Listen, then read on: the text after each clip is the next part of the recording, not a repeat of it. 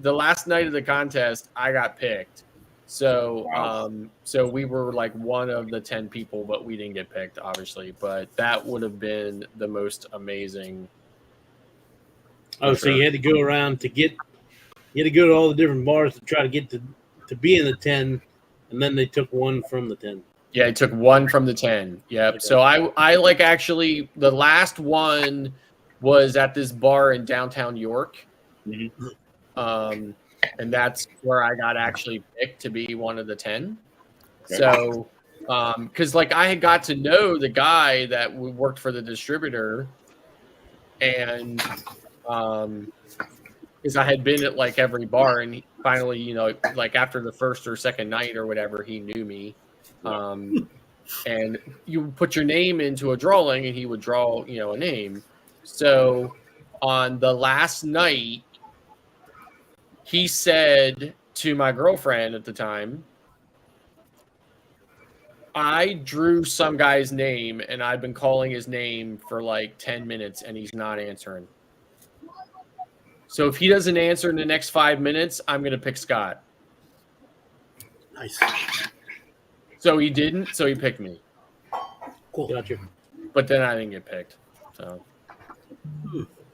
You got a lot closer. Oh yeah, I mean, like that would have been like just like the most incredible ever to go to Coco K before they transformed it, obviously, right? Because it was way back then. But to go there and like see a private concert by Dave Matthews, oh my god, would have been amazing. So speaking of Dave Matthews, Yep. Scott, you might want to go on YouTube and look up the Holderness family. Okay. They just put out a new one. Dave Matthews narrates yard work. Okay. Yeah. And I'm I actually thinking seen it when I was waiting for Bama's something new earlier. theme song. I sent it to Eddie. I checked out the other ones you sent me to. It's like the one with the people falling and getting hit with a fish in the face. Oh my god! Oh yeah, I sent you all a bunch of weird stuff, don't I? And the Disney, I am not putting that anywhere. I'm gonna hear so much flashback, and But that is so true. it is 100%. If anybody wants to hear it, I will send it to you. But I am not gonna put it on my page. I don't want to get shot. Play it on your page. No, No, maybe it's your page, bad. but no. What's up? I got it too. No I way watched that it too. I'm putting that out there. I don't want to get killed because it's gonna. Yeah. It's wow. Yeah, It's amazing, but bad. hey, I agree 100%. Yeah. Jeremy, you awake?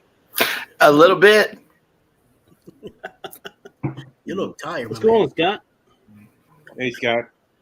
Lots of scheduling shows.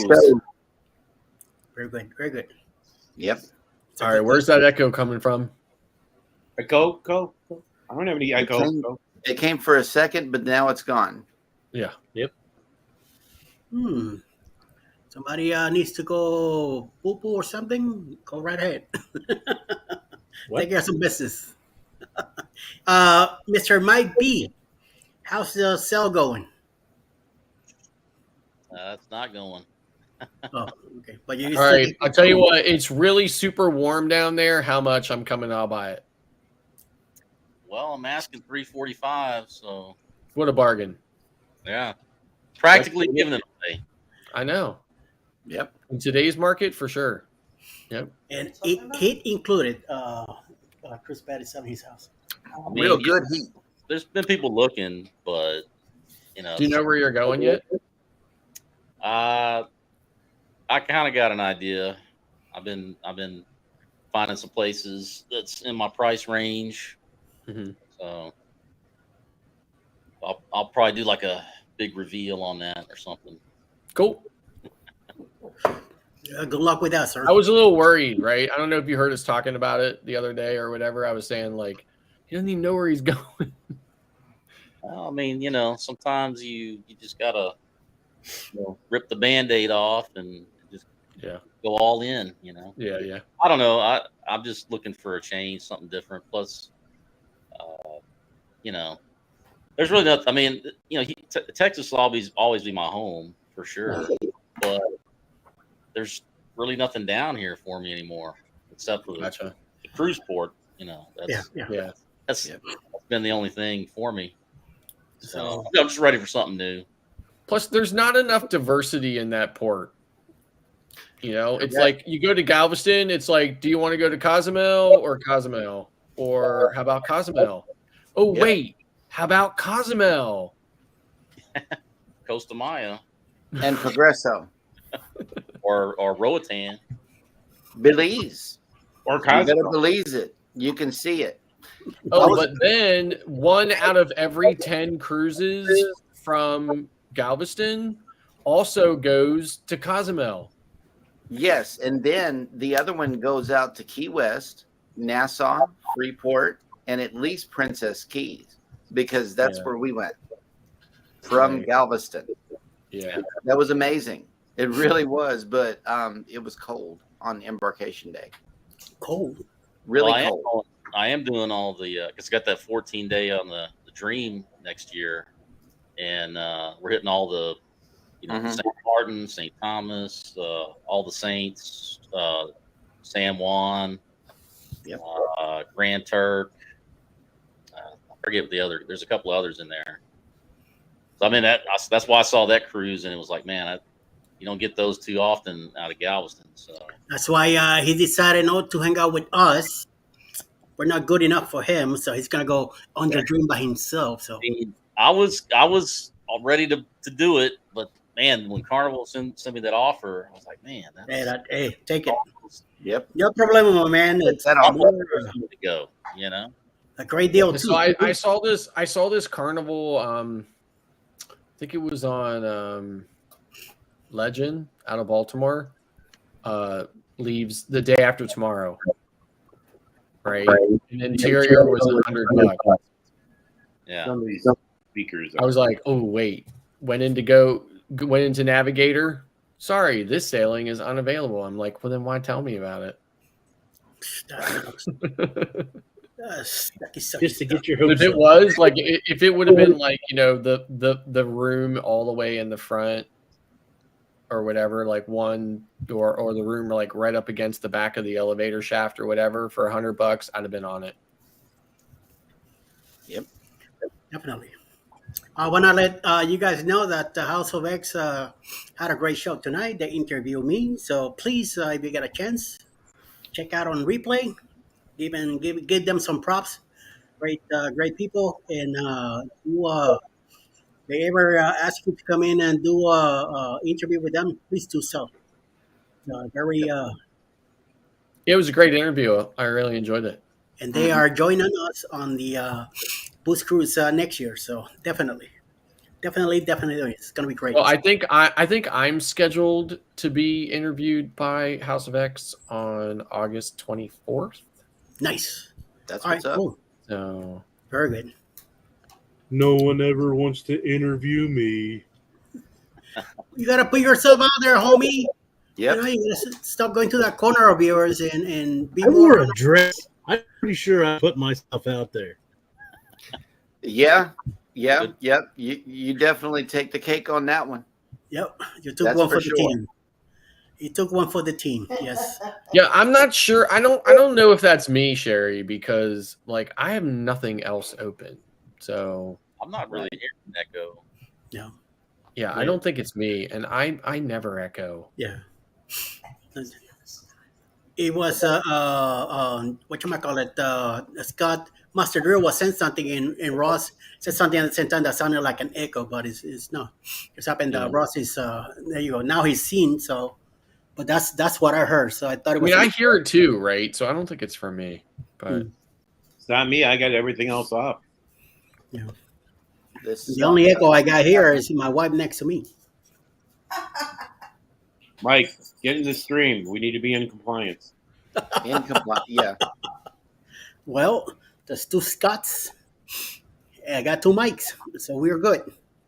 We're doing pretty good so far. So Yeah, I we got need another Ross and another Eddie. Eddie Caudillo needs to be here, and Ross from that show. What was it? Friends. There you go. You could come in and look, do it's it for us. it's freezing here right now. I'm 73, so- baby. I'm Come on. so Nice. cold. Nice. 72. It's so cold. Oh, that would be dreamy. Oh my I'm gosh. just saying. that Well, it's 75 here, Scott. would be awesome. Yes, it's nice. 72 in the house, 75 outside. Because it was raining a little while ago. Big time. We got a storm coming through here. Look Oh, at that. that's even nicer, Ross. Yes. And there's It's no actually only humidity. 74 here. Yeah, there's Oh, almost hotter than no that. humidity here today either. So Yeah, but look at next week when I go out and do the live stream on Thursday. Ooh, nice. 95. That's like 95 with 60% humidity, Oh, 11% chance of rain. hey, Clock, I'm not gonna like talk too much about it like here on the live stream or whatever, but I assume since I did not hear back from you that you got all of that vax stuff figured out. Nah, my sister like went a different route. I think she's looking at Punta Cana now. All right. So I don't know. You can book that through Vax. Yeah, I mean, I guess she already talked to somebody else. I don't know. Really? I'm gonna see her tomorrow. And I'll ask her. wow. So did you at least get access to Vax? Yes, Okay, cool. yes, I believe so. I had to go in there and like tell them like what program I wanted to get access to. I think I did like Apple Vacations. Oh, Apple Vacations. oh, really? What is Well, that about? I thought that was one of the ones that you said, so I just put that in there. But I mean, I can do all of them now. Now that I got a login. I was gonna say, now that you have a login, you should have access to them all. Yeah, Yeah. I just haven't even messed with it lately. I mean, I'm gonna poke that. Oh my God, a blue one too. Yeah, I don't know if I don't know here, Eddie. I don't know if I can share this out here real quick. Just give it a minute. Right. Okay. I don't know if it's there. I can't see. Yeah, if it's I'm there gonna yet. add it to the stream. All right. So Nice. you can't see it, but this drop down here, then you should be able to drop that down, and there you should have FunJet, Apple, Travel Impressions, Blue Sky Tours, United Vacations, Southwest Vacations, Universal Parks and Resorts Orlando, Universal Parks or Hollywood, SeaWorld Vacations, Discovery Cove Vacations, Sesame Place Vacations, Busch Garden Vacations, and TNT Vacations. And All a under that partridge in a right pear there. tree. So that's what you should have under Vax. So Holy mama, that's a lot of stuff. then you just pick Holy whichever mama. one you want. I mean, I don't. The only bookings I do in Vax are through FunJet, Apple, and Southwest. I don't do anything else. So Scott W. That 100. I'm talking about it now. I said that 100 temperature. You could keep that in Arizona. I don't want none of that. Yeah, no, thank you. I can't hear you, Scott. Are you muted?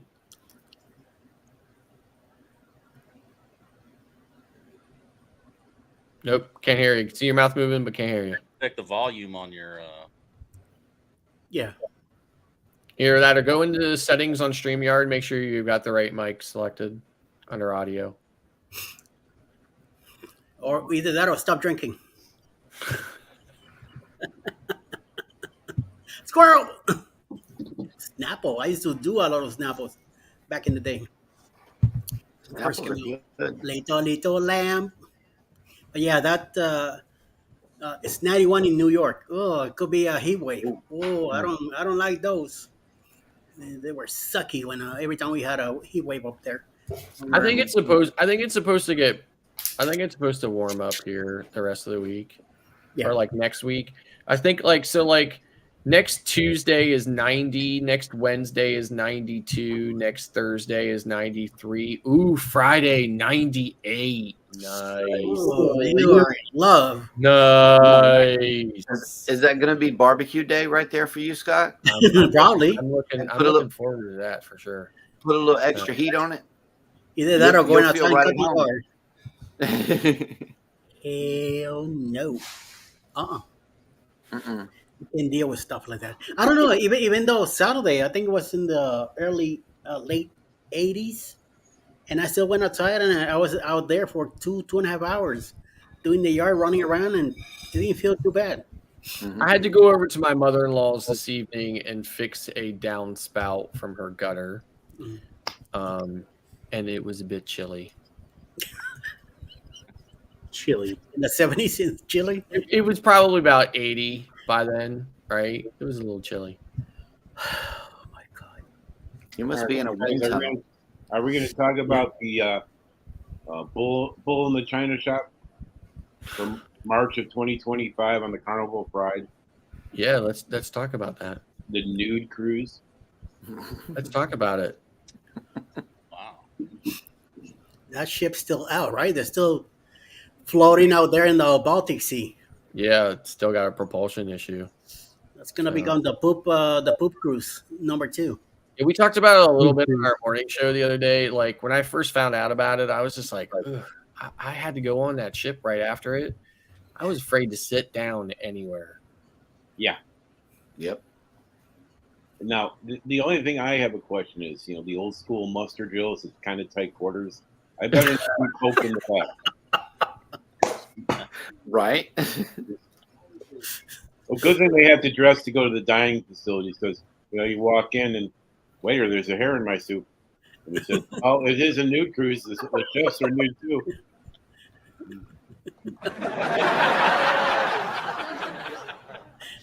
Forget about it. Hell no. Yep, that too. That topic was brought up last night on the Parkers. It went on for an hour and a half. Nice. And it got pretty darn raunchy. I'm glad. Have Lugs Will Travel, Amanda. She always freaked out about the nude cruise. So Oh my every God. time Oh, I yeah. get a chance, I was like, back in my first sailing on the nude cruise on Carnival Pride, she's like, I don't want to hear that. Yeah, walk away from me. I don't know you. What time, Ross? I know you were gone from Pockets on the Go. Yeah. So I was there for a while, and then me and Alice started doing something else. So I went away because I didn't see you. So I went away. I guess you must have came in after me. Yeah, I came back. I had to take care of something.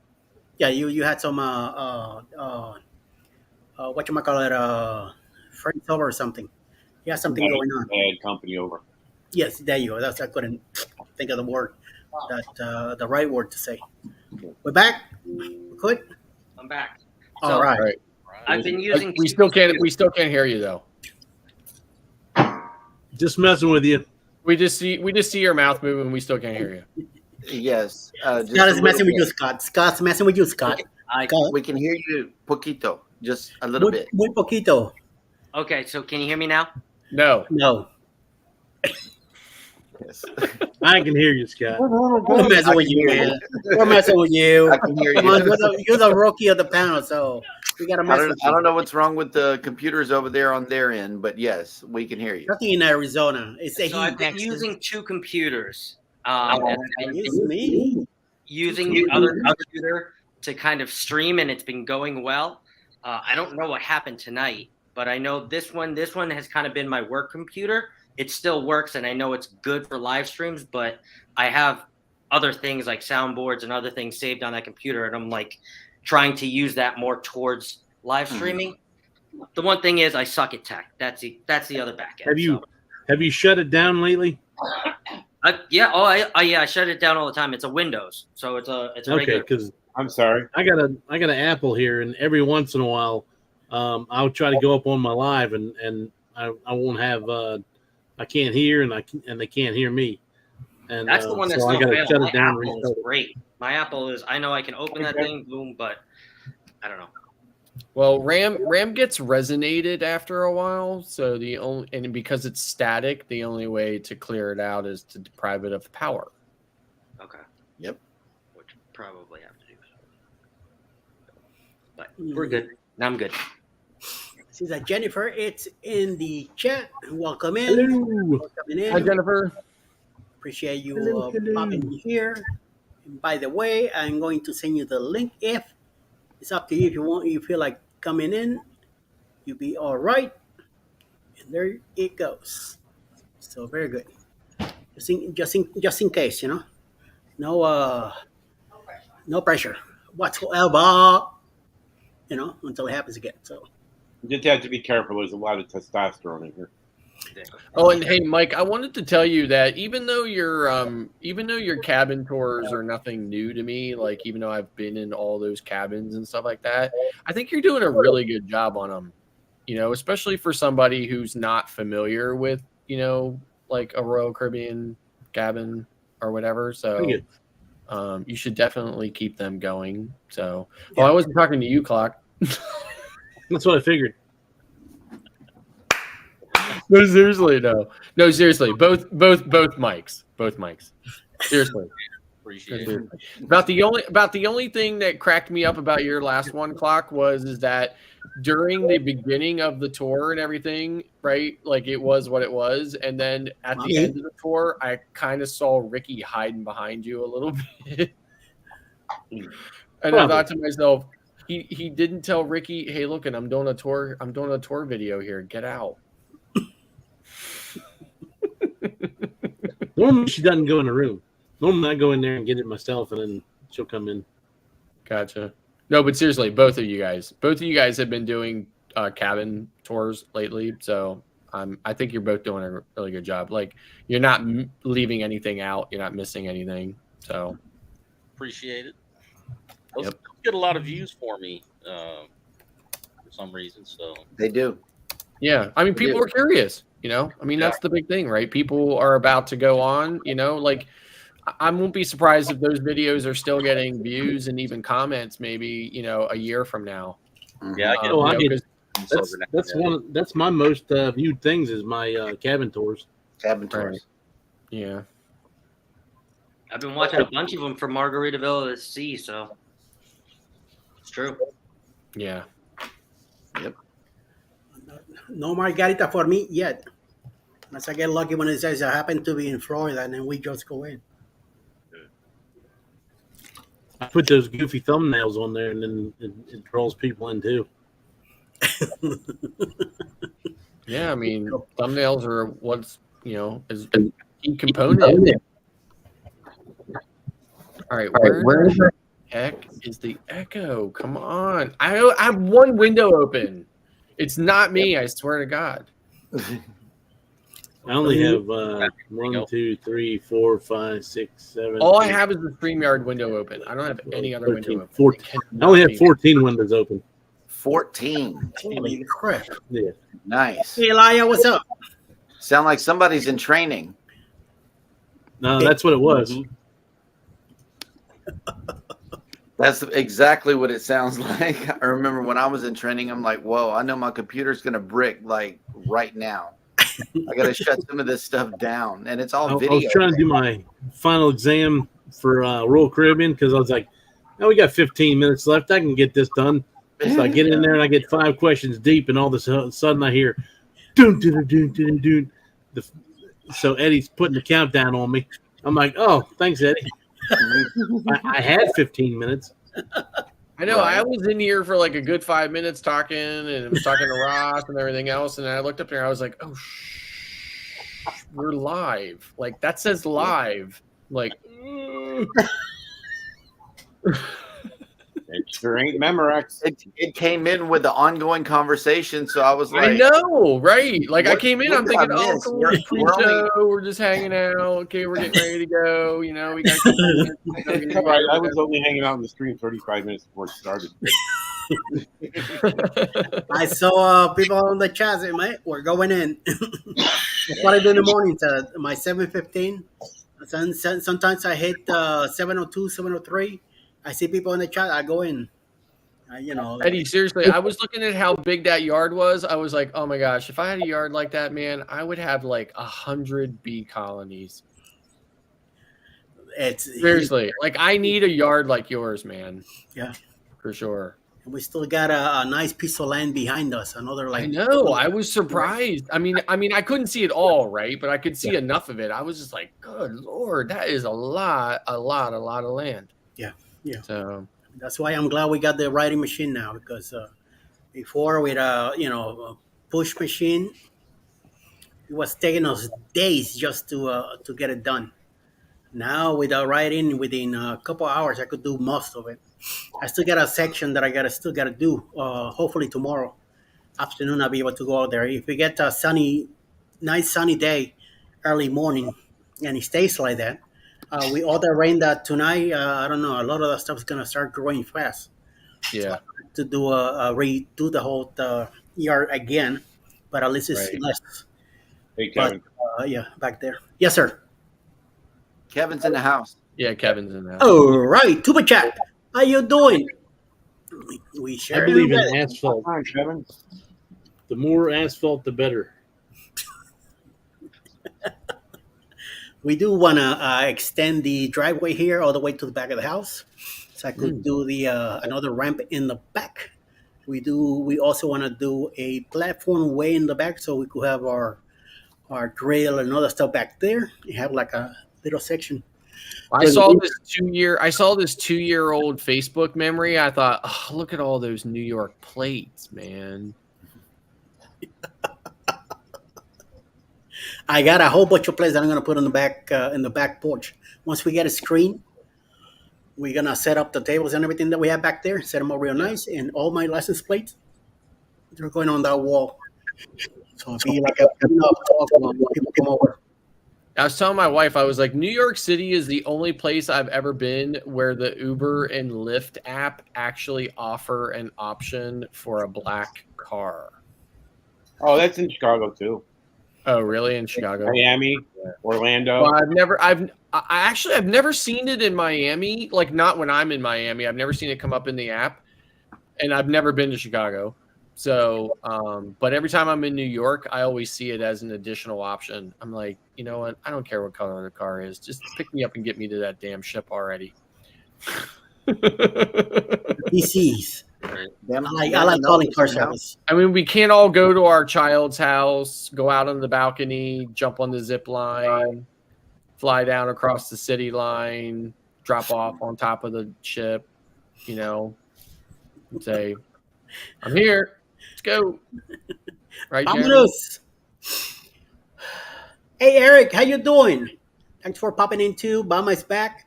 How you doing? Good evening, Jeremy. Destination Fund says Denver offers that car. I was drunk one. What? Sherry. Drunk one night. Oh, I so imagine. cool. Yeah, like I never looked at it to see how much money it was. I'm just curious. I mean, I was just kind of fascinated by the fact that it was actually an option. It's like somebody really cares about the color of the car.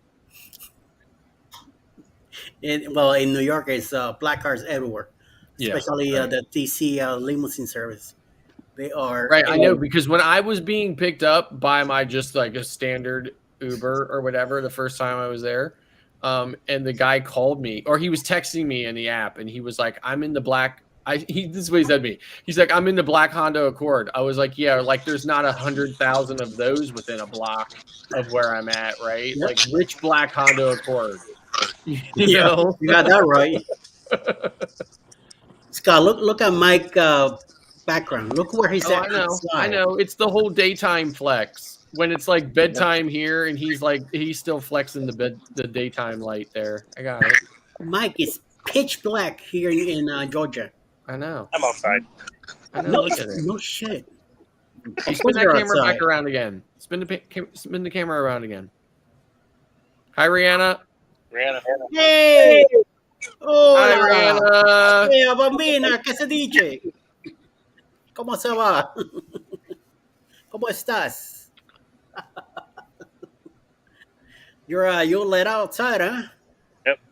Feels good, right? Oh yeah. See, you've been Where's your hat at? you've been out of punishment. I see that you're outside now, so that's good. I know, right? Hopefully. 90-something degrees outside, no hat on. I'm not sure about that. Not me. Well, it's 82 degrees I right now. gotta protect my neck. He's Yeah, getting it's the tan. Mike's outside getting the tan. Look at him. Come down here for a bit. See what happens. I know, right? Wait till you come to Tampa. You're gonna be like, man, it's 8 o'clock and it's getting this Well, dark. I'm wearing already." sandals. I'm wearing sandals. I see. That's what's up. Kelly and Tammy just made it in. Hey, Kelly, Tammy, how you doing? Hey, See, now it's doing it with Controversial Cruising, doing the extra repeated. I don't know why I said doing that. It's StreamYard. It's not YouTube. Yeah. Kind of mess up, but it was doing it to me the other night. It was doing that every time I typed. It lined up. Who knows? It's Gremlins.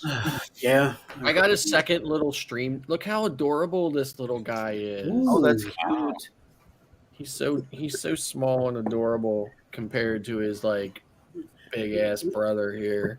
How much was the small one? What's that? How much was the small one? I think I got it for like 59 or something like that. It was a Prime Day thing. Oh, I get you. I think it's normally like $80. So the You small get- one. you got any sounds in it already? No, the only thing I have on the small ones is the news. Okay. Good morning, news with. I have my hey, don't forget to subscribe. Oh, okay. And then I have my key light control, which, makes my face look pasty. Yeah, I had to turn mine down. Well, listen, key lights only go down to 3%. Mine are at 5%. So I don't think there'll be that much of a difference between 3 and 5%. Now, I have the key lights on in the morning. Yeah. Makes a little bit more sense. Mhm. But in the evening here, I don't have them on. So, Okie dokie. but yeah, the little one is just for that kind of stuff. So I don't have to take up valuable real estate, on the other one. So I can have space for things like Viva la raza! What happened? and we cannot forget the most important button on this entire sound deck. Texas, That one. Texas, Texas, Texas, I knew it. Texas, Texas, Texas. You can put it in the mix.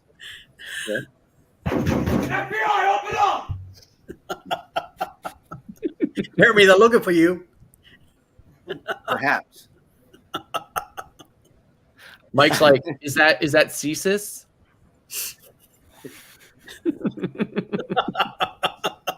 CSIS, boom, boom, boom. CSIS, open up. Cease on this, cease on that. That's the NCIS kind of type of deal. V was talking about that. V was, I guess, Yeah. saying that CSIS is the Canadian equivalent to the FBI. So, who knew? I hear that name, I'll be laughing. Like, what?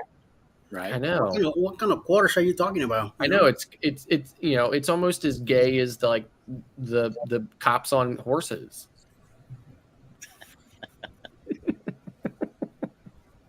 We got those in New York. And I know. We actually, believe it or not, we actually have them here too in Harrisburg. meow. So You freaking horses, don't mess with them. Those things will hit you and they kick you. That's it. You're done. You're Yeah. going someplace else besides the hospital. They'll bite you too. and let's Yeah. not, Big and time. let's we're talking about the road apples they leave behind. Yeah, you got that right. Big ones too. Yeah, Brown and step on them, smelly. you're gonna slide. We have Amish around here, so there's always road apples all over the place. Oh So I my always tell the god. kids, "You want some road apples?" Was it an Amish Yeah. paradise? You gotta drive with them windows up. Otherwise, in the summer now, forget about it. Oof. No. You got somebody cleaning them up after? No, No. we're in the country. Jeremy, I meant to ask you in the chat or whatever that I sent you that link to that YouTube video for like that Galveston cam. Yep, Did you look at it? I did. Okay, is and that the hole? what hole? We're the, talking about the hole in your cellular network. Wi-Fi, Is yeah, that the hole? Wi-Fi. Yes, that's what it's looking like. It begins at Wendy's and goes all the way to the park. Well, I know that you were showing like the pier this morning, and the pier was Mhm. in that video as well, right? And you said that was where the hole was, right? That's where it So, is. Yeah, that's what I was wondering. Eddie, can you? I was looking at what I was distracted by was the fact that we have reverse lighting on Scott and I, and it was like it was accenting the video just right with them end to end like that. Oh, Okay, let me bring you back up then. yeah, bring it back up. There you go. How about now? There you go. Wonderful. It's good on the eyes. I'm just saying. Some more. Sure. I'm That's trying just how to. Yeah, but see, listen, but like up in this corner though, like I have to object to being in the corner, okay? And the reason why is because you cannot see Okay. Yeah, see that'll work. my, subscribe. I when think it's I- messing with being Ross's. covered up by it's being covered up by the logo that says Alice Eddie Lugo Studios. Yep. Hey, during your interview with House of X tonight, you gave us a little insight as to how your channel started. And whenever you said Alice just showed up with a phone and said you got a channel, I'm like, so it really is Alice Lugo Studios, I know. I was like, that's what the executive does, right? right? Makes things happen. Yep. So it's a subsidiary.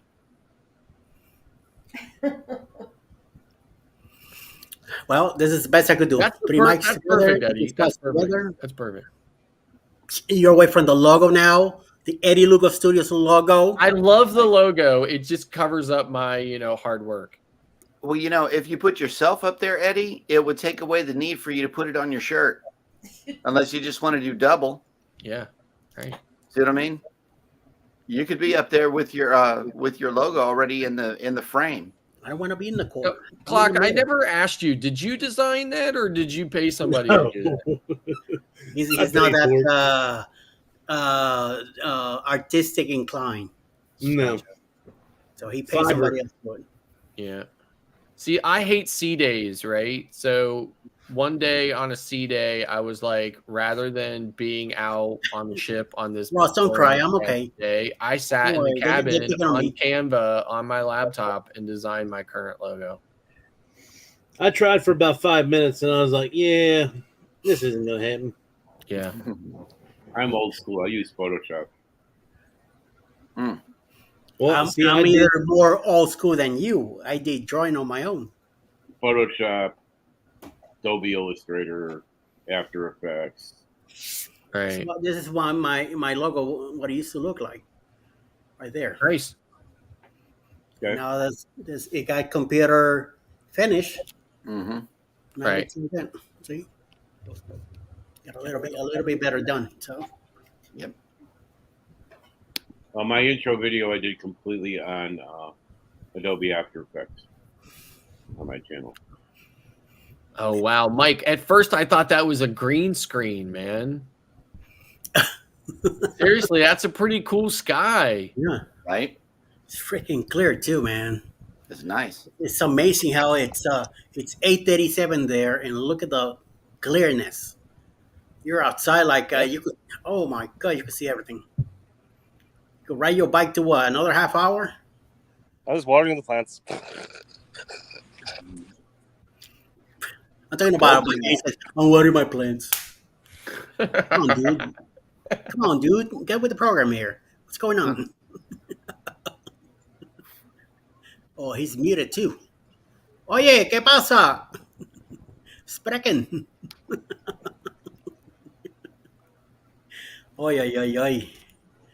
So what's going on, guys? So what's everybody doing this weekend? I know Mr. Mike here is working on his house, trying to do a nice sale and get some a nice amount.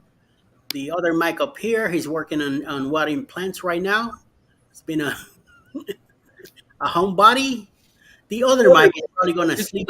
Isn't the whole hydroponic thing supposed to be that you don't have to water them? Well, we got plants in the house too, so Gotcha. Nice. And I mean, are we talking cucumbers and tomatoes, or are we talking flowers here? oh, we got flowers out here right now. I'm wondering. Nice. You guys ever Flowers, finished the it's garden? actually warm enough in Canada for flowers to grow. Yes.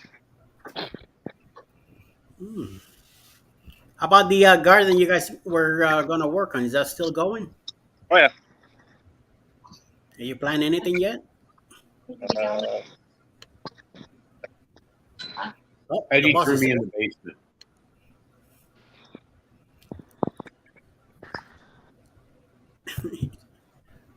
And then he must have got punished.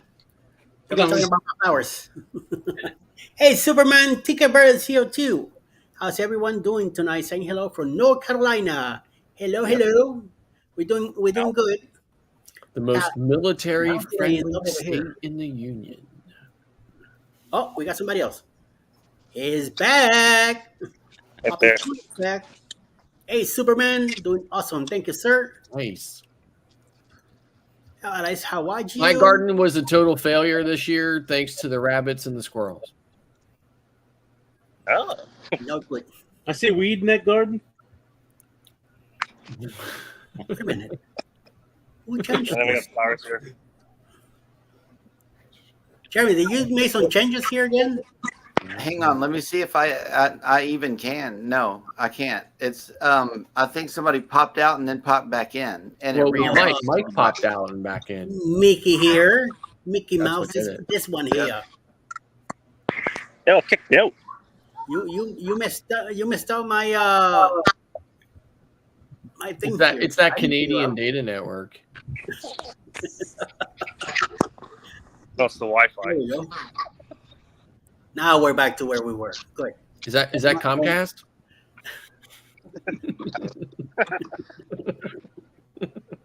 What is it, Mike? What kind of Wi-Fi you got up there? Cable company. Tell us. Oh, tell us. Okay, I heard of them before. Okay. Hey, at least it's, something good going on. Sharon, as long as our lights don't go out, we're good. Oh, I see. Yeah, that's what's going on. Cruising is fun anytime is in the chat. Welcome. Ooh, the Welcome. boss. Texas, Nice. You and your is excited. kids there. Is that like somebody near a dog kennel or what? This guy out Our above you. dog. They got three, right? 3 dogs and a cat. 1 or 2 cats. Something like that. We got 2 cats here, and they're sometimes they are. By the way, I saw a TikTok the other day, Mike, that said that German ketchup has 3 ingredients and there's 14 ingredients in the United States ketchup. I'm thinking, yep, see, Germany and Canada, healthy ketchup. Nice. Yep. U.S. ketchup, colon cancer. Or That's who why knows you what else. put the ketchup on a hot dog. Good point.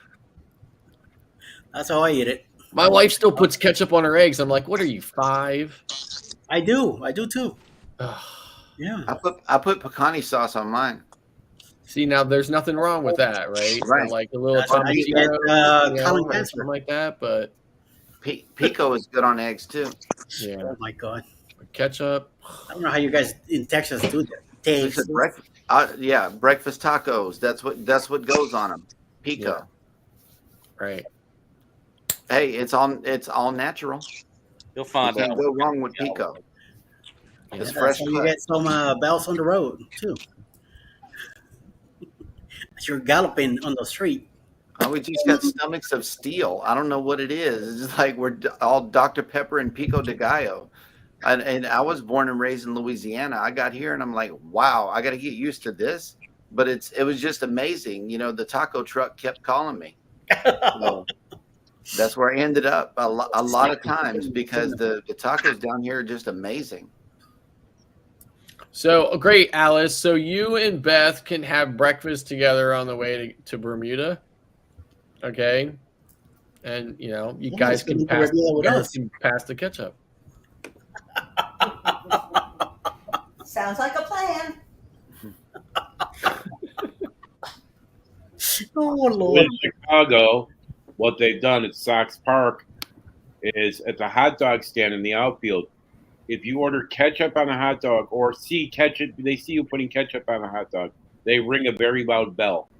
Yeah. The ketchup does not belong on hot dogs here. Right. Exactly. Mustard and onions. And hot peppers and jalapenos and I mean, listen, you can put chili, cheese, whatever you want, mustard, onions, or whatever. No ketchup. Cheese only for me. Yeah. Unfortunately, I'm allergic to mustard, so Chili, cheese, mustard, onions, and cheese. Cheese. I like those bacon wrap hot dogs that used to be able to get out there in LA. Mm-hmm. Yeah. Those are good. So I'm about to get on Oasis, and one of the great things about Oasis class is the doghouse out on the boardwalk. So they've got hot dogs and like usually 3 or 4 different types of sausages or whatever. You know, it's kind of like my Royal Caribbean Oasis equivalent to Blue Iguana chicken tacos. As far as I'm concerned, that should be opened almost 24 hours. The doghouse, you mean? Yes. I agree. It's something you could eat anytime. You can grab one when you're going to the theater at night, the Aqua Theater. Yes. And it's crazy. Every single time I'm like, man, I wish I would. Let me go get one of them sausages. I walk out there and it's closed. I'm like, man, this sucks. So now, when I was on Mariner, I discovered that they put a doghouse on Mariner on the pool deck back in the one corner. Right now, I was on Adventure, and I can't remember if there was one there or not, but definitely on Mariner. But of course, always on Oasis. So, Scott, have you been to the barbecue place yet on the Oasis? No. So listen. So I was actually telling my wife the other day. I was like, Ross from Orange Cone Vlogs. I was saying about how good the barbecue place was. You know, of course, and last time we were on Oasis, we didn't go there. I said, so I'm definitely going to it this time. She's like, oh yeah, sure, go to it on the one I'm not on. And I'm like, well, I'll tell you all about it. I'm picky about my barbecue. I'm very picky. I'm a Kansas City Barbecue Society sanctioned judge. Right. So I'm very particular. Yeah.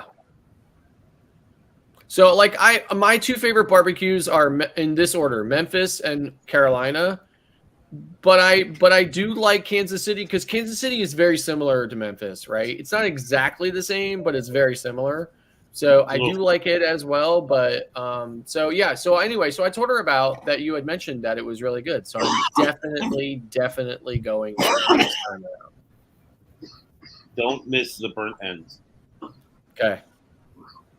And if you like banana pudding, get the banana drink. Okay. Yeah, so like if you're on Excel class on Royal, if you're on Excel class on Carnival, and you go to Guy's Pig and Anchor, they have a dessert. It's like a bourbon. It's like a small little. It's kind of like a small little tart, but it's like a bourbon something or whatever, right? Really, really good. I was actually very impressed with it. So. I came close to trying it, but the Mississippi Mud Cake kept winning.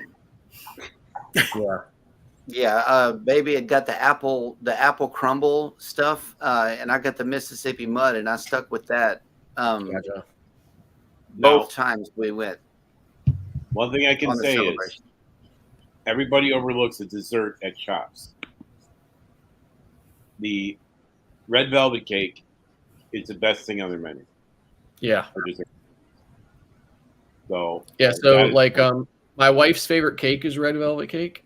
And and we don't go to Chops all the time, but when we do, she definitely gets it. So Okay. Like the key lime meringue pie they got. It's pretty good.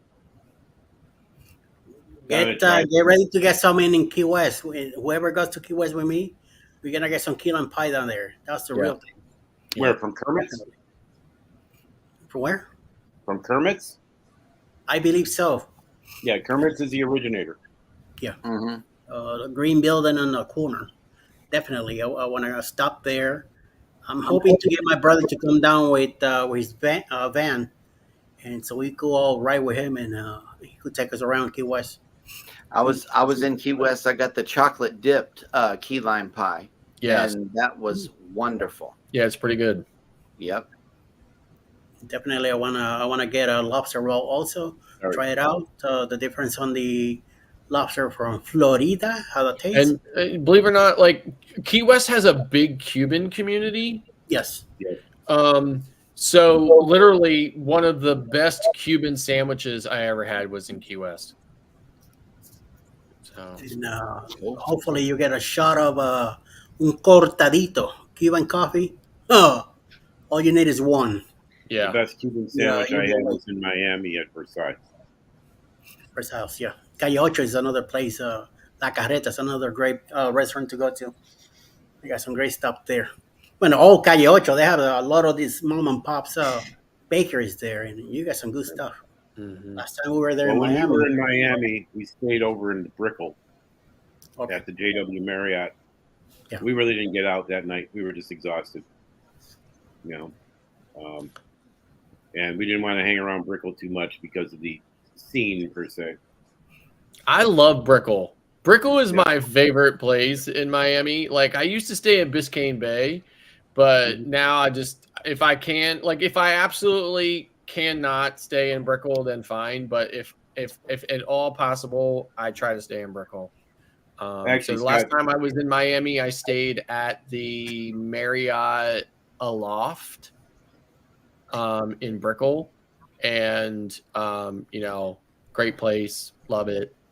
So, but I love Brickell. The Brickell's only my reason favorite. why we stayed at the JW Marriott is the room that we had. We got it through Royal. The normal rate on it was $895 a night. We got it for $136 a person, Nice. Oh, nice. and we had a quarter king room Yeah. facing the road, and it was Right. It was great. It was comfortable. Right. We spent a lot of time around the pool deck, and they have a stainless steel pool. Yeah. Yeah. Right. So with my travel agency, I have a lot of corporate credit cards. Yeah. So I've got a corporate Marriott Amex, corporate Hilton Amex, and a corporate IHG card. Okay. So those are the three hotels I typically stay in, those chains. So Marriott, Hilton's, and it's probably in this order: Marriott, IHG, Hilton. I try to stay at Marriott properties too, unless I'm at any Opryland property, because they have a problem, and the problem is that if you're a Bonvoy member or anything like that, or you're coming in from a convention, or if there's a major convention there, they're going to take the conventioneers in first, and they're going to end up walking you to another hotel. Gotcha. And they've been doing that consistently at the Opryland properties. Yeah. Yeah. So like I said, I like to stay in the Marriotts the most. I will, like I said, Hilton's is probably my third, and it's probably the only reason why it's the third is just because based on like availability and locations and stuff like that or whatever, it just never usually hits as well as Marriott's and IHG properties. And even on the IHG properties, like I usually only stay at like Crown Plazas and Intercontinentals. Like I don't typically stay at like Holiday Inn. The So lowest I'll go is Fairfield. yeah. Right. So believe it or not, so I'm actually when I go to New Jersey in a couple of weeks to get on Oasis, I'm staying in a Fairfield, and it's probably the first time I've stayed in a Fairfield in years. So I usually stay in either Courtyards, Residence Inns, or Delta. I mainly do Westons, JWs. So the last time I was in Jersey was when I was on the last time I was there by myself was when I got on an adventure to go to Bermuda, and I stayed at the Delta in Basking Ridge. Mm-hmm. So, well, when we go to Alaska, we have our hotel set. We're staying right across the street from the Norwegian Pier at the Marriott. Oh yeah, sorry about that one. Yeah, and I think when we were in Jersey in January and we got on Anthem, we stayed at the Residence in Woodbridge. Okay, Jersey. Yeah, I Jersey. do Days Inn, Motel 6, and Choice Hotels. I stay at the ones that no one else wants to stay in. I tell the wife they're 4 stars. She just doesn't know they're out of 10.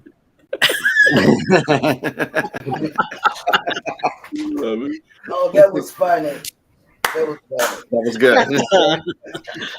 That was good. Midlife Travels is in the house. Hey, man. Oh, my God. That's messed Welcome up. to the party. Late night, buddy. Oh, you're Yes, early. yes. We got Tinkerbell here. Destiny Fun still here. Sharon, Alice, Lugo Studios still here.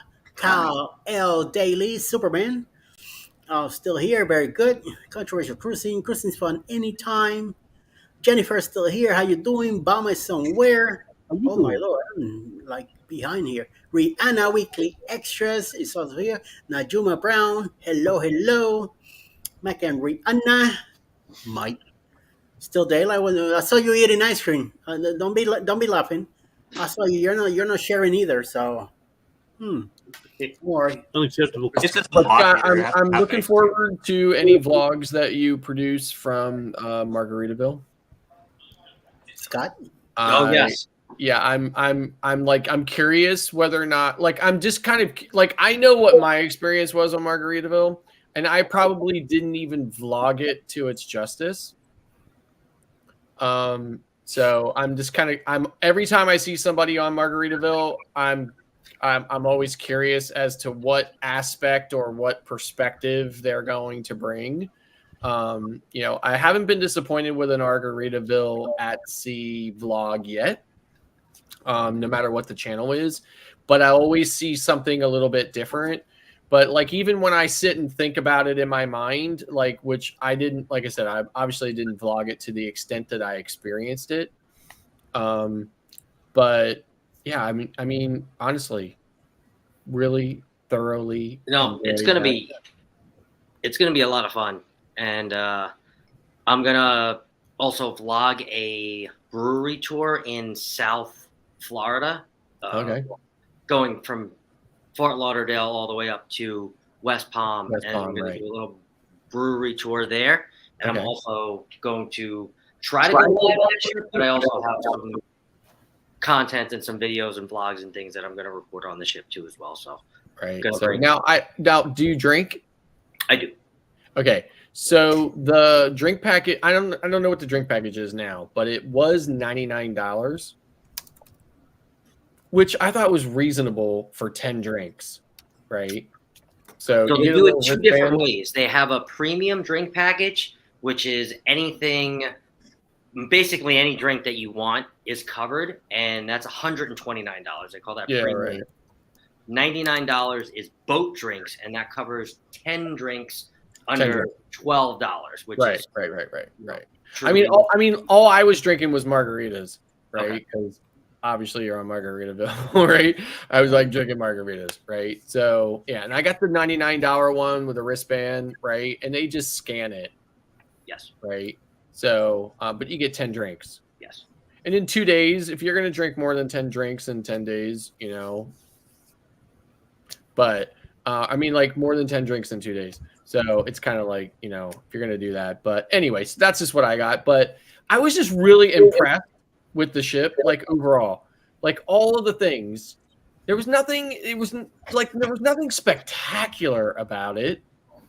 But at the same time, I was really impressed with how much was offered and the quality of it for a $49 2-day cruise. Right.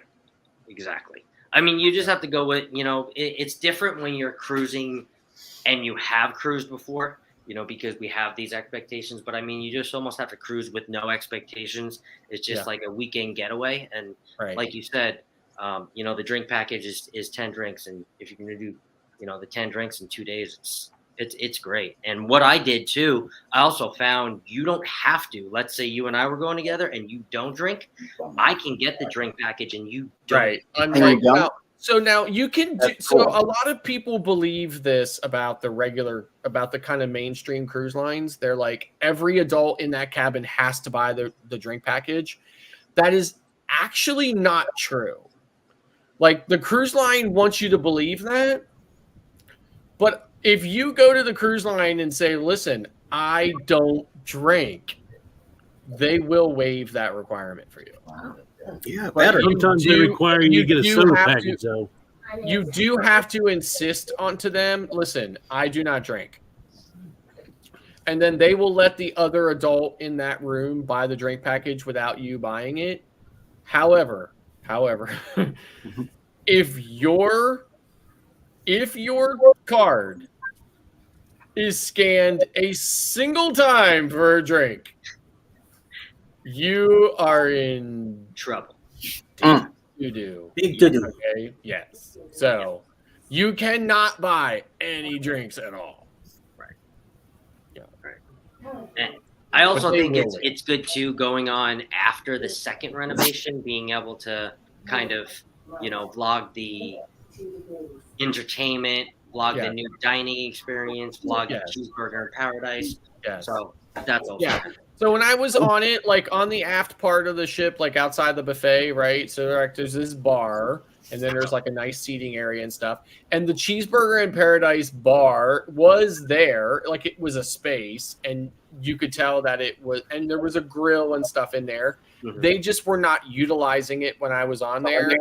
But now it's set up as this Cheeseburger in Paradise place. So I'm looking for an opportunity to be in South Florida and get back on it again. Yeah.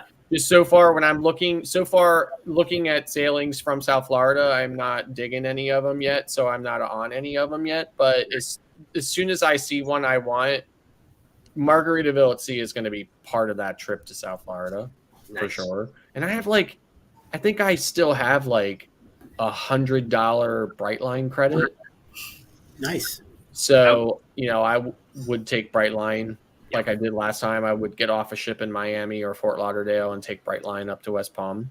Yep. I have Brightline booked for when I come back. So I'm gonna vlog that too, but I know you were talking about that on the morning. Yeah, so like here's the thing. So so if you do the premium ticket, like I've never been in any cars on Brightline except for the premium cars, which is cars 1 and 2. Yep.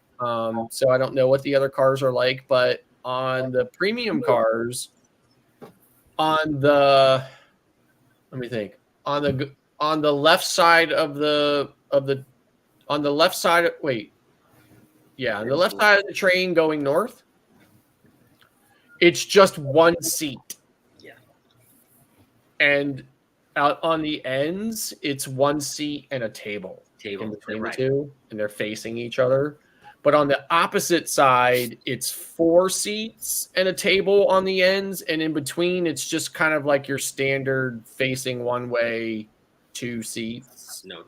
Going. So, so I try to book one of the seats with the table, because then you have a place for your laptop, and there's plugs and stuff there for you to plug in and everything too. So, yep. And if you get the premium too, you can get the drinks. So even if you end up correct, right? So so like I got on in the morning. I'd gotten off Celebration last time. Got on the train. They brought me like a little breakfast thing with like some apple slices and some cheese and stuff like that or whatever. And and I got drinks and stuff like that or whatever. Like I wasn't going to drink any alcohol that early in the morning. I mean, like I know a lot of people say it's 5 o'clock somewhere, but for me, it has to be 5 o'clock where I am. Yeah. That's just the way I roll. So if it's not 5 o'clock where I am, then I don't care. So where it's 5 o'clock somewhere else. But anyway, but I mean, it was cool. And, it was a really great experience. I loved it. I vlogged a little bit of it. I didn't vlog a lot of it. So I think that vlog will be coming out in 2031. But anyway, but it was a great experience. So, and like when I was on Margaritaville, the lounges were great. The show was really great quality. When I came out of the show, I was surprised, like this kind of like area outside of the main theater. They had a guy there playing the piano, and there were a bunch of people kind of like sitting around and stuff like that. They really utilized the space well. Yeah. So, I mean, just really, really like, and the shopping area, I was surprised, just. Oh, I'm definitely going to the shopping area. That's for sure. I mean, like just really just well done. So I mean, again, very disappointed in the vlog that made such national, attention about it. Because it just wasn't my experience. Yeah. Did you also stop in Freeport too as well? Yeah. Okay. Yeah, so that's the only thing it does. And that's what I thought. It just goes to Freeport and back. That's it. So, and even when it leaves Freeport, it goes out off of the island, like out, like I don't know if it's international waters, but like it goes out far enough off the island. I mean, you can definitely see the island, see the lights from the island, and then it literally just crawls back. Yeah. Because it's so close, right? And it's trying to make it a 2-day. And I was out there, like taking some pictures and stuff or whatever, and I was like,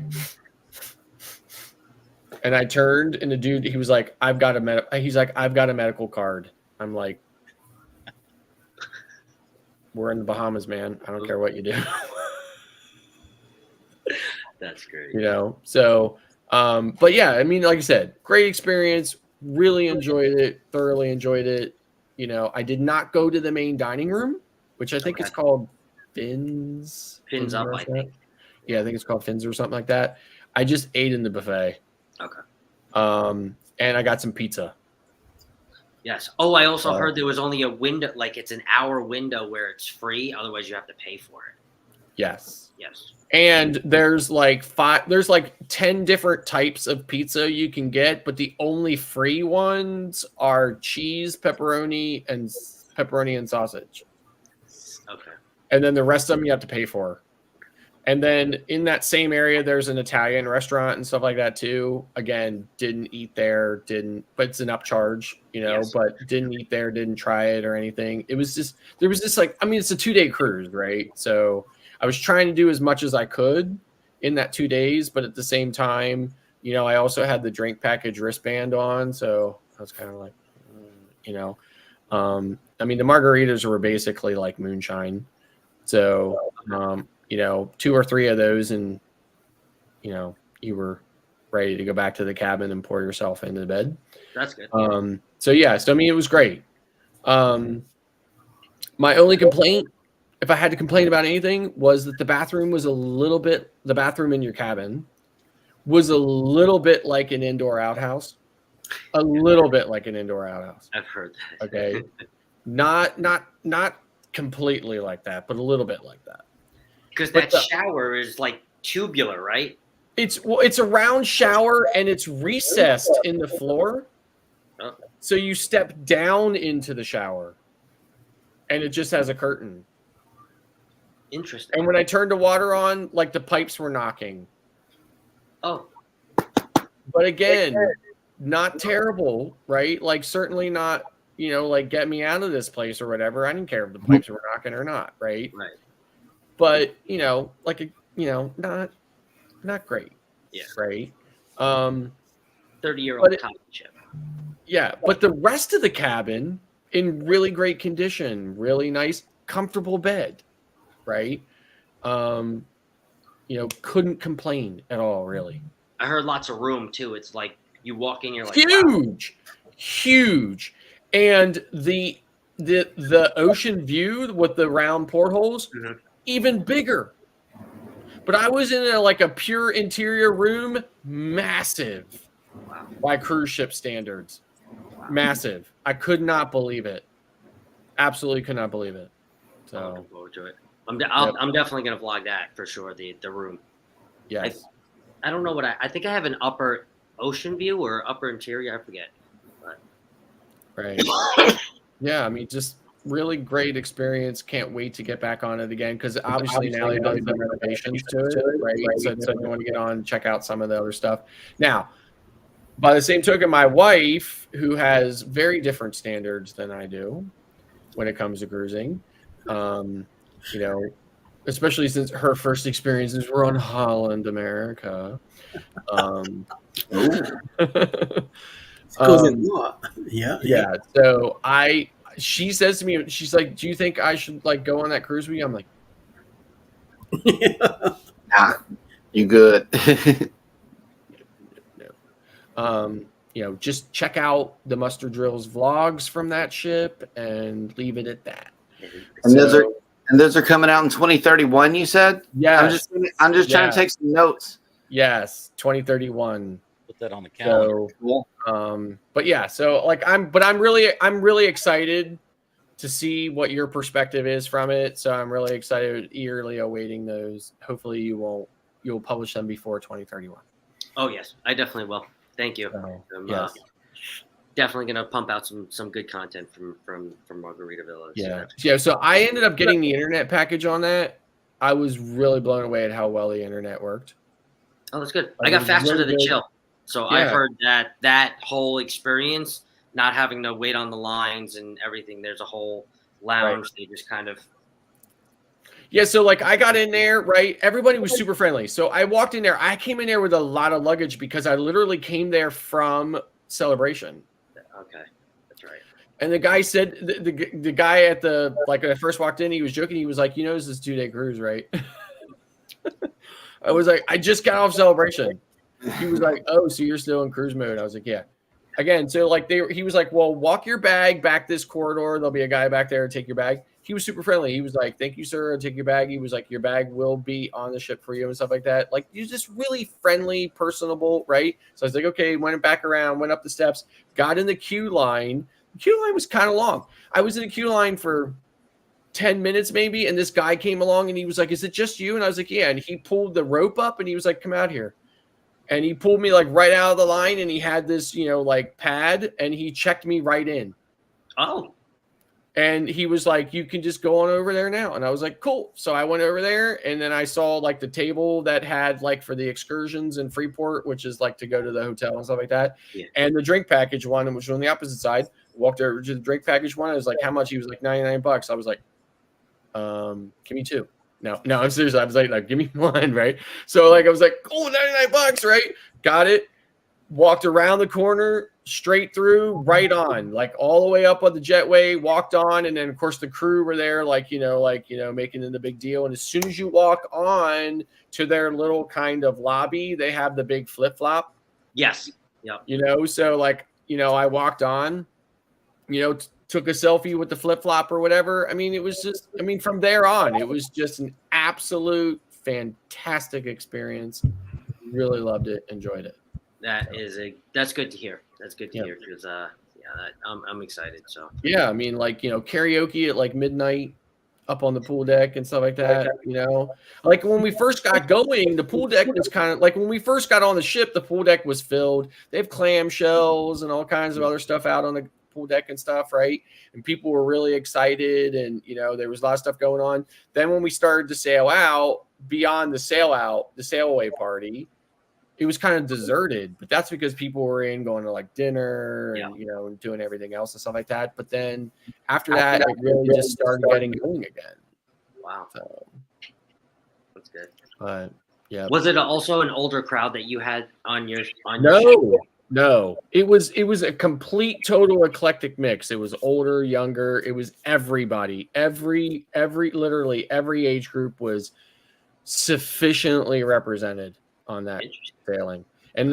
So like before we sailed out, I was out in that kind of 5 o'clock somewhere bar, which is outside the buffet. I forget which deck number, but outside the buffet on the aft part of the ship. I was out there. There were 2 young couples out there that had been sitting at these tables. One was from Alabama. The others were from like right there in like the Fort Lauderdale area. Had great conversations with them. Was there both of them their first cruise. You know, they were really happy and grateful to be there. And I mean, it was just a fantastic experience the whole time. So It's good. I'm excited. Yep. Yeah, and like I said, I'm really looking forward to your vlogs from there. So I'm curious to see what your perspective is on it. Sean just And I won't even though I've been talking it up like crazy here, I won't even hold it against you if your experience is terrible. No, I think I'm gonna have a good time. I'm gonna cruise with an open mind. So, and Okay. my roommate that has been on a couple of our Yeah, and you've been on enough cruises, so so I think I mean I don't presume to know you very well, but I think you've been on enough cruises. You've been on like 30 some cruises, right? Mhm.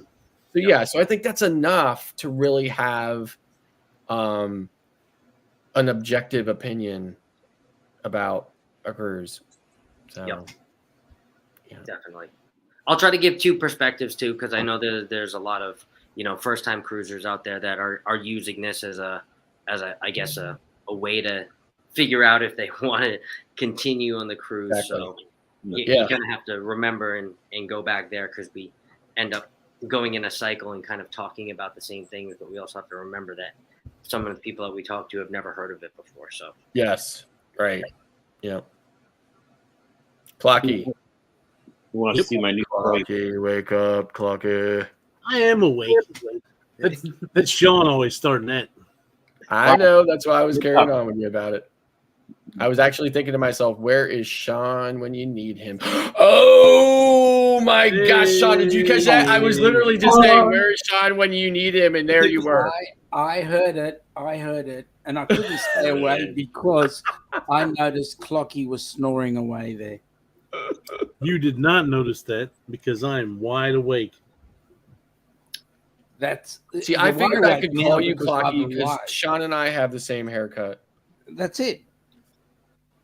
So I'm Almost gonna there. call you Clocky. Why do I feel like I'm While in you're at it, pretty much? Scotty, Oh my gosh, Clocky, your hair is so long you could practically braid it, man. that's it. I shaved it Master. today. Yeah, that's it. That's it. Come on, don't leave me hanging here, Master. He left you hanging. He he has left you left me hanging. hanging. I'll Man. stay until he does it. Party foul, Scott. Here, Scott. Here, Sean. Hang on. I gotta Scott, get you're supposed to be high fiving him.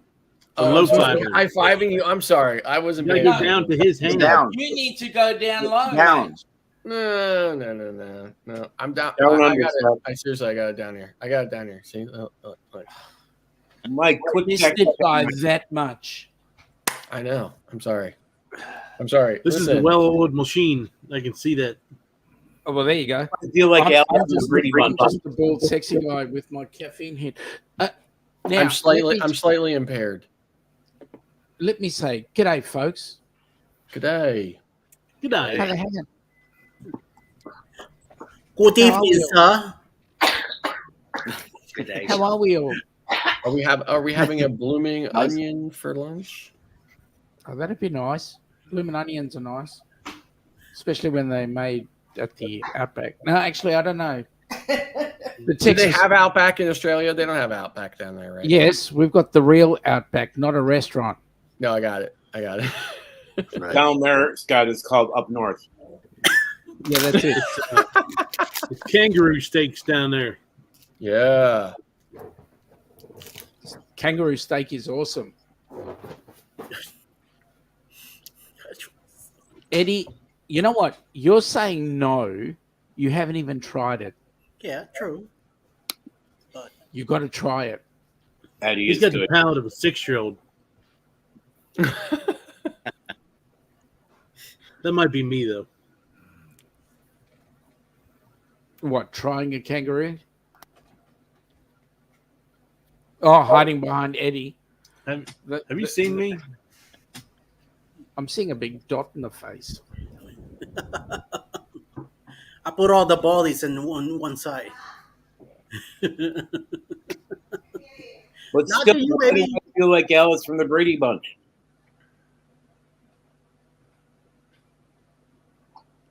Yeah, baby! That's what I've been waiting for. That's what it's all about. Woo! Texas. Hey, Sean. Yep.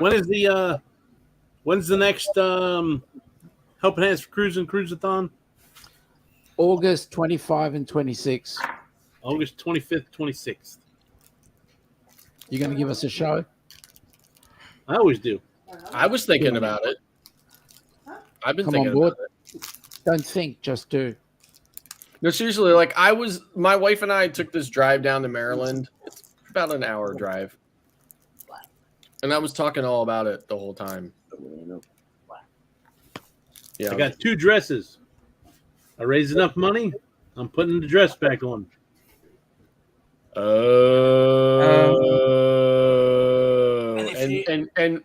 And what goal would be setting with that one, Mike? Because We gotta something up it tells from me the the last last time. time you grossly underestimated the Yeah. participation. I think I'm gonna try 250 this time, maybe. Ooh, If I fit 250. you into a dress, what is it going to take for you to be in a pair of budgie smugglers? I'm not doing the budgie smugglers. All right, you got a choice: a pair of budgie smugglers, or you doing a shoey. Shoey. What's a shoey?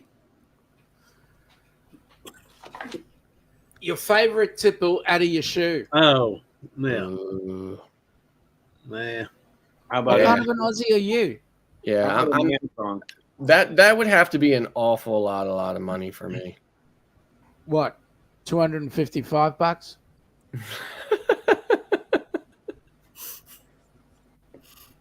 Well, I mean, That's probably awesome. right, because I mean, after all, I am drinking recycled beer here. Yeah, but even though you're drinking recycled beer, having it out of a shoe makes it even more recycled. Indeed.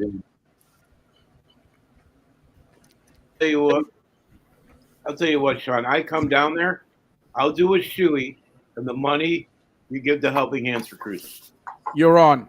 Wow. I might even do 2 shoeys. You're on. And you won't do it alone.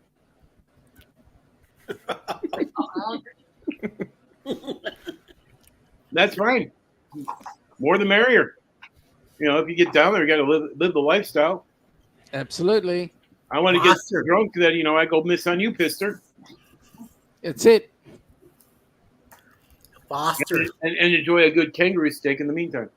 Man, kangaroo steak is awesome. And for Jeremy, you got a box of kangaroo. No. You don't want to box a kangaroo. You No, don't I want to don't. eat it and Kangaroo. box I it. know He what does. kangaroo is. I'm He's trusting. fighting a I'm bear in trusting. Alaska, and he's going to box a kangaroo in Australia. No, I'm going what. with Sean. I'm going with Sean to try these kangaroo steaks. You got me hungry now. Yeah, How they're is awesome. it? How is it prepared? Just grilled? Yeah, you grill it, but you got to grill it very lean. So it's almost like it touches the heater, the hot plate. Then you turn it over. It's very, very lean. Yeah, you can't cook it long. Otherwise, it's like It goes leather. tough. I'll tell you what. Yeah. I will go against the kangaroo under one condition. What's that? I'm Hang on, my camera's just going away for a minute. I'm driving a road train. That's awesome. The road train would be awesome. You only need something like about 5 trailers there, Ross. Yeah, no big deal. I manage a trucking company, so no big deal. Yeah. I did a news story this morning about a Silver Seas cruise ship going to Churchill, Canada, which apparently is the polar bear capital of the world. And I wasn't going to say anything about it, but I was actually surprised that one of my co-hosts was not blanking out his camera, you know, and then coming back and saying, sorry, I had to book this cruise to see polar bears because I was so excited after hearing about it. You know, I try to keep the morning show as on the straight and narrow as I possibly can without wavering from the original setup. But yes, I did have a thought about polar bears. I'm like, wait, there's brown this way, there's white this way. There's I don't know. If I go on a Canada cruise, it might be the black bears. But either way, I'm looking at bears if I go north. So I don't know. Those cruises are on my list, and we already got one of them booked. So I am excited about seeing bears, I suppose. I mean, I mean, seriously, like it's the best of two worlds for you. One, you get to escape the heat. Hang on. Right. Hang on. And Jeremy, I've got the best bears for you to have a look at, which technically are not bears. Koalas. There you go. Yes. Now you've got to come down for that. I know. Well, koalas aren't bears. They don't meet the koala. I said, that's what I said. Technically speaking, they're not bears. But is it like an excursion or somewhere you can go to hold the koala bears like you can? Absolutely. It's kind of like when you're in Honduras and you go to the eco park and you get to hold the sloths. Hold the sloths and stuff. Yeah. Absolutely. You come on down. You get on to maybe the Australia Zoo, or we get you to when you come down and you visit us in Melbourne, we'll take you up to Hillsville. And in Hillsville, there's a place called Hillsville Bird Sanctuary. Look it up on Dr. Google. At Hillsville Bird Sanctuary, they've got an area where there's koalas there, and you can go in there and you can get to hold them. And Sean can confirm this. Koalas aren't bears because they don't meet the qualifications. That's correct.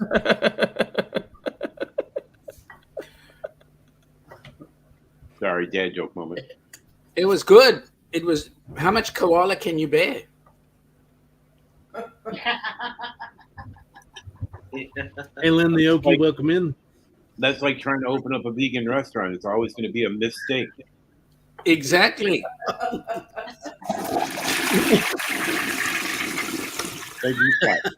No, that's the wrong sound. You should have used, hang on. You should have used something like this. Yes. I have a lot of empty spots on my XL. So Darth Vader walks in a restaurant, which just happens to be a vegan place. He says, I find your lack of steak disturbing.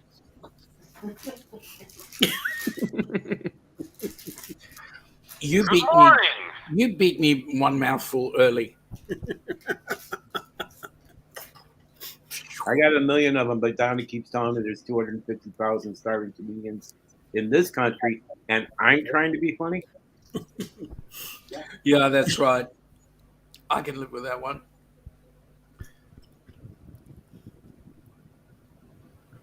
Clock. If Anybody you want to see my new story on the news last night about a severe shortage of electricians here in Tucson? I mean, there's only so many they can have brain size. Listen, being a Sparky is shocking. That is all. It's an electrifying position. There's an entry and exit point for everything. I love wiring. The only thing that kind of sucks about it is travelers. All right. Listen, guys. Let's keep it current.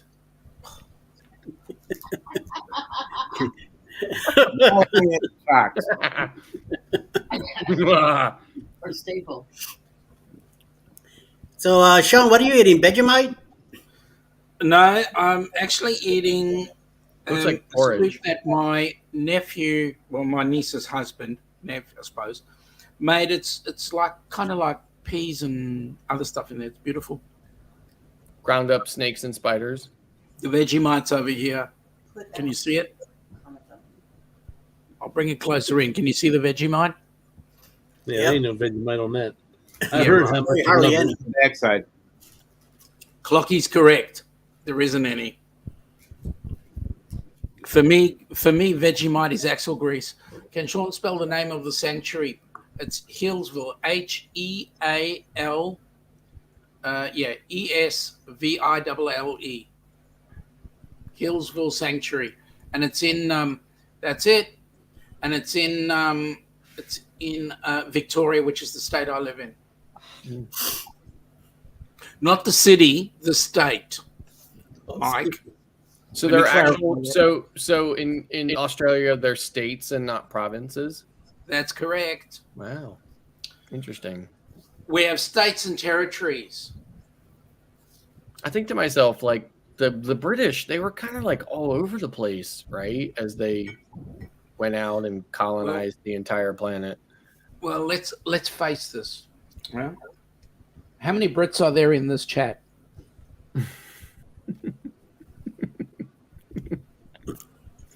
I'm Ross- German, so Ross, you sound so much like a Brit, right?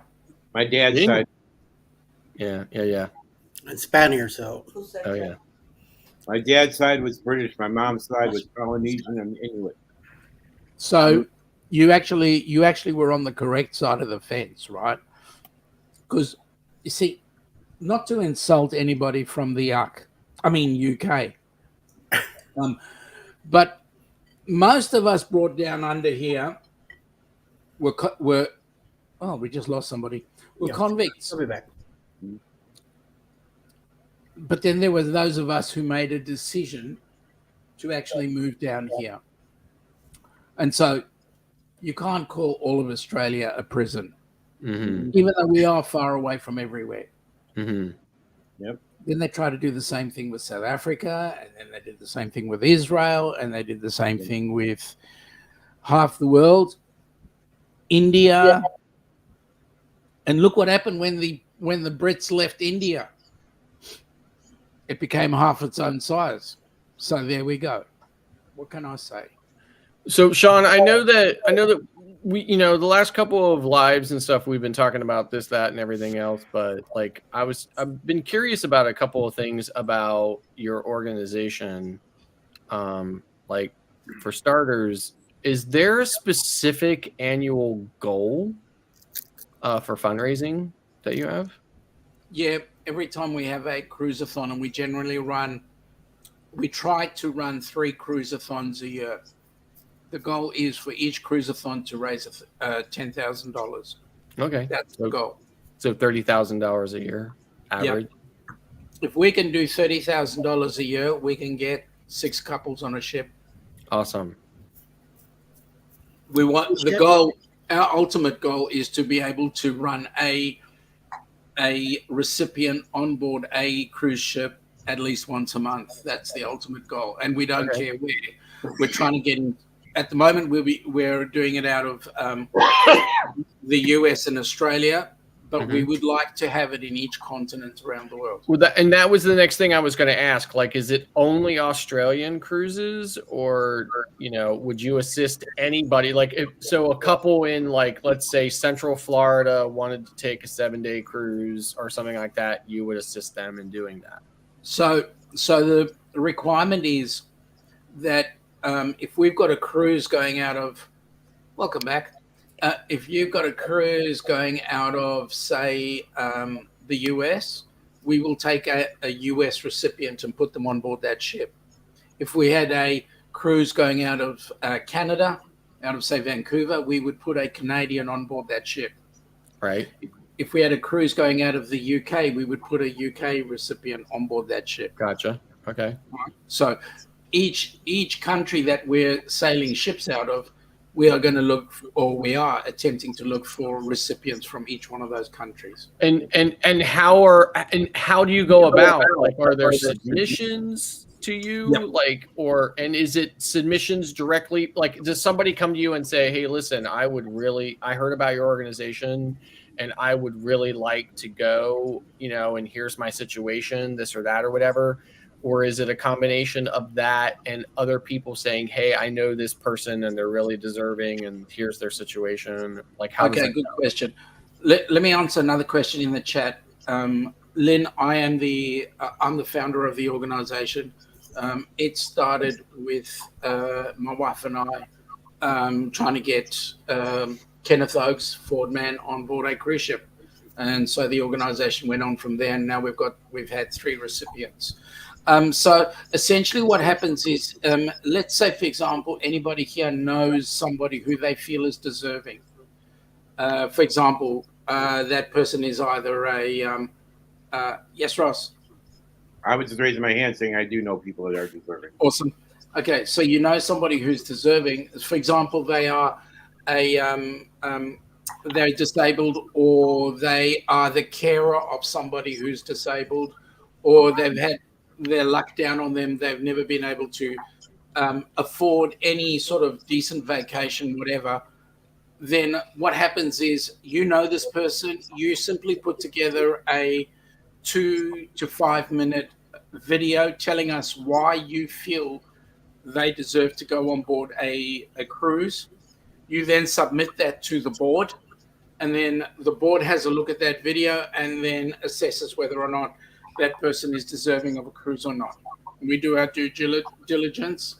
There's currently 7 members of the board that actually get involved in doing our due diligence, and then when we see that somebody is deserving, we will go, okay, you're it. It's basically the way the system works. Great. Yeah. I mean, because that was like the next thing I was going to say, like, is there any kind of vetting? But you just mentioned that you do due diligence on it. So I imagine that is the vetting process. That's correct. Of course. And certainly, you know, I'm not asking you to elaborate on that part of it, because I mean, that kind of like is self-explanatory. I mean, you're going to do some level of investigation to make, you know, to kind of, you know, ensure that there's not some type of fraud going on it. Because I mean, it's terrible to have to say it that way, but that is the world we live in, unfortunately. It is, unfortunately, and we do our utmost to make sure that we can be fair and reasonable. Right. Some people may not like our decision, but at the end of the day, we're trying to do the right thing. Of course. I'll be quite candid. For me, this is not a money-making exercise.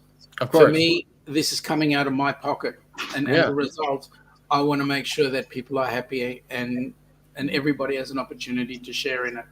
I did have to say that, because there are people who think that this is a money-making exercise, and it's not. Right. No, it's extraordinary. I mean, like I said, I mean, my daughter works for the National Multiple Sclerosis Society, right? It's an amazing organization and is, you know, such a worthy cause.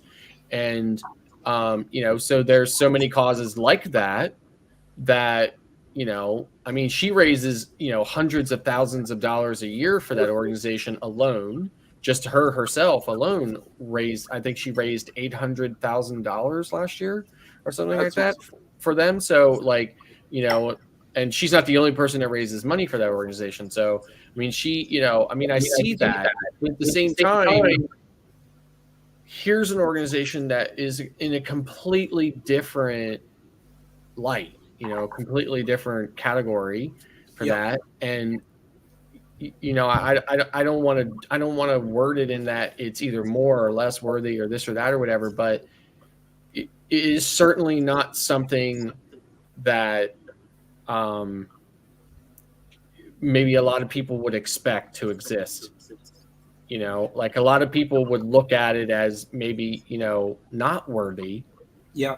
But, you know, if you really take the time to stop and think about the aspect of it and really who it is that you're targeting and looking to send on this just extraordinary experience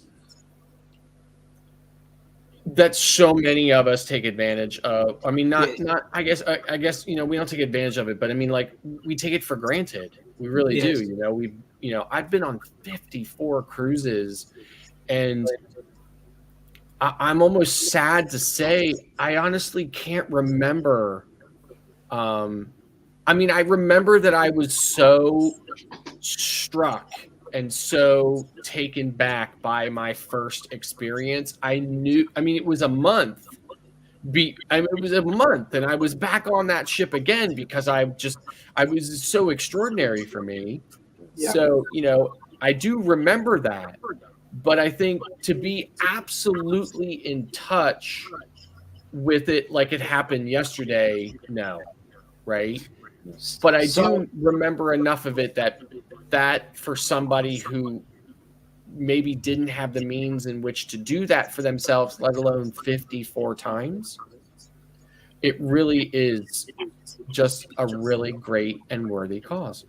So let me just do a couple of things. First of all, Jeremy, thank you for putting up the link to the website. I want to ask each one of you, Mike, I'll probably let you have a bit of a miss on this one, but Clocky, everybody else, your very first cruise, how did you feel? Elated. Yeah. Excited. Yeah. I mean, like, I almost cried just, feeling like it was just so amazing. Honestly, like, I almost cried. Clocky? Ours was the most amazing cruise only because it was we were supposed to go south. We ended up going north because of hurricane, but it was enough to where we wanted to keep going again because there's just so much stuff to do on the cruise ship, and just the cruise ship alone is enough to make people want to come back. Mm-hmm. Because just all the different things you see that you don't normally see, and we had a little bit better experience because of the cruise getting somewhat canceled the way it did, because half the people on the cruise did not come on the cruise. They canceled at the last minute when they decided not to go down there. Yep. So we had the people from the shows actually come in the bars with us, and they were singing karaoke with us. They were doing all kinds of different things, all the performers and all. So they were making us feel at home, even though they're like just hanging out with us, just like normal people. Yeah, I mean, they were extraordinary. My children were very small, and our cabin steward, I mean, like, I think the thing that impressed me the most was, like, instantly within like 5 minutes, our cabin steward, our waiters, everybody else, they knew our names, right?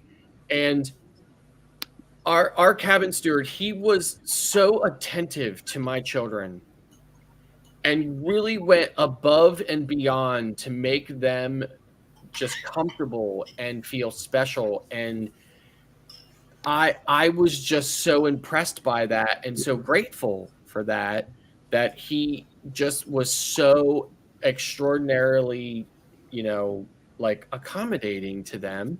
And I mean, I was very young, and like I said, a young father, and just really impressed by the entire situation. And before we were even done on it, I said, so my mother actually has late stage MS, which was kind of like the inspiration for my daughter to get involved with the MS Society, which she started as like a volunteer in her like in high school and stuff. But in any event, my mother was really getting to the point where she was at the very end of her ability to be mobile on her own. And I said, I don't care what, when I get off this ship, I'm booking another cruise as soon as I can, and I'm taking my mother on it for her last ability to be able to do something like that. And, so, I mean, it was just the most extraordinary experience. We had an equally extraordinary experience a month later, with my mother and my sister. So, yeah, I mean, just. What about Cruise Vet? What about you? Well, it was pretty awesome. I mean, I spent a lot of time in the Navy, a lot of time out at sea, and going on a cruise was kind of a way to relive that, because I always enjoyed being out to sea. So yeah, and plus my first cruise, I was invited to go, but with my daughter. She's the one that kind of got me into it, because I really wasn't, for whatever reason, I never thought about going on a cruise. I think I had kind of a negative view of it. I don't know why, but that's just kind of how I was looking at it. But she talked me into going, and I mean, as soon as I got on the ship, it was just like, I guess I was impressed, not necessarily by the size of the ship, but just how nice everything was, all the different venues and things to do. I mean, it was pretty awesome. Controversial cruising? How I got into cruising? No. When you went on your first cruise, how did you feel? Ooh. When I went on my first cruise, I was probably 3. It was like a family vacation. It was either Ocean City, Maryland, or a cruise, and most of the years cruising won. So I don't know exactly how I felt on my first cruise, but I definitely know that definitely what I did as far as cruise goes.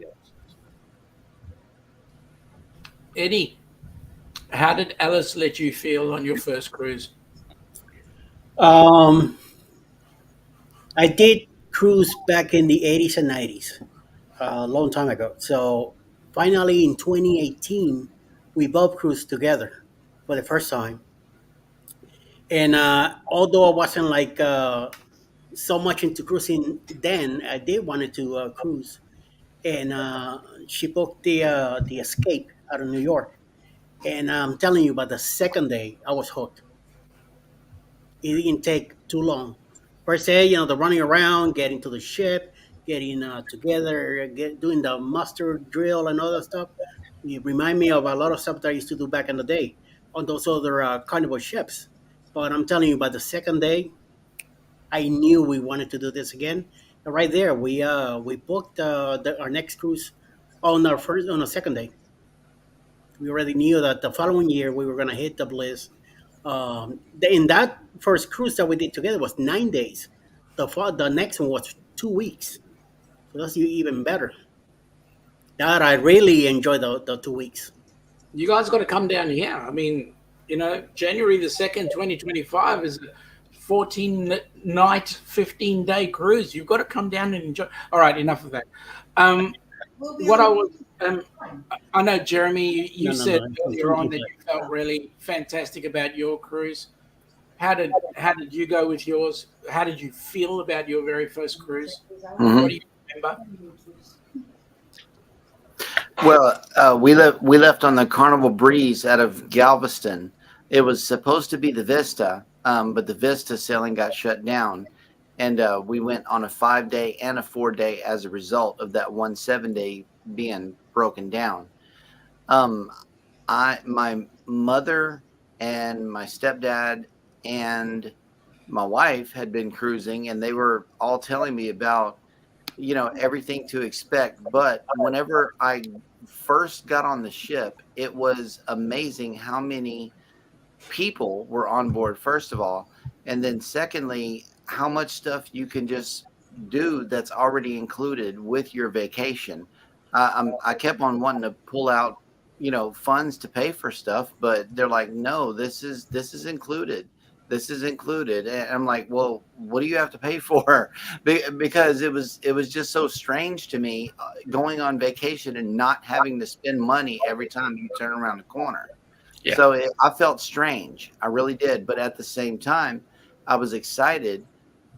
We had Cookie as a cruise director. So it was like the Carnival cruise was, I believe, the best experience I could have had because of the party. They kept you distracted and say, let's just have a good time as one big family. And that's what I love about Carnival. So let me just tell you why I went down that little path. of getting you guys to say what your first cruise was like for you Mhm. is because picture this scenario. Here is a young man, and I'll use Kenny Oakes as the example. Here's a young man who has never ever seen the ocean, never seen the beach, lived in a landlocked state, has never had the opportunity to see the things that any of us, have had the pleasure to see on our cruises, whether it be the first. And I bet you would all agree with me. Your first cruise is just as great as your last cruise when you first get on board the ship. So he gets on board the cruise ship and he has a look and he gets exposed to things that he would never ordinarily have been exposed to. He gets to see the beach for the very first time. He gets to sail on the ocean and then gets educated to what's actually in the water. Mm-hmm. This has been a life-changing experience. Mm-hmm. And this, not only did it change his life, it changed everybody else who was involved. Now, I did notice that there was a question asked, I think it was by Emily, as to how you can contribute to HH4C. So I don't know if you can see just above my head over here is a QR code.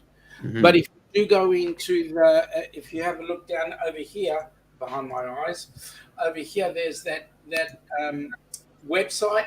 Go into the website. You will find this QR code in the website that will link you to our PayPal payment, and you can actually, with that PayPal payment, you can actually put in a monthly or one time or however many donations you want to provide. You were going to ask something, Jeremy? Yeah, Eddie, if you can display the website real big, I believe the QR code will cover a lot more of the screen. That way, in the event people want to go ahead and scan it, they can. Yep. Just as you can see directly to the extreme right, there's that QR code. Just go and put your phone next to it. It'll bring it up, and you can go in. It'll take you straight to the PayPal. Yep. I must say, I want to thank Meg for her work on this particular website. It was actually created by somebody else to start, and then she just maintained it and kept it going. And it is an amazing website. Yes, there are. You can actually go into the shops and have a look at what we've got, our merch. Again, whatever profits come out of that merch goes straight back into it, getting somebody on a cruise.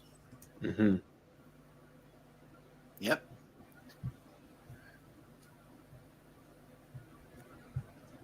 So, Sean, I'm going to talk a little bit about the cruise that we're working on, Eddie and I. Mm-hmm. So, just to give you an idea of the scope of this cruise, we are in the process of blocking 1,000 rooms. Oh. Our turnaround estimate on this, with us getting sponsors, is to return to Helping Hands for Cruising at a bottom end $200,000, top end $500,000, enough for you to fund a cruise every week of the year in Australia and the U.S. and Canada. That is our goal. Wow. We already got the media. We already have the PR person and marketing person on board, and we're already working with media buyers to promote this. Ross, you almost brought me to tears there, my friend. So yeah, I was just gonna actually mention that question. So thank you for putting it up. Mm-hmm. I definitely believe in what you're doing. I have been involved with wish granting organizations and children's hospitals over the years. And my honor society, Phi Theta Kappa, does a lot for people getting experiences in life that normally wouldn't have experiences. So we want to make sure that this happens. The bands are all on board and have committed. We're just waiting on dates. And we're going to start marketing. I'm taken aback. Thank you. You're welcome. I don't know what to say. The main thing is, how many people can we give experiences to? You know what?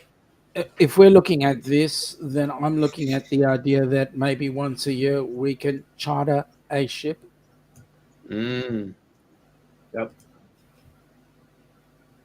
And we've also moved the cruise. Originally it was going to be in February, but in the month of January, there's a Chicago Music Cruise, which is a huge event. It'll be on the same ship. So we're going to move it to a little later in the year, in November. That'd be awesome. So that way we're not competing directly with that. We're not competing with the Comic-Con cruise in 2025. So we're trying to get a good position here for the time. And we're looking at the week after U.S. Thanksgiving. Well, that's awesome.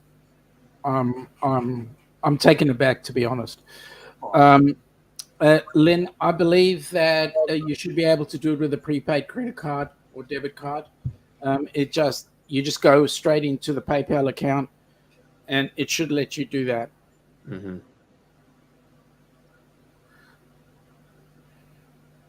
We were having a bit of a challenge earlier on because the PayPal account was putting things in Aussie dollars. We have since changed that. It is now the basic currency is US dollars. That way we don't have to continuously exchange money. So there we go.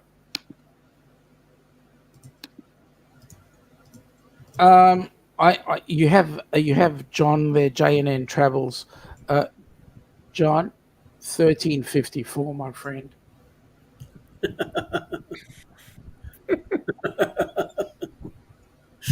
Add 4 minutes to that. In 2 hours. Almost.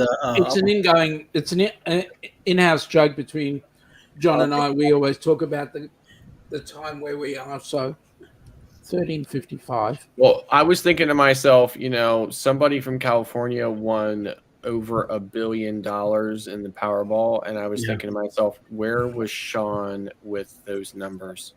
Oh, yeah, he's in our future, and he didn't help out. Yeah. Here's the answer to your question. You weren't listening.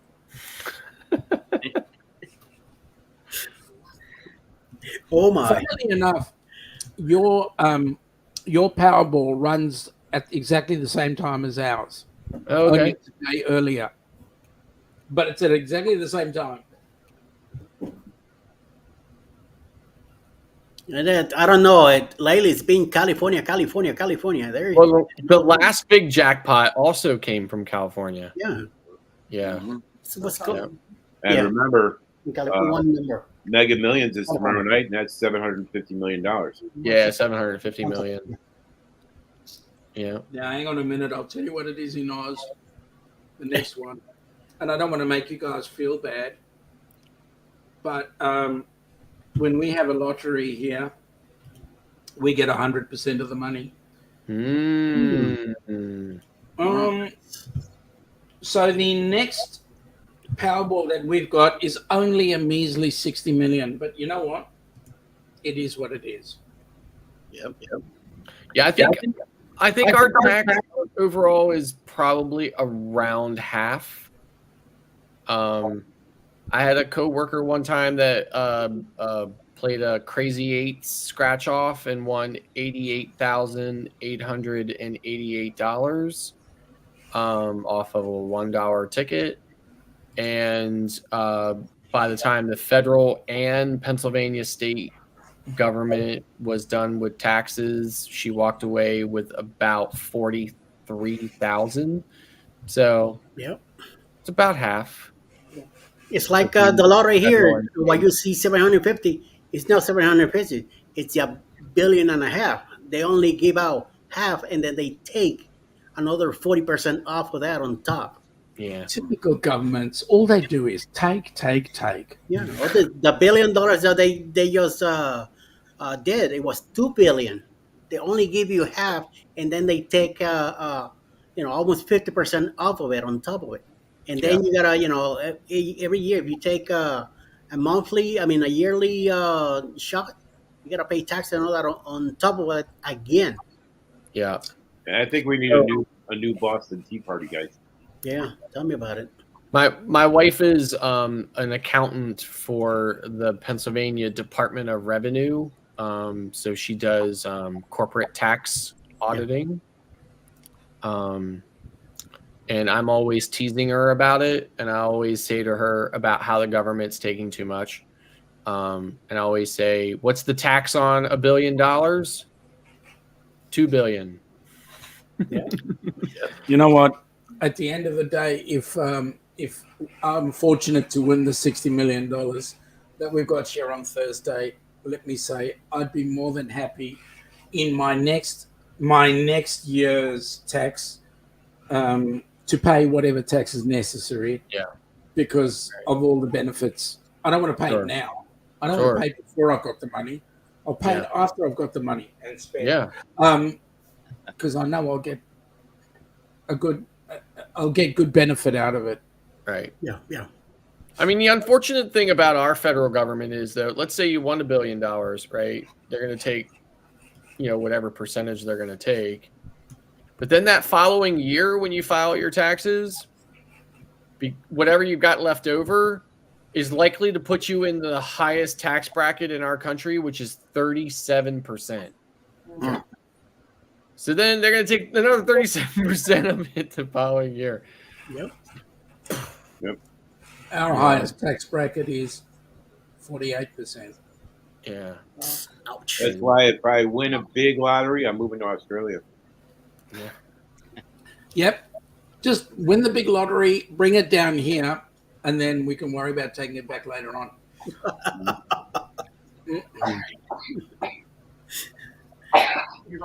Win dollar, I'm gonna put everything on Swiss accounts. Cayman Islands, here I come.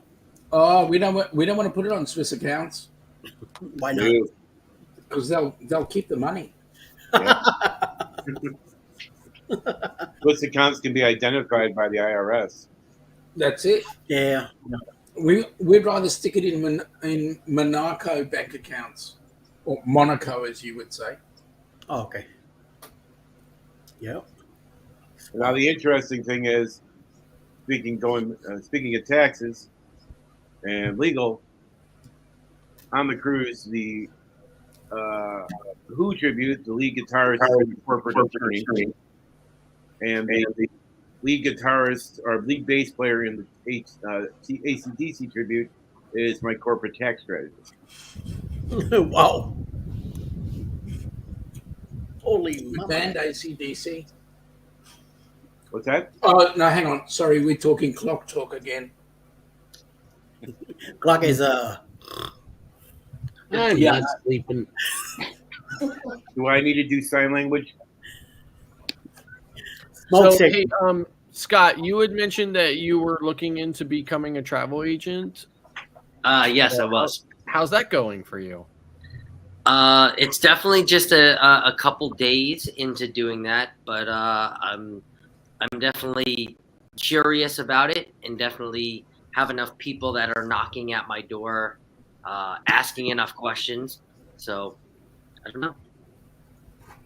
Who'd you go with? I didn't go with anybody yet. I'm gonna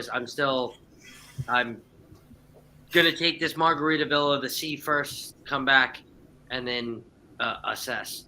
So I mean, I don't know if you know this or not, but Clock and Jeremy are signed up with Cruise Brothers. Okay. And Cruise Brothers does not charge a fee. Yep. But what they do end up doing is taking half your commission. Yep. So I am signed up with the fourth largest host agency called KHM Travel. Yep. KHM Travel Group. Yep. I do pay an annual fee, but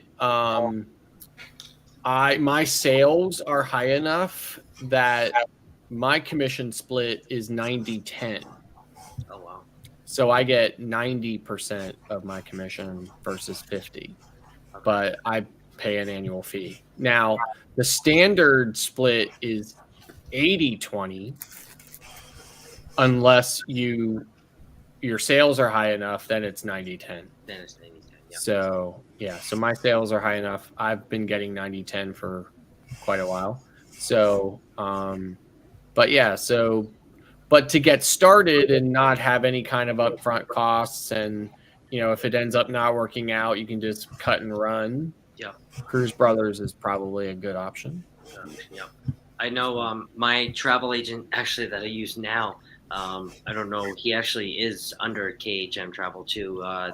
Where's Walter Travel? Okay.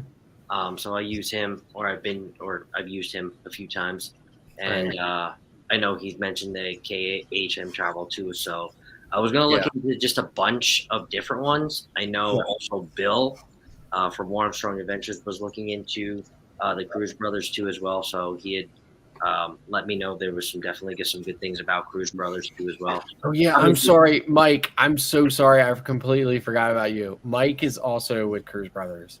Oh. I was going to mention that. I know. I'm sorry, Mike. I'm sorry. I'm sorry. How can you forget about Mike? I mean, seriously.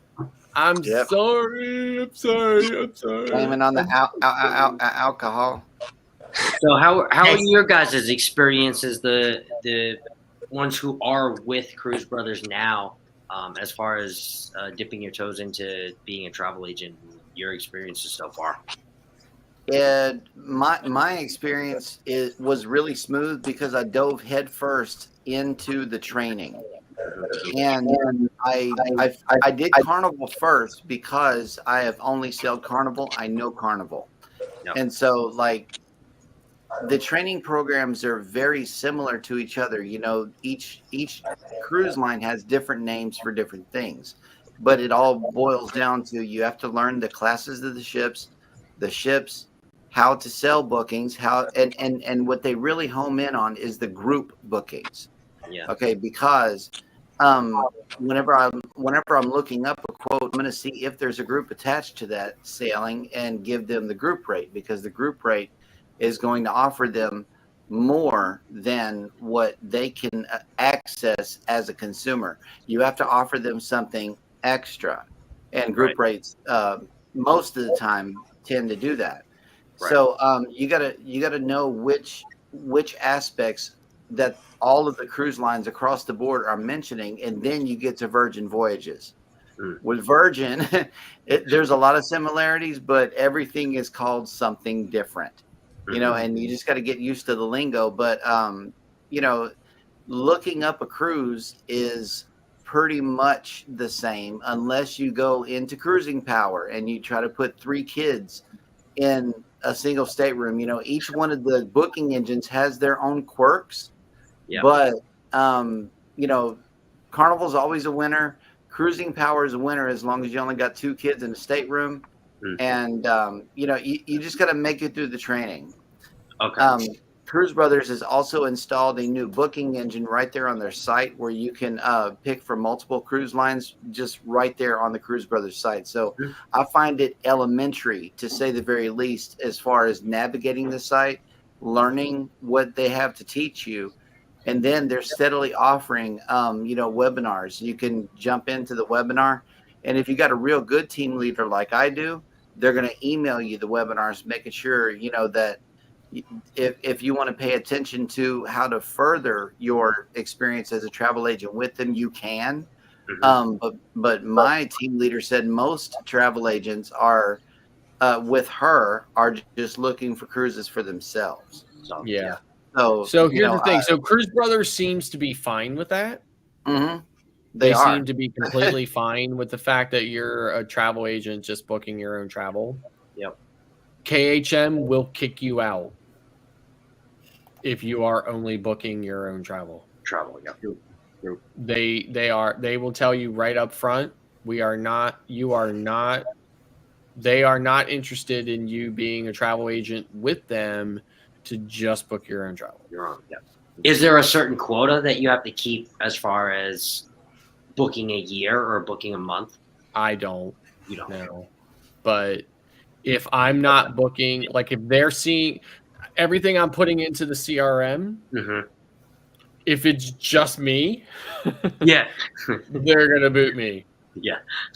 So, But like I said, I sell a lot of travel, right?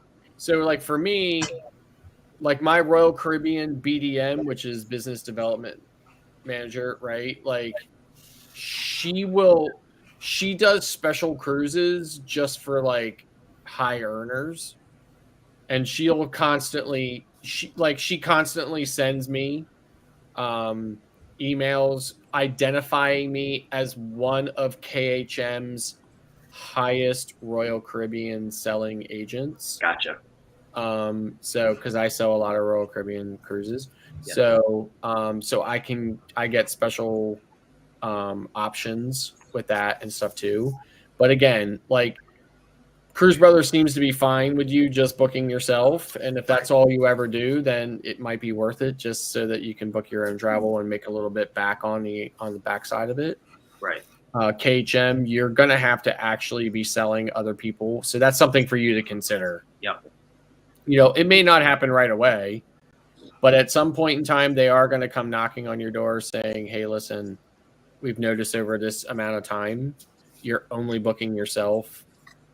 You know, you have to go. But let's say it's like 2 or 3 other people a year. Is that still enough? Yeah, it would be. For If them it's, to be like, just, okay. if it's just you, you have to go. Yeah. Okay. Cool. Gotcha. The biggest advice I can give you, Scott, is I was a travel agent for 30 years. Mm-hmm. I'm retired from it. Whatever agency you look at, pick the agency that works best for you and how you want to do business. Exactly. 1. Number 2, reach out to us. Reach out to other travel agencies. Ask for advice. Be open to ideas. And that's one of the key. Ross, take your foot away from your microphone. What's that? You had your foot on your microphone. I did.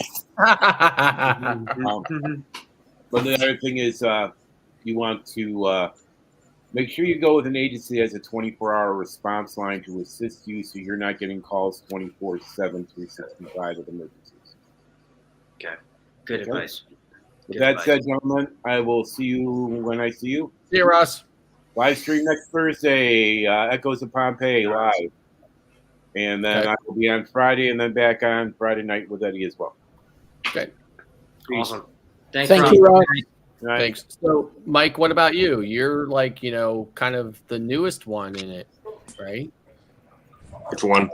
You. There's only one Mike. The rest of you are Clocky and something else. I'm good with it. I just passed 2 courses already, so. So what's been your experience with it though so far? So far so good. The training took me for one of them 2 days to do. Okay. And then the other one a day. And you have your website and some advertising out there for it. And has anybody contacted you about it yet? Yeah. Okay. Just putting it out there, so. Right. Is it mainly just cruises that you're trying to book, or is it? I got Disney and cruises right now. Disney. Okay. So I do. Yeah, I hit the wrong button. I hit the video instead of the audio. Oops. Yes, you did. That'll work. At least I didn't So, have to anyway, use so the sound listen. effect to So do that. I do about 70% cruises, 30% all inclusives. In fact, I just quoted some all inclusives today. I mean, I think they're very similar. The nice thing about all inclusives is, though, you can adjust cruises have a built-in fixed commission. Yeah. But with all inclusives, you can adjust it. Now, you can't. You can only adjust it up to a specific threshold. You can't make it crazy expensive, but you can adjust it both upwards and downwards. So you can do both. Do they look? Look against you or give you or put it against you for booking family, your own family, not No. like your spouse or something, but like No. a cousin or like I don't know. No, not at all. Or something? The only thing, like I said, an agency like mine, the only thing that they would look down on is Yourself. if, you know, a certain amount of time went by and the only bookings were yours. Okay. And they say that right in kind of like their disclosure, like, we are not cool with you becoming an agent under our host agency to just book your personal travel. Yeah. Okay. Cool. Like I said, it seems like Cruise Brothers is fine with it. So, but KHM is not. What I can tell you is the other KHM's the fourth largest host. So the other bigger hosts are Cruise Planners, which is owned by Amex. And then there's what is it? Is it Cruise One? Is that what it is? I think it's Cruise One. And Dream Vacations and stuff like that or whatever. So they are not cool with you only booking your personal travel as well. Plus, they have a different kind of model. They will sell you a franchise of their kind of brand. Right. Okay. That costs you $9,000 a year. Yep. Those are crazy fees. So my fee is $500 a year. I expect it to double or triple because why not? Yeah. You know, it's been $500 a year for too long. I totally expect it to double or triple because why wouldn't they do it? Right. But otherwise, I pay $500 a year, which is way less than some of these other ones. But then again, with Cruise Brothers, you're not paying anything. Anything. Yeah. But they're taking that 50. So it's, you know, Right. It's all that way. Right. You just have to That's wait. why they're doing, you know, I mean, that's why they're taking 50 because you're not paying anything. Right. So let's say now commissions are all going to be different, but remember, like cruises is going to be 16% of whatever the cost is, right? Right. So let's say you know, the average balcony booking is going to be about $2,500 or something like that. So that's really only going to be about $200. Mm-hmm. So that's going to be about $100, you know? So, you know, it's how you feel about it. Right. You know, do you want to put money into it or not? You know, you can always switch later. That's why I tell people too, you know, you can always start with Cruise Brothers. That doesn't cost you anything. And then if your travel agency were really to get going and you were really selling a lot of outside travel, you know, besides yourself, and you felt like, hey, I really want more of this commission, switch. You can switch. So there's no binding contract. It's not like a month by month, or it's not a year by year or anything. It's no, just switch. Just switch. Okay. You just switch. You know, like sign up with somebody like, you know, KHM or Cruise Planners or something like that or whatever. You know, and that's why I'm doing Cruise Brothers, because I don't know how much time I'm going to have to devote to it. I could get put on an overtime job at any time and just not have any time to do anything. And then with me doing the videos and everything else, sometimes I don't have any time to do anything. So this week I started on the training. I did my Royal Caribbean only because that's kind of the same way as Jeremy. That's the one that I normally cruise a Royal. So I went ahead and knocked that out first. It's a lot of stuff. It's not hard stuff. It's just a lot to take in. Some of it's repetitive. They're really pushing Icon and the Oasis class ships because that's their big money makers. And then, but the benefits, like above and beyond you just making a couple dollars here and there, like the Universal having the free park hopper ticket every year. You get a day at Disney every year. You get a free cruise on Princess. And my team leader says it can. I said, well, how many days is it? Are they going to hit you with like a 3 or 4 day cruise? He's like, it's anywhere from 3 to 88 days. Whoa. So when are you coming down, Clocky?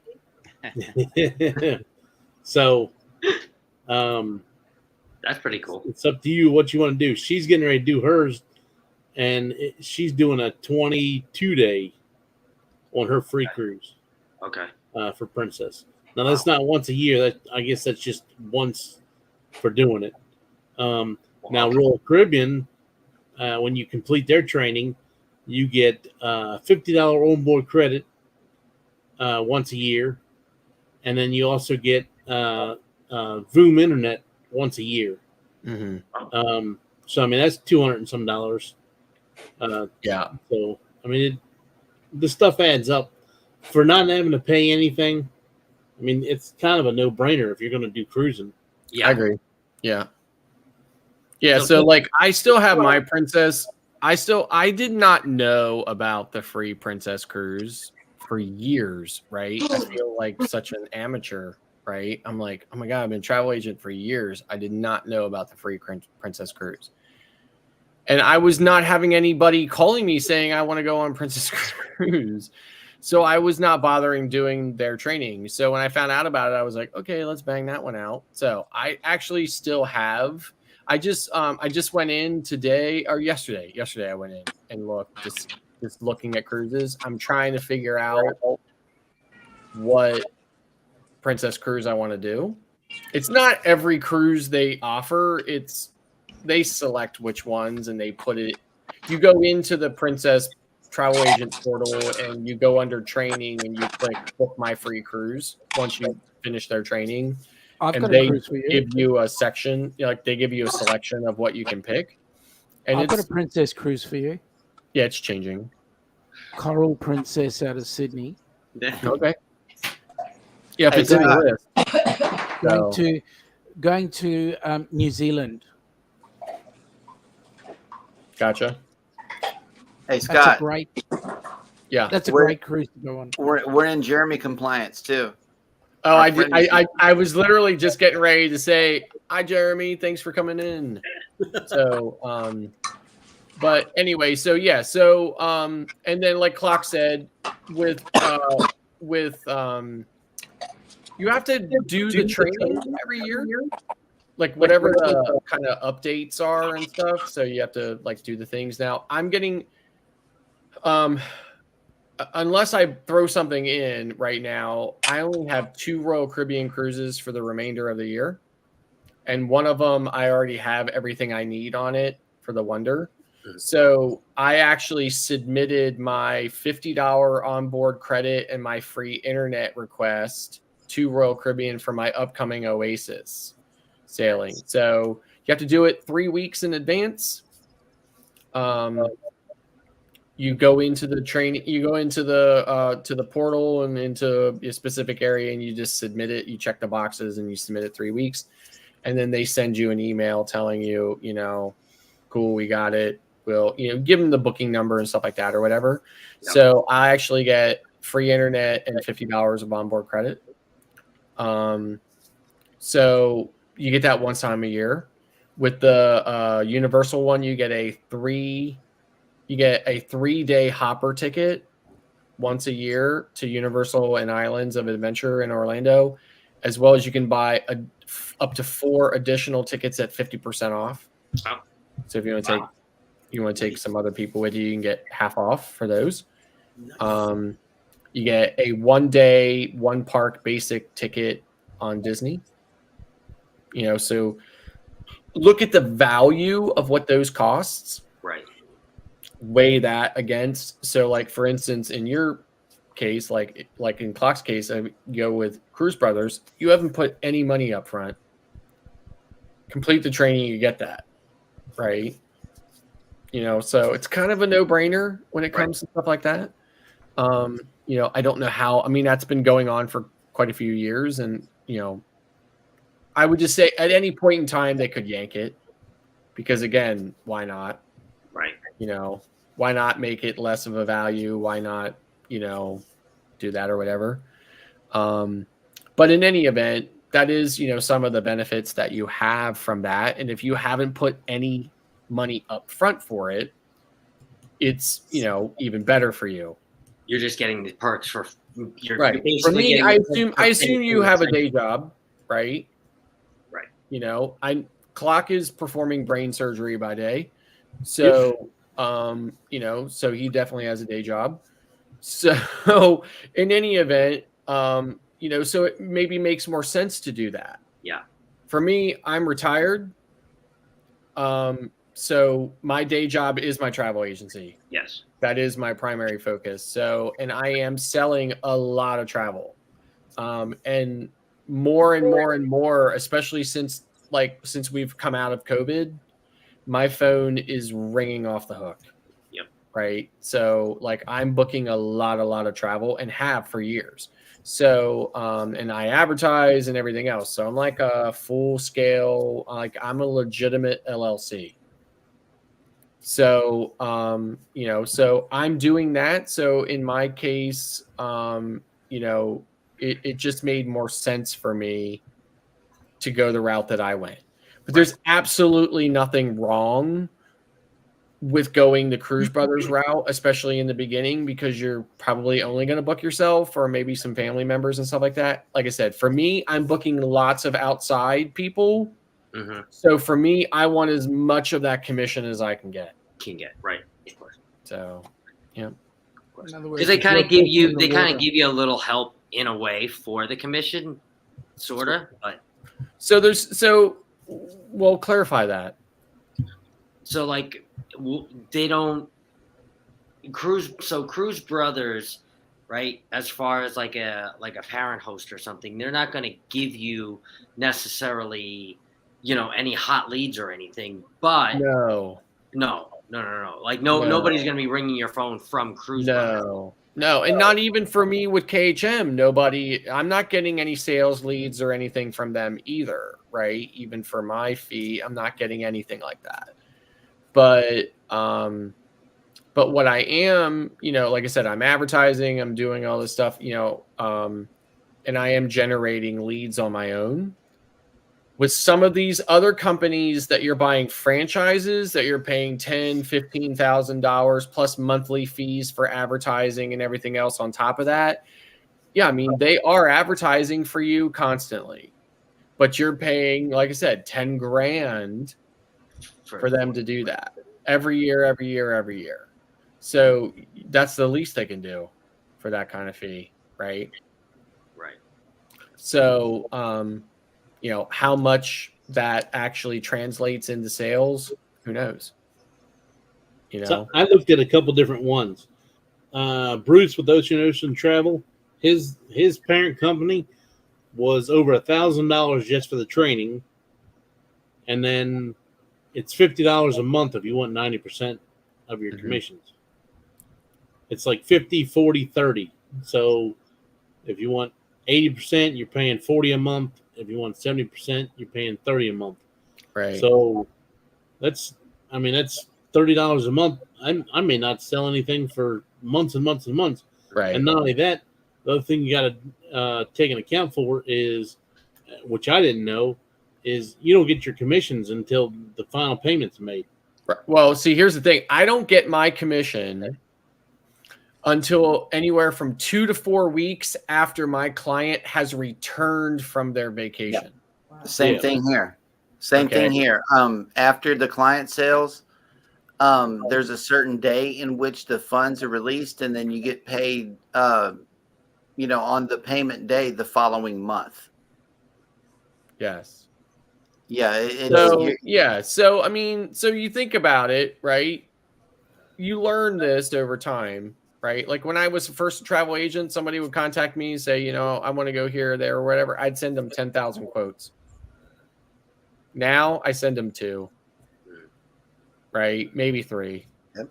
If they come back to me and say, well, I want to see something more, I'll send them 1 or 2 more. But you got to really commensurate it with, you know, the fact that you're doing all of that on the finger. Right. The other thing I don't like about it is, let's say they decide they're going to book and they put a deposit down. And then at some point in time in the future, they cancel.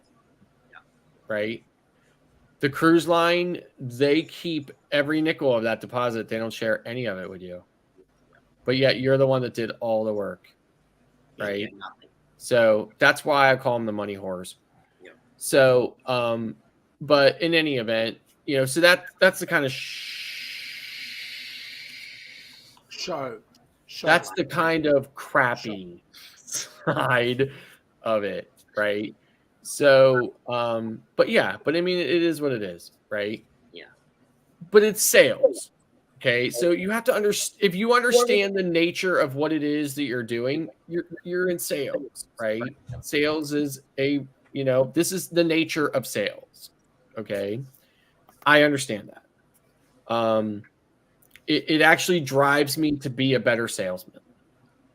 It drives me to be, to cover my bases more, to give my customers more, Now, a lot of times in recent years, a lot of travel agents will start charging a research fee or kind of like like an upfront booking fee or something like that or whatever, that they feel like will give them some type of compensation for the time that they've taken to send you the quotes and stuff like that. I refuse to ever do that. I don't care. Now, I don't like when a client will come along and treat me like Expedia. I don't like that. But I won't say to a client, I'm only giving you this many quotes, or I'm only giving you that many. I won't say that to them, right? If I give a client quotes and they're like, I want to see something different, then I will give them something different. I want to see more. Well, how about this? Or how about that? Okay. To give you a really quick example, I had a woman contact me out of nowhere and said, I want to do a fundraiser for my alma mater. So I'm like, okay, fine. So she went to an all-girls school in Eastern Pennsylvania. And she's like, I want to do a fundraiser for the alumni. I'm like, great. So I met her. I spent 3 hours with her, speaking with her, taking her through the whole process, explaining to her how that would work and, what would be required and stuff like that. And through that course of that conversation, she had said to me, I don't see any problems with this and that and everything else. She was like, because we all have money. In fact, she showed up in a Maserati. Okay. So I was like, great. Spent that 3 hours with her. Probably over the next 3 months, spent 100 hours on the phone with her. And then even met her again and spent 2 more hours with her. Answered emails from her when I was in St. Lucia and everything else. And in the end, they wanted to book 50 cabins.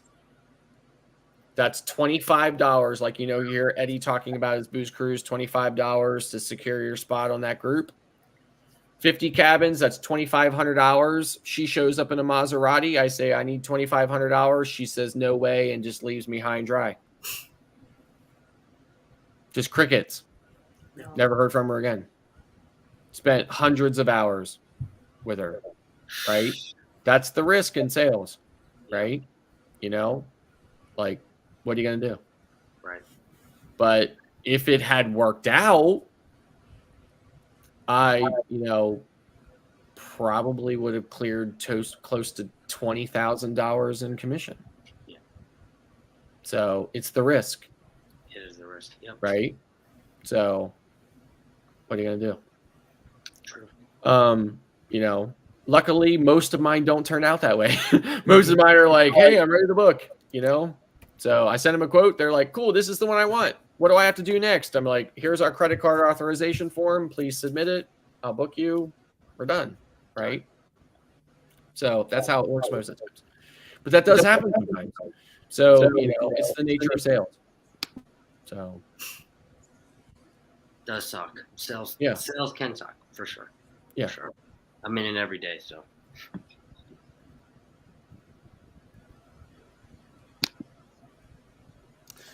You got a question in the chat. Jeremy says, so won't everyone else need the same thing to hold the cabins?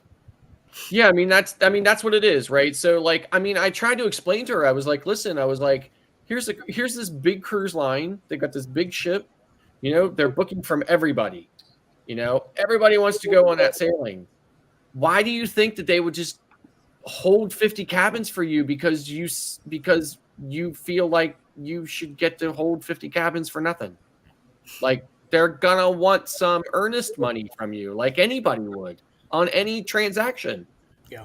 You know, the fact of the matter that you could hold 25 cabins for $25 a piece. I mean, 50 cabins for $25 a piece is pretty damn good. Because if you want to do an individual booking, it's probably going to be 500. You know, like $25 deal, right? Yep. She felt like no. And then, like, actually somebody at the school that she was coordinating this fundraising with had sent her an email, and she was, you know, I guess had the audacity to forward it to me. And it actually said, she said, I have never worked with a travel agent, but it seems to me if the travel agent wants your business, they would put that $2,500 up themselves. I'm like, I'm going to put $25 up for you. I don't even know you. You know, I mean, I know we spent 3 hours in Starbucks crying out loud, but I'm not putting $2,500 up for you, especially not when you play it all forward. And in the end, you know, I'm like, what? Like, what planet do you live on? You know, that I would put $2,500 of my own money up for you to do a fundraiser. So the question then is asked, don't you know when I get paid? Yeah. You know, now here's the thing. I don't explain to my clients how it works because that shouldn't be their concern. It's none of their concern is about going on vacation, and my concern is about finding that perfect opportunity for them, that perfect vacation, finding that thing, and then doing the other things if possible, right? So like they book at this price, but then the price goes down. I rebook them at the lower price and give them the savings either in money back or onboard credit, right? If we're talking about a cruise, right? And I do them the courtesy of when they have a question at 11 o'clock at night, I have an answer for them at 11 o'clock at night, you know, even though my agency closed at 8. You know, when they have a question after hours, this or that or whatever, when they need, you know, perspective and this and that and everything else, that's what I bring them. I'm more than happy to do that for them because their vacation is just as important to me as my own vacation would be. You probably won't get that out of every travel agent, but you will get that out of me every time, and my clients will testify to that. So that's where I'm at with it. But at the same time, I wish there was a way I could explain to my clients every single question you ask me, every single thing you ask me to do for you, every single thing I am doing for you. Remember, I am doing it all on the finger. Yep. And they're all touch points too. And it's the more touch points that you have with your clients too. I mean, the more they feel like you care about them. And I mean, I don't know. Some people just don't appreciate all those touch points and getting back at 11 o'clock at night when people should be sleeping or whatnot. So, it's true. Which is why you guys are all on a chat at like. Yeah, I was just about to say, or on YouTube. You know, they could be anywhere, but they chose to call you. Right. But I mean, it's like, listen, I'm on a cruise ship. We're at dinner, right? And my phone goes off and I'm looking at my phone. If I'm looking at my phone for more than a minute or two or a moment or two, my wife will not say anything. But then if I look up from my phone and look at her and say, gotta go, she knows that it's a client that has emailed me, and I am, you know, if it's not something I can just respond to my client right there on my phone, if it's something I need more of like a, you know, a computer to do, she doesn't say a word to me because she knows I'm up. You know, if it's in the middle of my dinner, I will get up and I will go back to my cabin and I will fire that laptop up and I will get on the internet and I will do whatever it is my client needs me to do, even though I'm on a cruise in the middle of wherever. That's the level of, you know, that's the level of service I want to provide my clients, and that's the level of service that my client can expect from me. Sounds like you're in real estate. No, so I tell people this all the time. When people really ask me about it, I tell them the real estate and travel is it's set up exactly the same, Sean. So a real estate agent attaches themselves to a host, a travel agency attaches themselves to a host, and the process of client relations and everything else is damn near identical. I understand that. I used to be a real estate agent here. Now I'm going straight. But when I was a real estate agent, the thing that drew the line for me was one night, it was New Year's Eve. I got a phone call, and I don't know whether it was a joke phone call or a serious phone call, but at 10 minutes to midnight on New Year's Eve, they wanted to look at a house. Yeah. And there I went, yeah, nah, not tonight. Thank you. Yeah. Yeah. And I do believe, okay, real estate and travel, yes, they are similar, but I look at it this way. I go, there is a time where you've got to make a bit of time for yourself. Because my problem with real estate was I loved property, but my challenge was I got burnt out. Mm-hmm. And if you're 25 hours a day, 75 days a week doing your job, where's your balance? Right. Yeah. See, so for me, right, you know, like if you look at my client, my one of my clients is here in the chat, right? So if you look at him, you know, he was like, he has to restrain himself from sending me an email because he's afraid I'll answer it at 2 a.m. in the morning. He said he's not kidding. I will answer it at 2 o'clock in the morning. If I get it and I have the answer for that, I will answer it at 2 o'clock in the morning because it is that important to me that they get that answer. It is that important for me to be that available to my client, because if it was my vacation and I was having a situation with my vacation and I needed that answer at 2 o'clock in the morning, I would want that damn answer, right? So I know my client wants it. And also because they send messages at that time in the morning, that means that they're up thinking about it. They're up worried about it. Yes. Maybe this one answer that you give them will be the breaking point between book and crickets. Yes.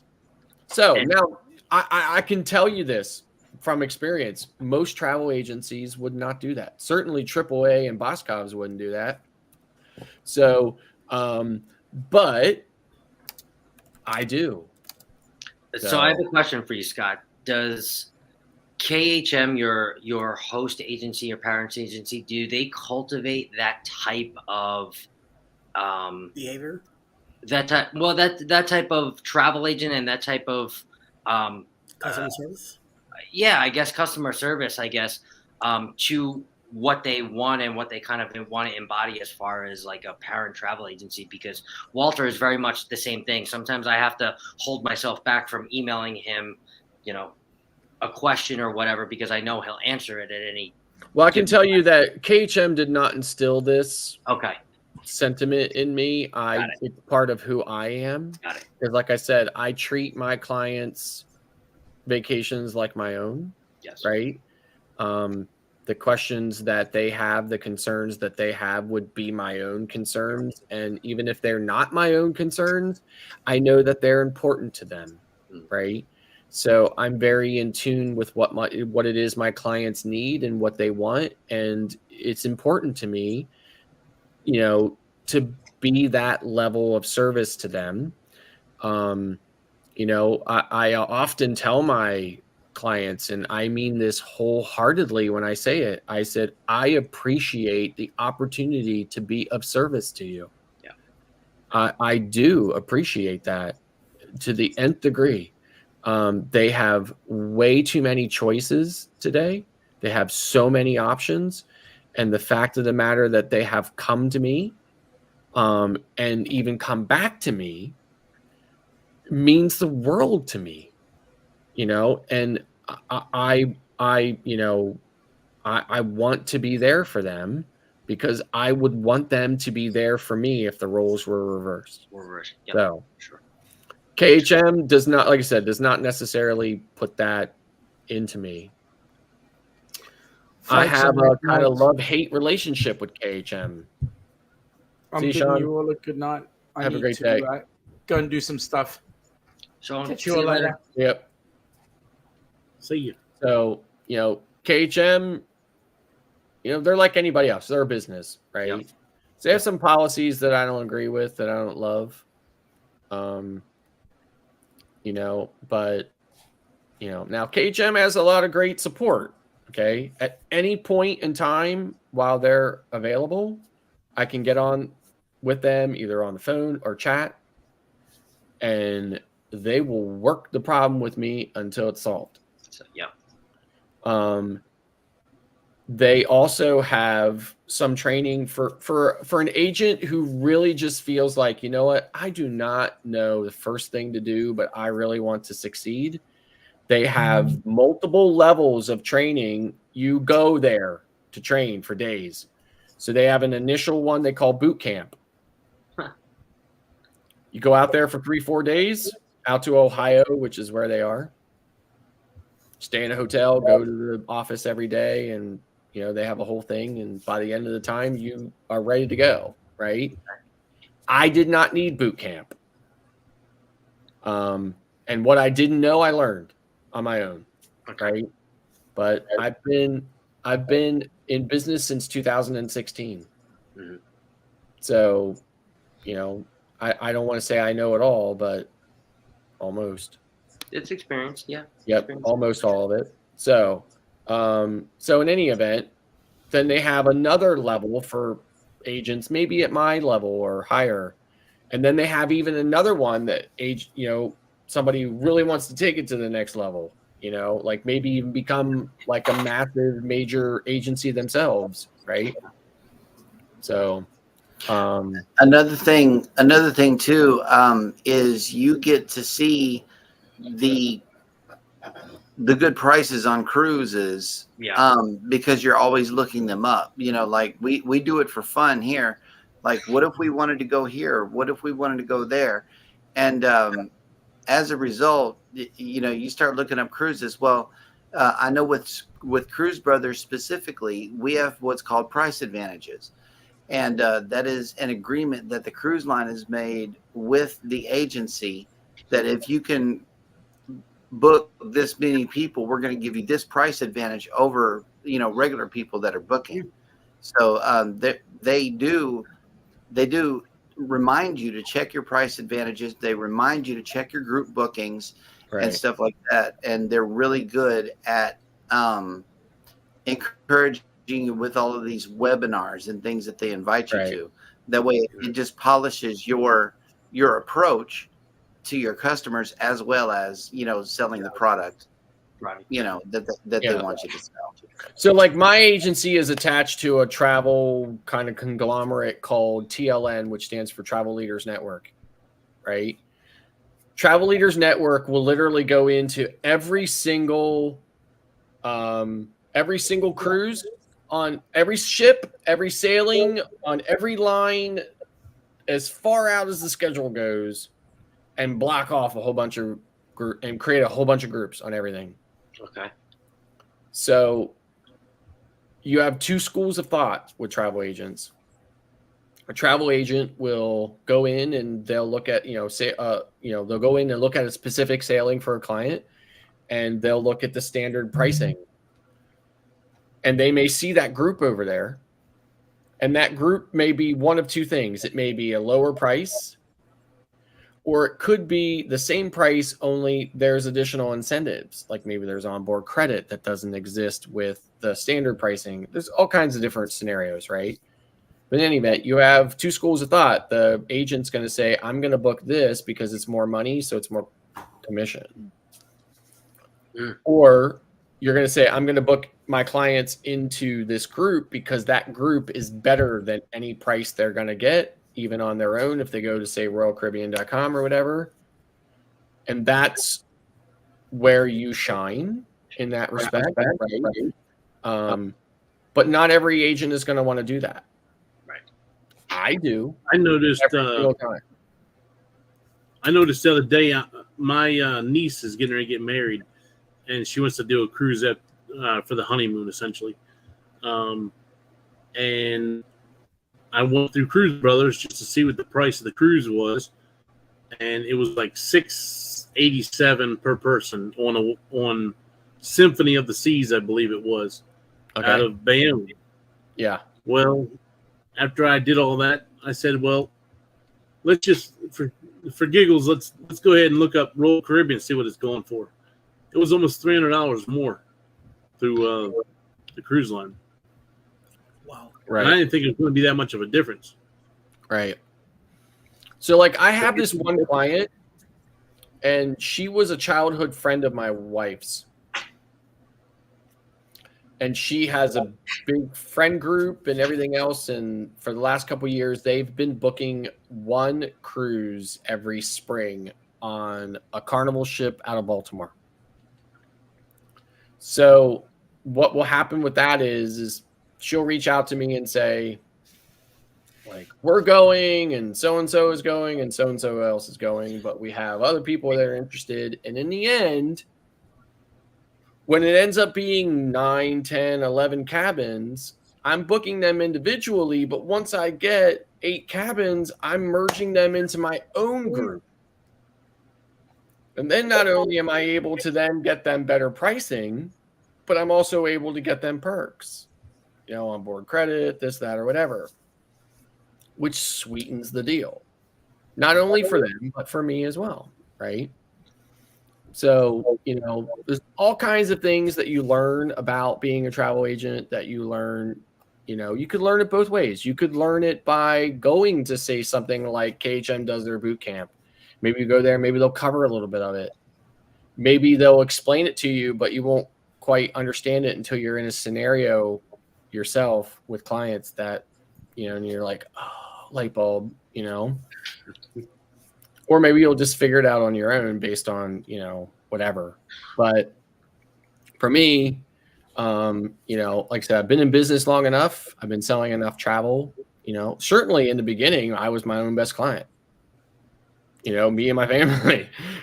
Surely that wasn't the way it was in the beginning.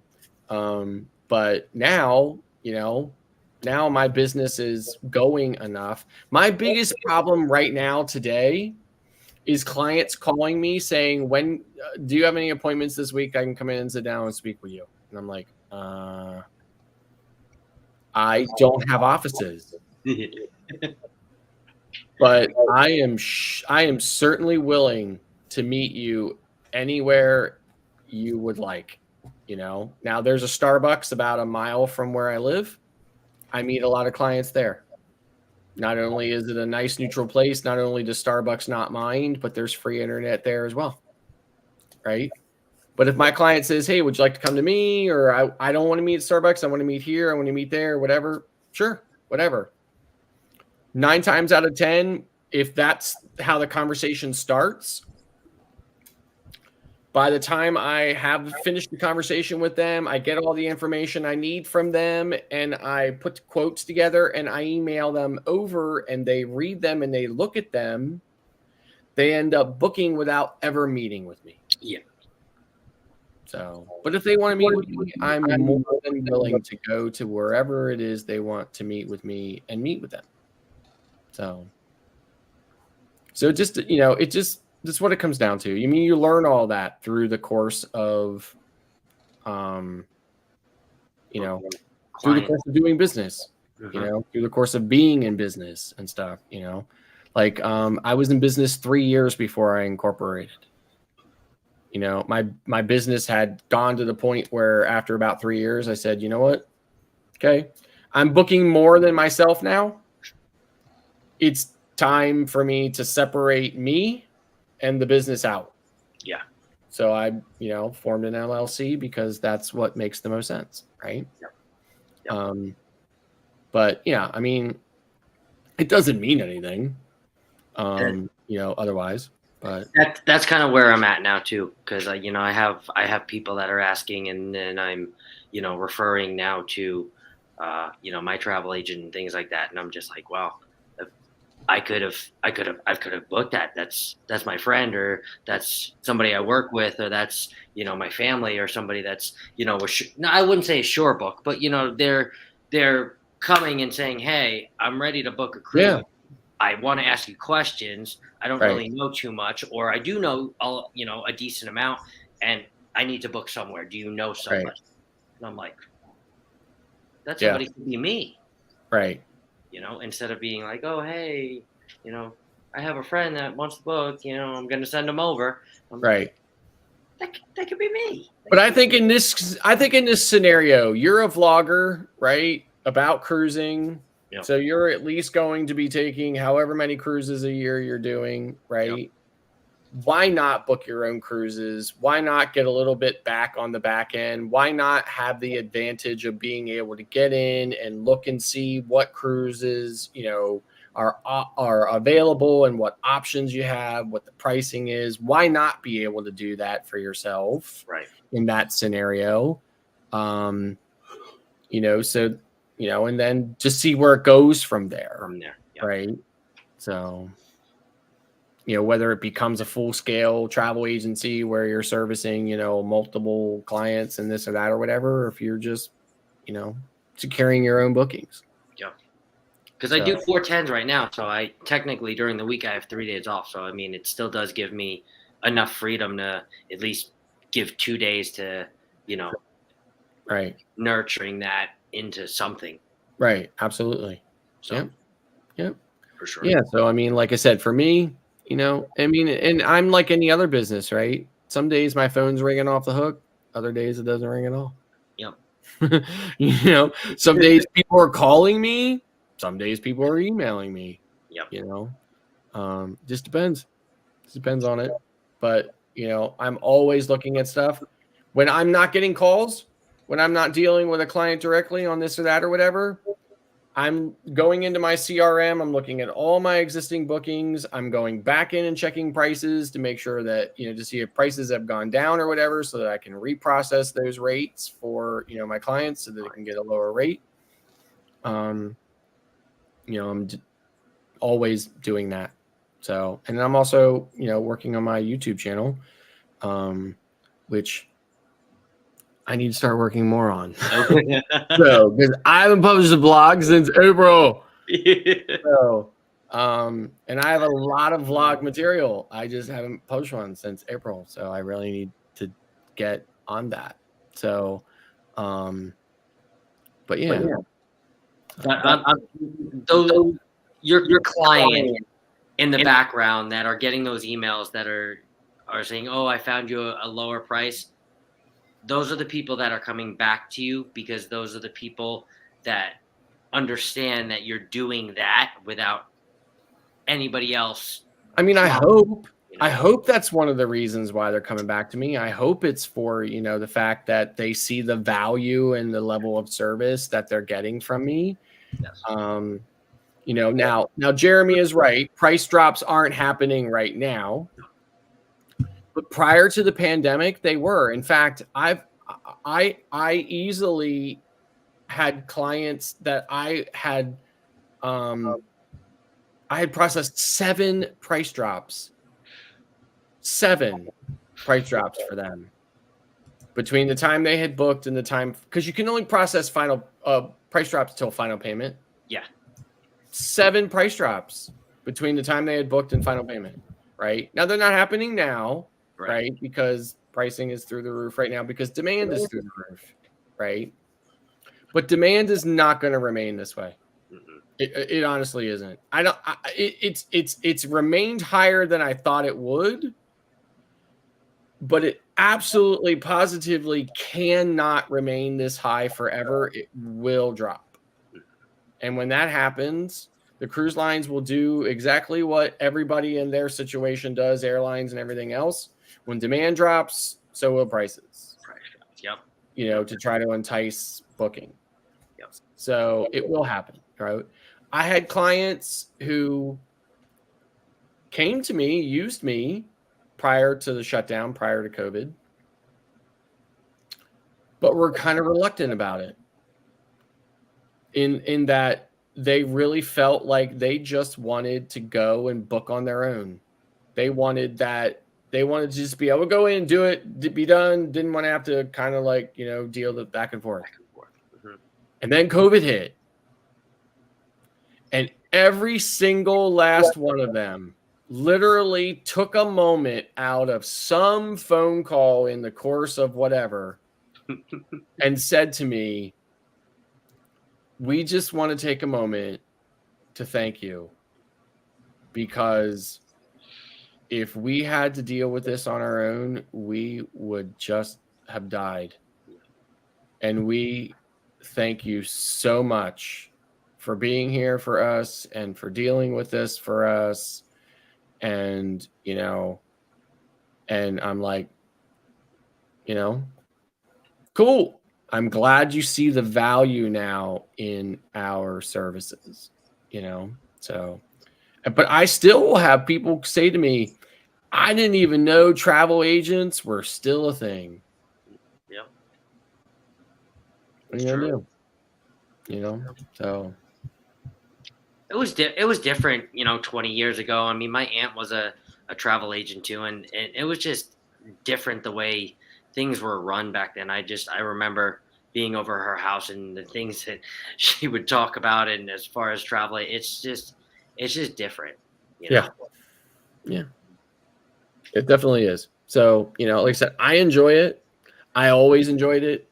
You know, even before I was a travel agent, in jobs and stuff like that, I would go somewhere, I would come back, people would be like, oh, I heard you were on another fabulous vacation. Boy, I gotta have your life and stuff like that or whatever. People would say to me, you know, how can I get people like you got or this or that or whatever. So it's like when I retired, I did a little bit of consulting first. And then I was like, I don't really want to do this anymore. I'm so tired of fixing people's problems, right? Like I was in IT. Okay. So I was like, if I don't have to have somebody say to me, you know, this, that, or whatever, and try to figure out why it did that and fix it for it, I'd be perfect if I never have to do that again. Right. So, you know, I was like, I don't know what to do. I'm one of these people that got to retire early. What am I going to do now? You know?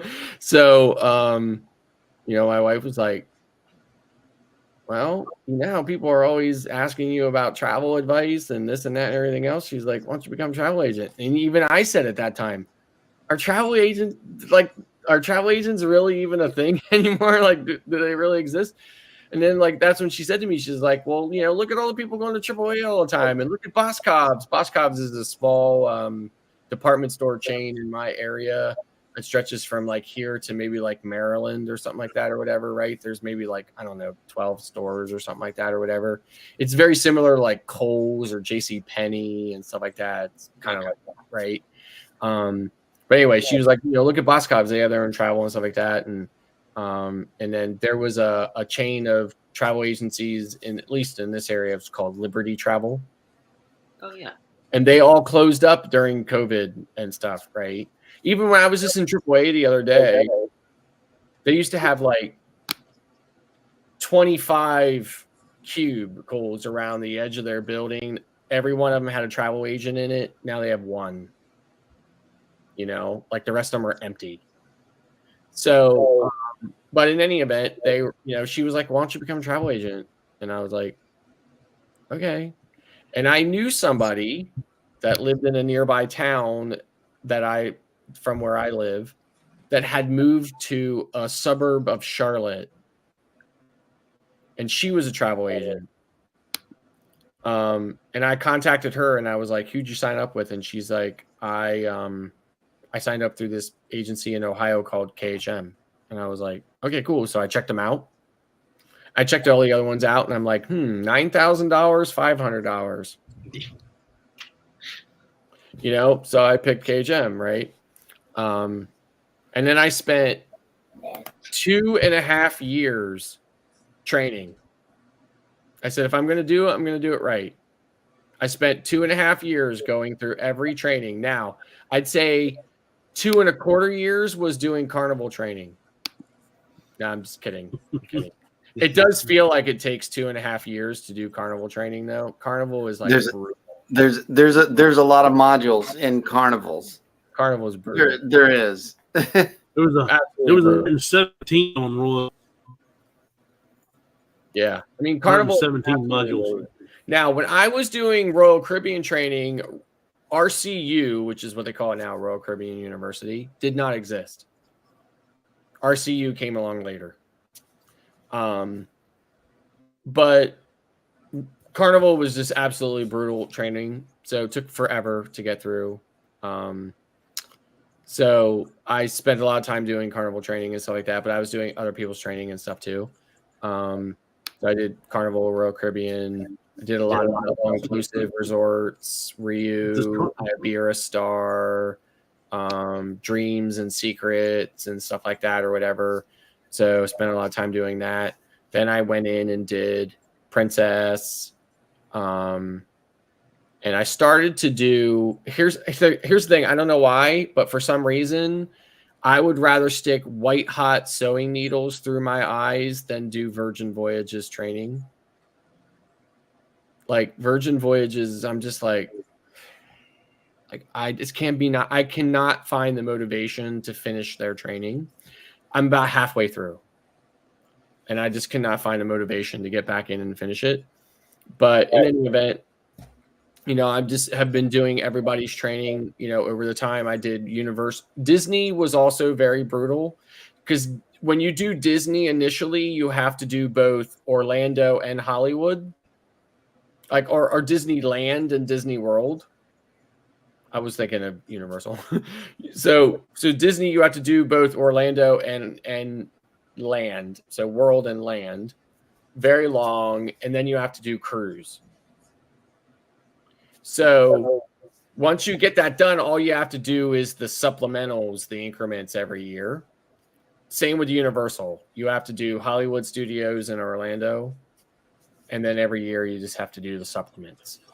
So, you know, I spent 2.5 years doing training and stuff like that.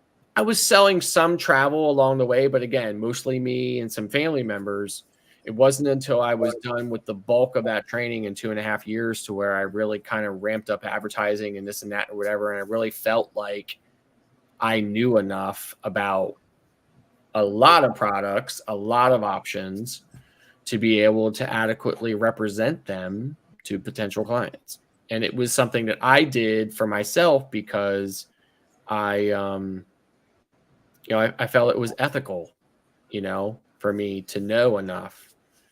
That doesn't mean that it would be unethical to sell travel to people without having done training. I just felt like that's what I wanted to do for me.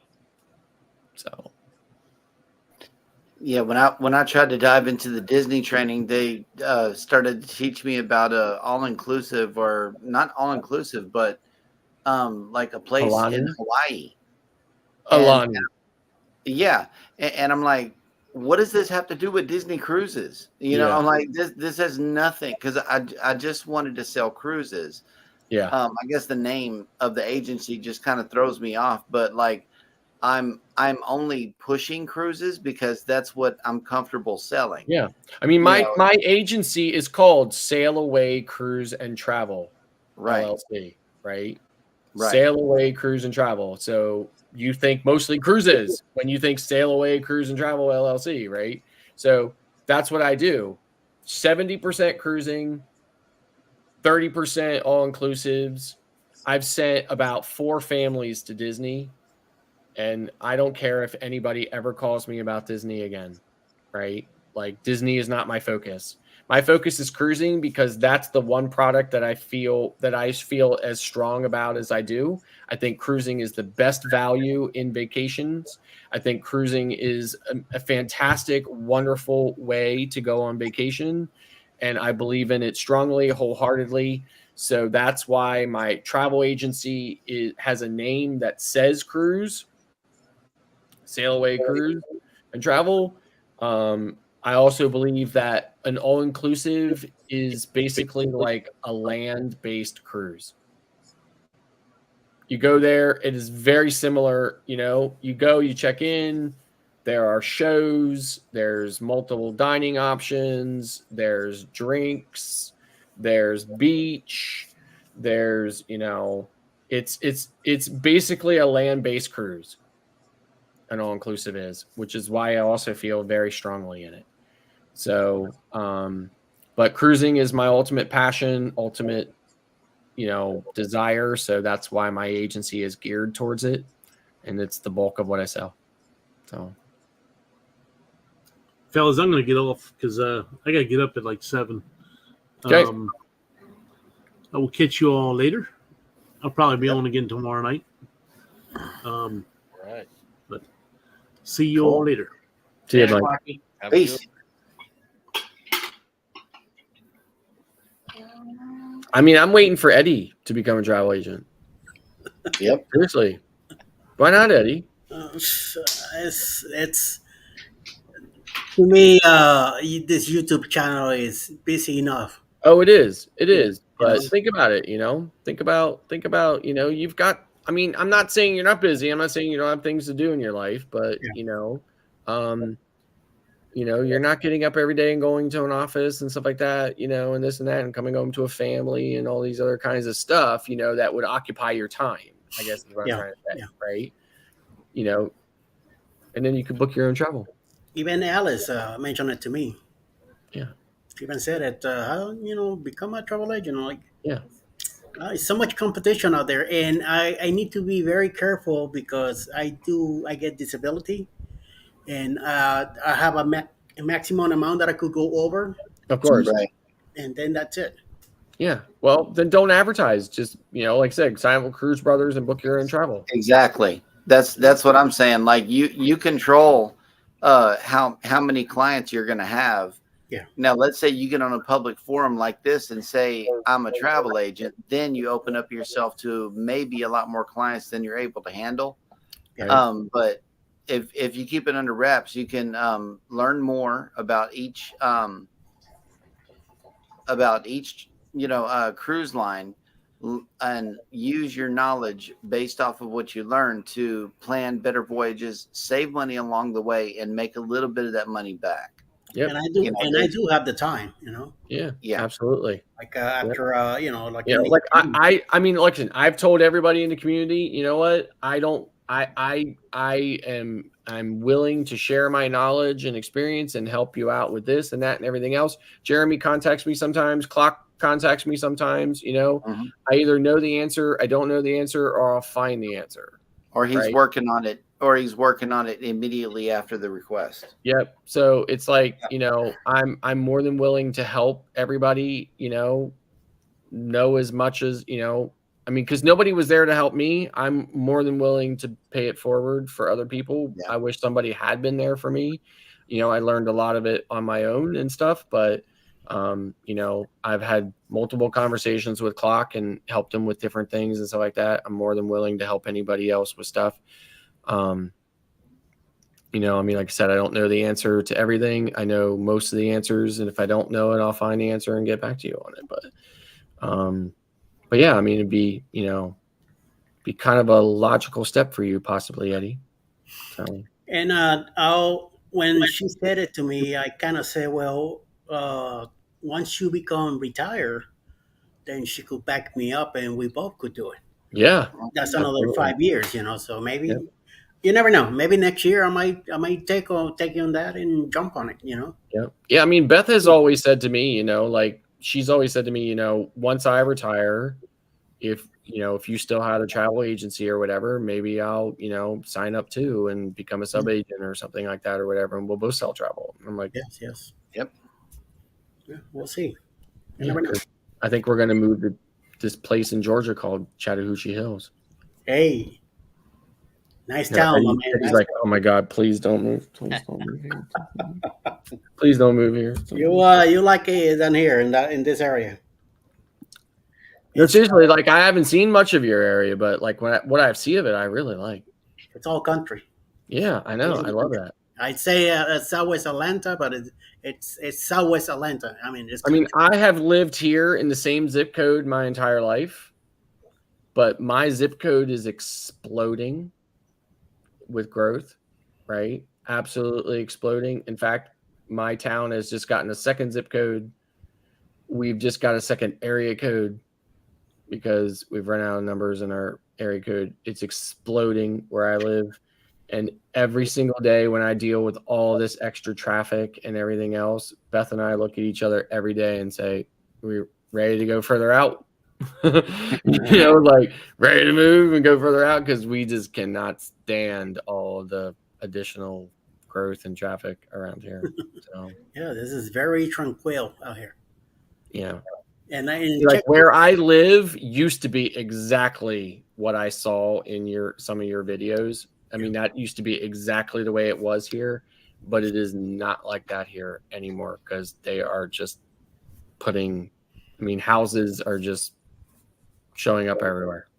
So over in State Road 70, which is on the other side, there's studios coming in about, I will say, I think like 50 acres of land are being taken with a studio. So it's going to be what is on the other side, closer to the Noonan city. So it's further south. Yeah. But, there was a fight here in Chattahoochee Hills. They were fighting about it, but I guess, money talks, bullshit walks.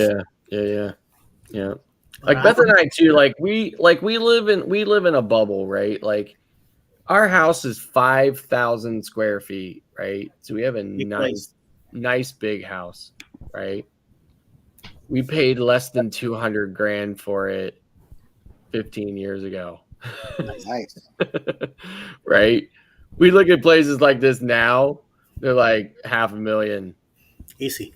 Yeah, I know. So when we look at that, we think to ourselves, it's like sticker shock for us, right?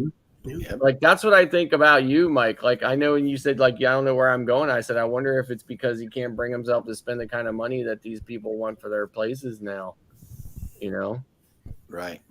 Yeah, I mean, well, it's kind of the same thing. I mean, Houston traffic is, it's just crazy sometimes. I mean, you can't get anywhere, and so that's part of it. So I figure I'll try to, and I bought this house before the old, the pandemic, and so I got a good price on it. Yeah. It was a new build, and it's really too much house for one person. I mean, I love the house. It's awesome.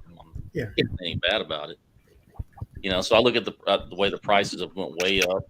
So if I sell this house, I'm going to make a pretty sizable profit. But now, of course, the flip side of that is interest rates are not what they were when I bought this place. Exactly. I'm going to be looking, my price range is going to be a lot lower than even what I paid for this one. Right. So, it's called, I'm definitely looking at different places, Yeah, I think our mortgage rate is 3%. Just looking for a change, it's just I kind of feel like I'm in a rut in my life. You know what I mean? Right. Yeah. I mean, like I said, Texas is always going to be my home, but I don't know anybody here anymore. Right. I heard you say that. I heard you say that. Like somewhere else, I heard you say that. Like, I don't really know I don't have any family here. I don't have nothing keeping me here. Right. I mean, I interact more with, you guys on YouTube than I do anybody around here, which is, I don't know if that's sad. Right. No, it's not. But it's Yeah, 3 see, like I've lived here in this same place my whole life, right? So my wife and I have been married 13 years, and I was married once before. And I lived in that marriage, I lived a mile from where I live right now. And before that marriage, I grew up in this same town. I live in a town called Mechanicsburg, right? So Mechanicsburg, Pennsylvania is where I live. It's a suburb of the capital of Harrisburg, right? I've lived in Mechanicsburg my entire life. I have always lived here. I have never not lived here. My wife has lived all over the place. She was born in Memphis, Tennessee, lived there till she was 8. She's lived all over different parts of Pennsylvania, here, there, Delaware, Philadelphia, this, that, everything else. She's lived all over the place. Her dad was a Marine. You know, they lived all over the place. So, you know, when she moved here, she lived over in the eastern suburbs of Harrisburg. And when I met her, I was said, "What the hell are you doing over here in the East Shore?" We call it the East Shore and the West Shore, right? Because the Susquehanna River divides the city and the eastern suburbs with the western suburbs, which is the main contributory to the Chesapeake Bay, right? Susquehanna River is the main contributory to the Chesapeake Bay. So anyway, I said, "What the hell are you doing over here in the east suburbs? Come over here to the west suburbs, way better." She moved over here, loves it. You know, we've lived here ever since we've been married, which has been since 2010. But I've lived here my entire life. My family's here, everybody's here. But she has, and her mom lives here now. Her mom used to live somewhere, you know, up different part of the state and stuff. Yeah. But her mom lives here now because her dad passed away during COVID. So her mom lives here now, 10 minutes away, and stuff. But, you know, this is where we've lived. We will always keep this house. We will never sell this house. We will always keep this house. But we too are up in the air. Like, we want to move someplace where it doesn't necessarily snow. Yeah. Or get freezing cold and stuff like that. But we always want to be able to come back here. Right, right. So we will probably keep this place, especially with, I mean, the value of it now, you know, like I said, we paid less than 200 grand on it 13 years ago. I think the mortgage company just sent us a letter telling us, "We think your house is now worth $405,000. Yeah. So we have hundreds of thousands of dollars in equity in it. We will never get rid of it. We will keep this house forever, right? Especially my kids are about to leave and move out on their own. Yeah. So it will just be the two of us. Yeah, I see Will G was asking in the chat where in Texas I'm at. I'm just like 30 miles north of Houston.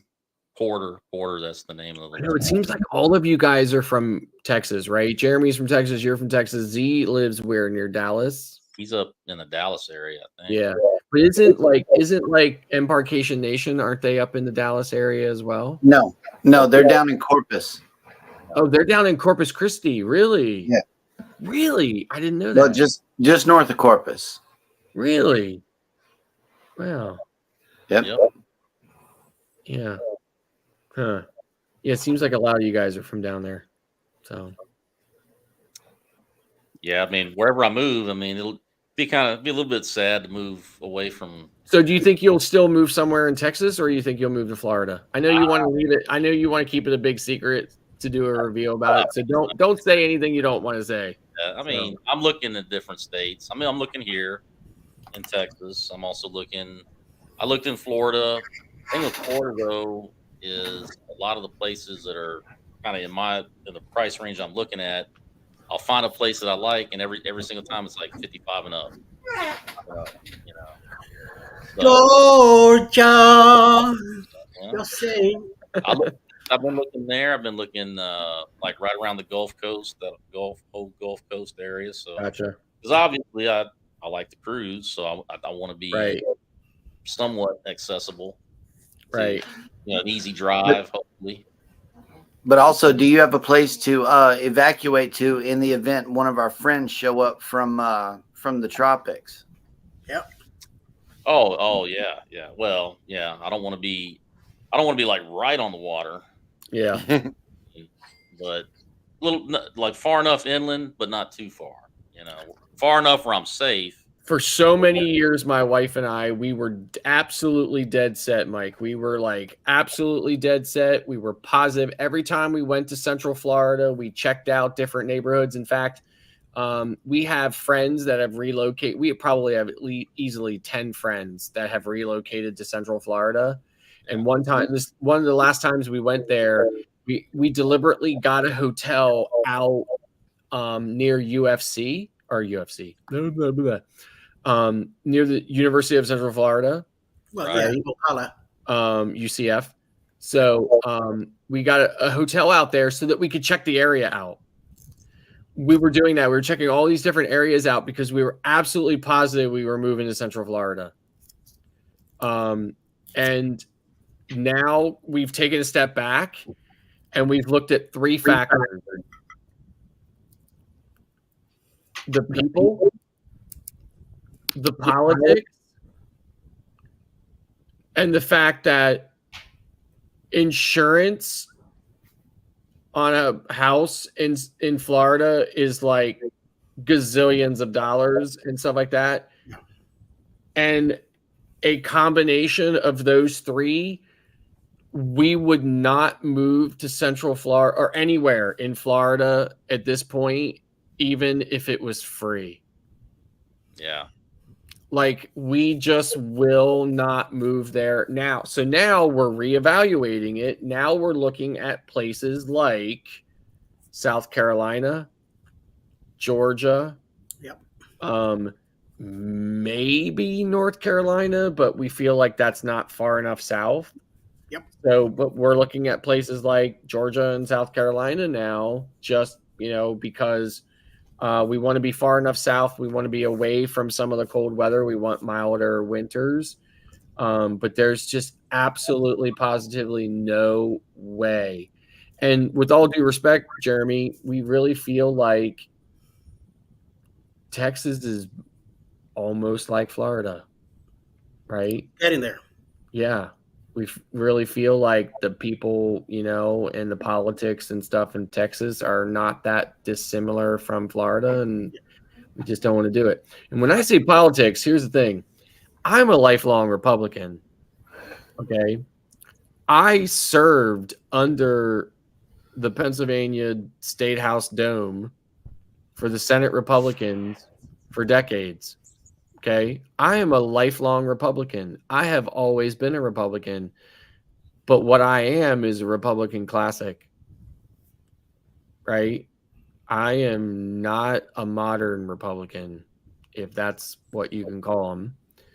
I am not a MAGA person. I am not a Trump supporter. I am not, I'm Republican classic. So I cannot deal with these modern Republican ideals and politics. I cannot deal with them. I do not support Especially them. how things are going now in Florida with this dude in charge. Yeah. I just cannot deal with it. I wouldn't So say when I look at that kind of stuff in both Texas and Florida, I think to myself, I can't do it. Can't do well, it. I Can't do wouldn't it. say Can't do that it. Texas is that far. No, Because if you think it's about not. it, It's not that far. I don't think so. think about it, all the big cities are blue. Yeah.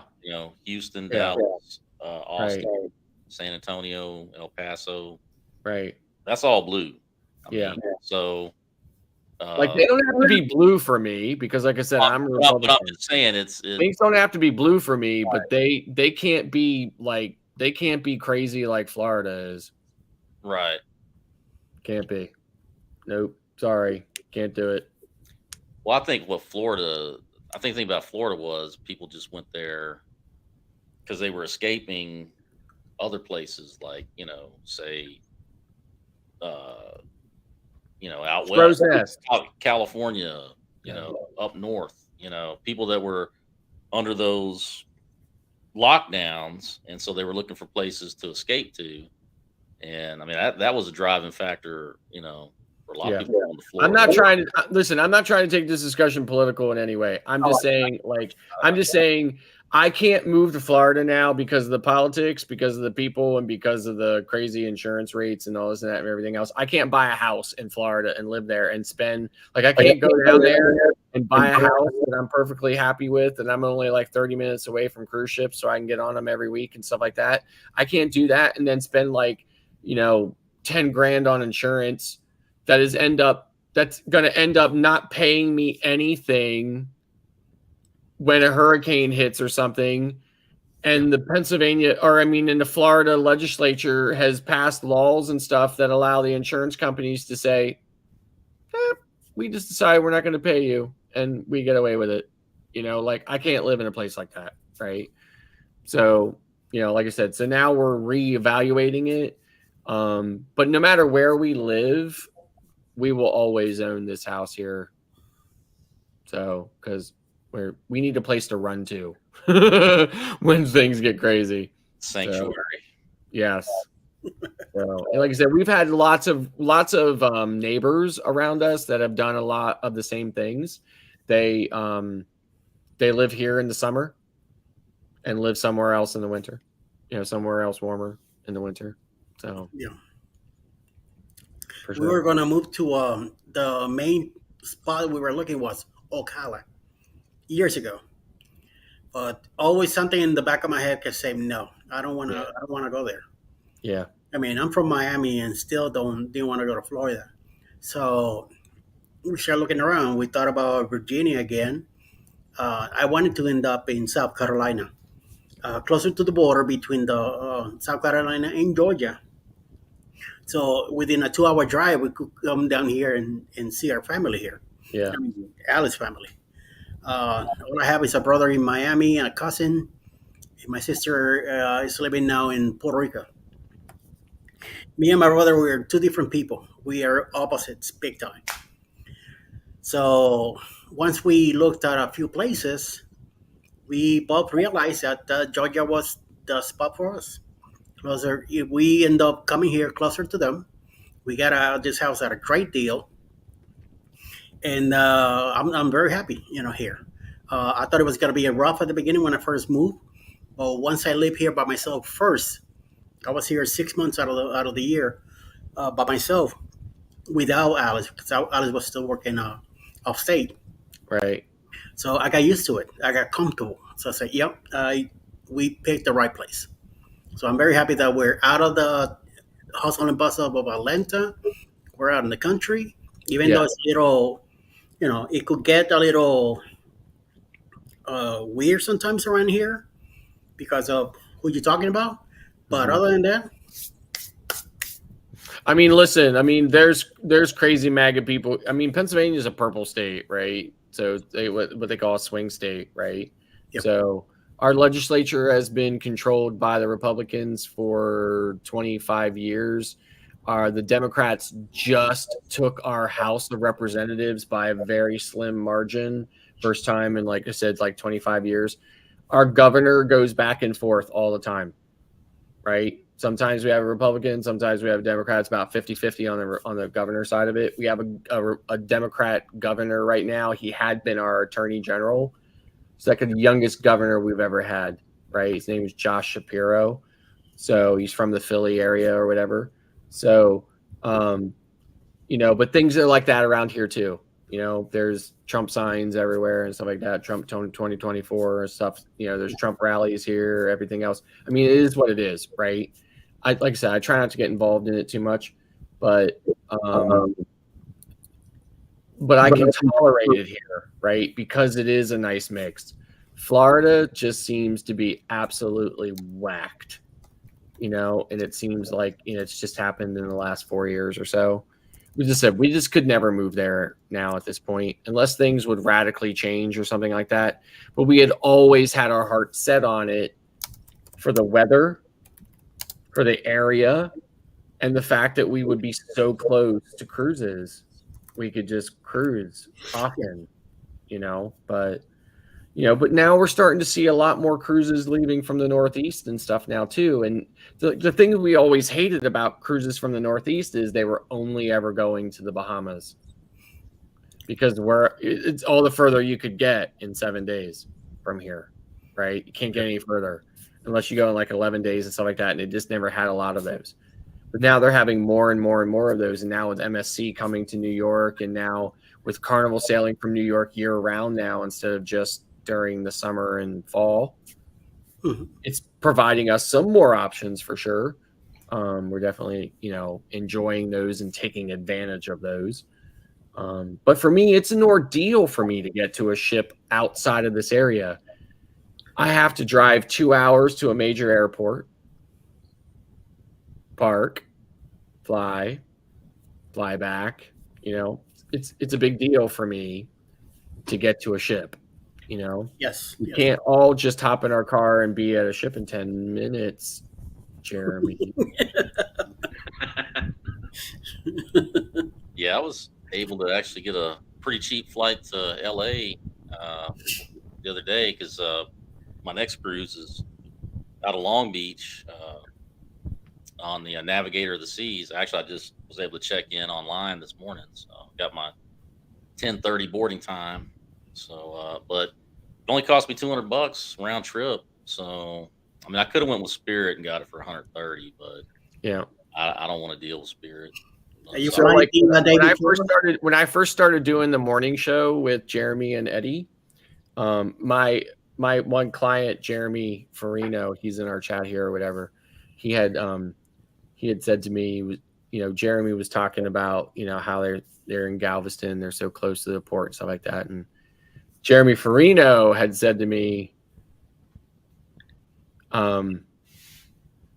this cruise port flex is really starting to irritate me. I mean, he was just kidding, right? He was just joking, playing around, right? But because that's how we feel, right? Because he lives here too, right? And for us to get to a ship, even if I'm going, like, even to Baltimore, it's an hour drive, right? To New York or Bayonne or whatever, it's a 2.5 hour drive or 2.5 hour train ride. Up there, it's not exactly, it's not exactly 10 minutes away, but yep. And he seconded that in the chat right here. Sister-in-law moved to a house in Florida as far away from every cruise port that she could. Yeah. Yeah, right.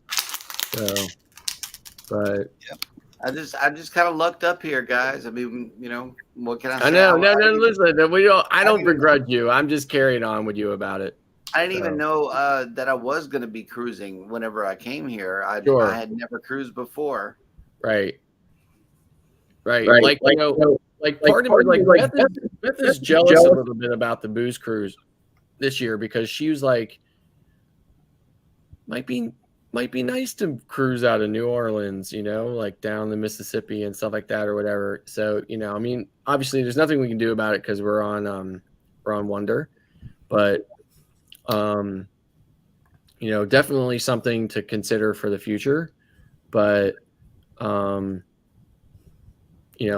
I mean, I think it's awesome. I think it's wonderful, that anybody who lives so close to a cruise port, like I said, it's awesome.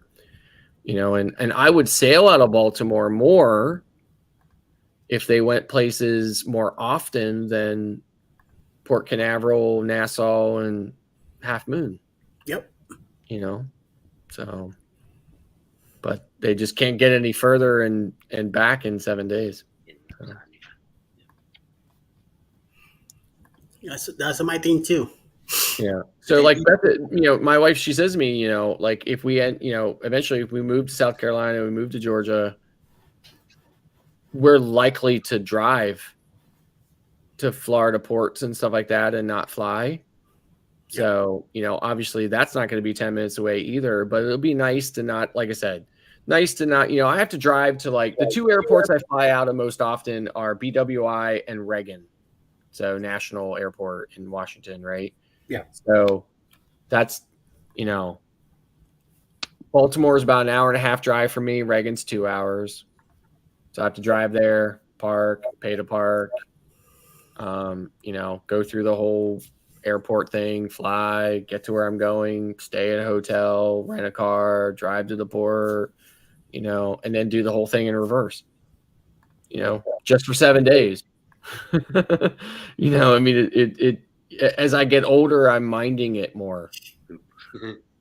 So I'm doing it for 2. So I know, like I thought to myself, he's got to be doing something in addition. Like I thought to myself, if you're flying there just for Margaritaville at sea, man, that's dedication. Yep.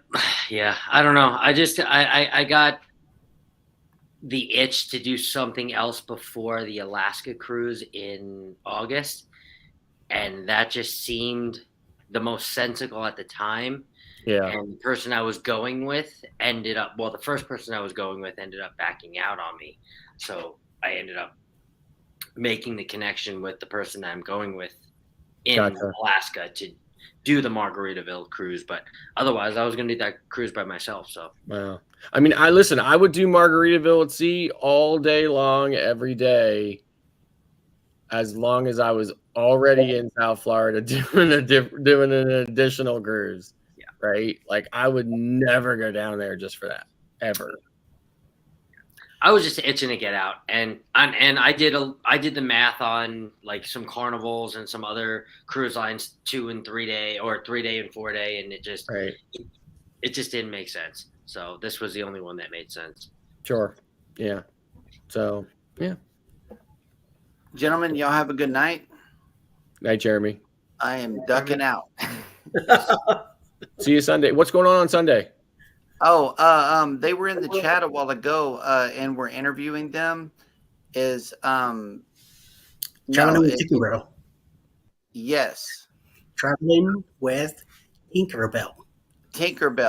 And so that's going to be Sunday at 2 p.m. Central. Looking forward to it. Alrighty, y'all. Have a good night. Shalom. Night. Texas. Texas.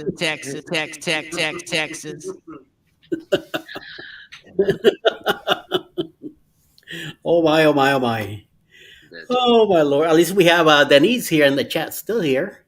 Yeah, I was surprised when I saw her pop in. I thought, "Ooh, lurker." Yeah. I get the feeling someone is watching us. That's right. Oh my, oh my, oh my. See, right now, 7 hours from Tampa, 6 from New Orleans, 5 from Mobile, 10 from Galveston,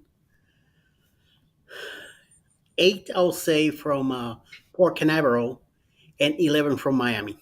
Gotcha. So Yeah. that's a day drive, Right. And the good thing about Miami is that I go straight to my brother's house, leave the car there, and he could take us to the port. So Yeah. that's me big time moolah Right. if I was ever to be out of Miami. So Yeah. So like we always do a cruise in October, always, because my birthday is the 29th of October. My wife's is the 17th. So we always do a cruise in October for our birthdays. Sometimes it's over her birthday week, sometimes over my birthday week, but we always do next it. year we get to Yes. Yes. So so we always do a cruise in October, always. But like I said, last year I was just like, you know what? I looked at my wife, I was like, I think I'm gonna go early. And she was like, what do you mean? I was like, I think I'm gonna go down. I'm gonna get on this 3-day on Maravilla. And then I'm gonna go and stay a week, in Orlando. And then you can fly down like normal.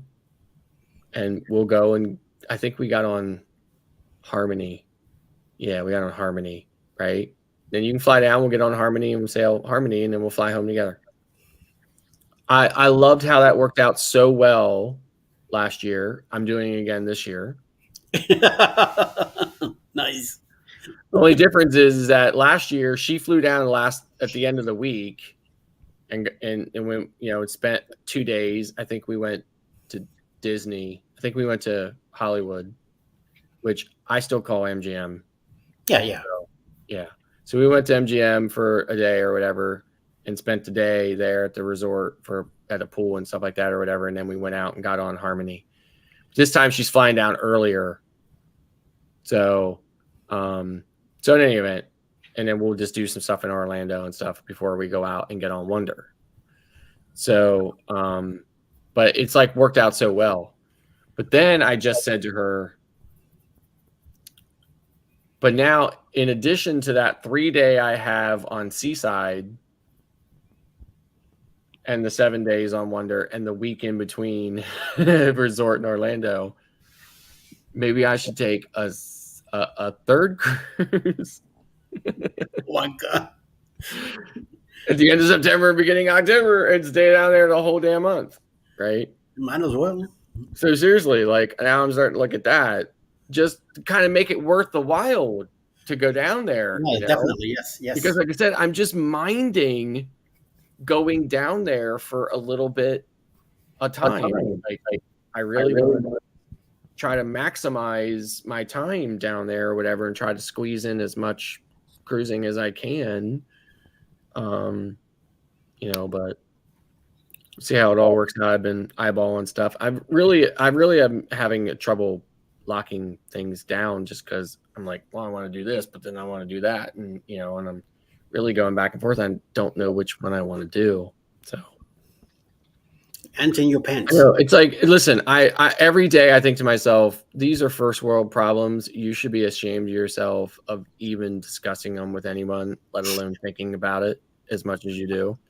There are people starving in this world. There are people living in boxes, sitting in alleyways, talking to buildings, eating out of garbage cans, and there you are. You're sitting here obsessing over which fabulous vacation you should be going on next. You should be ashamed of yourself. And then pick up that Corona and drink it. Well, like it's empty now. I know you got more. I have more, but that doesn't mean I'm going to drink anymore at this juncture of the day. So, you mean the evening? Exactly. The morning. So when I cut a lime up into 4 sections, that kind of limits me. Okay. Kind of. 4 bottles. That's it. Not a 6-pack. Oh. Plus, remember the night I was in here when I hadn't been drinking beer, when I had actually been drinking like actual drinks, liquor. Okay, remember how disastrous that was that night, Eddie? Okay, Mike, I love you, Mike. Trust me, you only want me drinking beer. He can tell the Canadian Mike. Mike, I love you. Really, I love your country, Mike. Yes, what the? It could get rough. So I think that night I was having these things called like, what was I drinking? I was making them at home here, right? But I'd seen this recipe on TikTok or something. It was like hurricanes or something. I think it was. This is what it was. It was Malibu rum, blue curacao, vodka, ginger ale, and pineapple juice. Right? And I was mixing them up here at home, and I was like, I went to the liquor store at night. It cost me like $60 in liquor. Right? No, I remember in my old days. Yeah, I used to drink a lot too. But like in Pennsylvania, the liquor stores are run by the state. In fact, people still call them the state stores, right? I like Virginia. So, yeah, because they're run by the states. You can't buy liquor independently in Pennsylvania. You just recently, you've been able, like, it's a gray area, right? Like you can buy beer in a grocery store or in a convenience store, but that grocery store and convenience store has to serve food. And if they don't, you can't. So, and you can only check out at the register that's in that section of the store that sells food. You can't just take it up to the front where you pay for your groceries. Anyway, it's a gray area. But yeah, so because the state runs the store, it's expensive. There's no competition. Well, you know what's propped up here because of the whole pandemic situation is the drive-through drink places. So, like, you go through the drive-through, they mix you up a margarita or a daiquiri or whatever, and drive off with it. And Wow. I don't know. It was something to do with because there was a big fight over the lockdowns, and I don't know. The governor got involved, and because I guess it was a fight over some of these restaurants were allowed to be open, but the bars weren't. Mm-hmm. And then so then of course they're complaining, and so somehow it started out. I guess some of the restaurants were allowed to like if you were doing Uber Eats or something, you could get a drink delivered. Gotcha. So then that evolved into these places opening up, and they're all over the place now. You just pull your car up, and handing you daiquiris, and I don't know how they get around the open container law with that, but right. Well, like with Pennsylvania, it's very draconian. Like I said, even if you do go into a bar or whatever, which is primarily where you would buy like beer and stuff, you can only carry out 2 6-packs at a time. You can't carry out any more. You can go out to your car, come back in, and get 2 more if you wanted it for some reason. Yeah. But if you wanted more than that, you have to go to like a beer distributor, and even then, there's only a few of them. They're like here and there. They're not like all over the place. So that's the only place you can get more than that. And like I said, the only place you can get liquor is a state store, a state government run store. So, but yeah, I mean, that's just the way it is in Pennsylvania. But I'd say if I were to drink every single weekend of the year, so if I were to drink 52 times a year, probably 50 of those 52 times would be beer, and the 2 would be liquor, because I'm just not a liquor drinker. I'm a beer drinker. So, and even then, I only drink like 3-4 beers or whatever, and I'm done. Like I don't get all what would they call? I don't get hogged up. You know what I mean? Like I don't do that. I don't do it. But this one night, I jumped in a long time ago in a galaxy far, far away. Right, I jumped into one of Eddie's lives.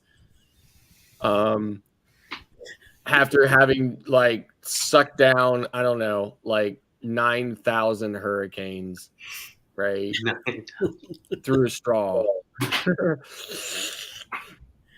And Mike and Rihanna were in here, and I had just like they were brand new, right? And I was like, I probably had just seen some like crazy MAGA thing or something on TV or whatever, and I was just like, I hate being an American or something like that. I was like, oh my God, I love you, Canadians. I love the Canadians. Canadians are amazing. I love you, right? So I just kept telling them the whole night, I love you, Canadians. I love Canadians. I love Canadians.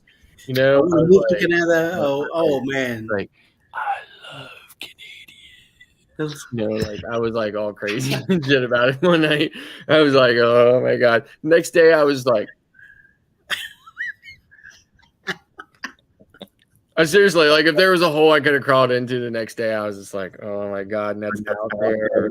Like, how much money will it cost me to get Eddie to like delete that live from his channel? He's not going to do it because he needs the hours. You know, I'm stuck with it. Oh my God, people are going to be like, never watch me again because it was bad. A lot of love. A lot of love. Keep them out.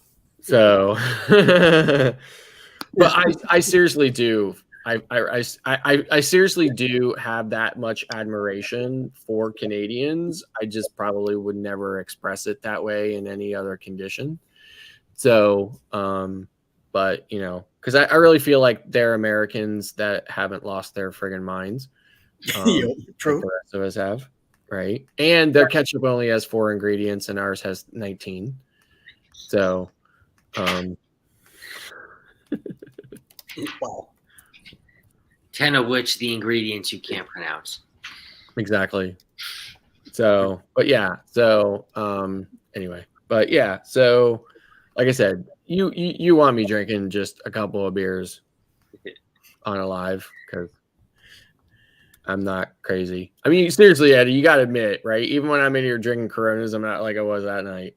Oh no. Yeah, Nothing exactly. even close. That night was absolute. I'll be putting you down like, hey, slow down. That was rough. Mas, you're done. Absolutely rough. Like even Alice was like, "What the hell is wrong with Scott tonight?" Like I ran over like, what's wrong with this Yankee? I know, seriously. Like Mike and Rihanna were just like, you know, I know they were thinking to themselves, oh my God. Has this guy been drinking Canadian beer? Right?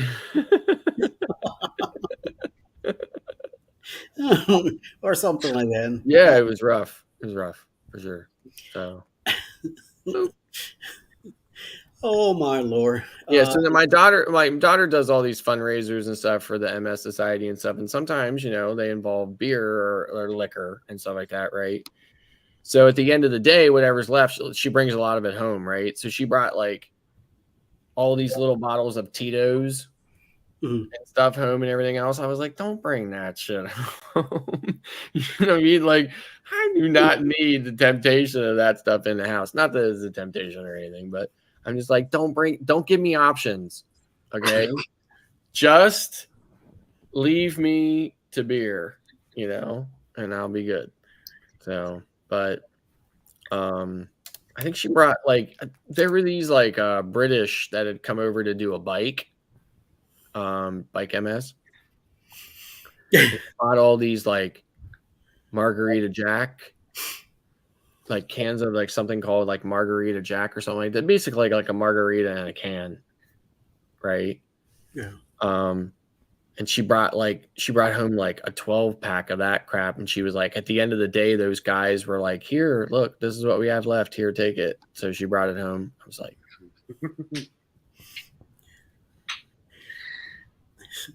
so like the last time I was in Mexico, and this was not my fault, honestly. The taxi cab came, picked me up, take me back to the cruise or back to the ship. They pick you up outside the terminal because they're not allowed inside the terminal. In a cruise port, they're not allowed in there. So they pick you up outside. But when they take you back, if you show security your CPAS card, they will let the taxi in to drop you off. But only on the way back, not going out. But I didn't know that. Out of all the times I'd ever been there, I'd never had a taxi cab drop me off inside the port ever. They always drop you outside where they pick you up, right? But this time, he didn't say anything to me until we literally pulled up to the security guard. And he puts the window down, and I was just sitting there. And he was like, show him your CPAS card. And I was like, oh hell, I got it like buried in my bag here, right? So I like open my bag, pulling the zippers open and stuff like that. And this, and I'm digging around in there for it.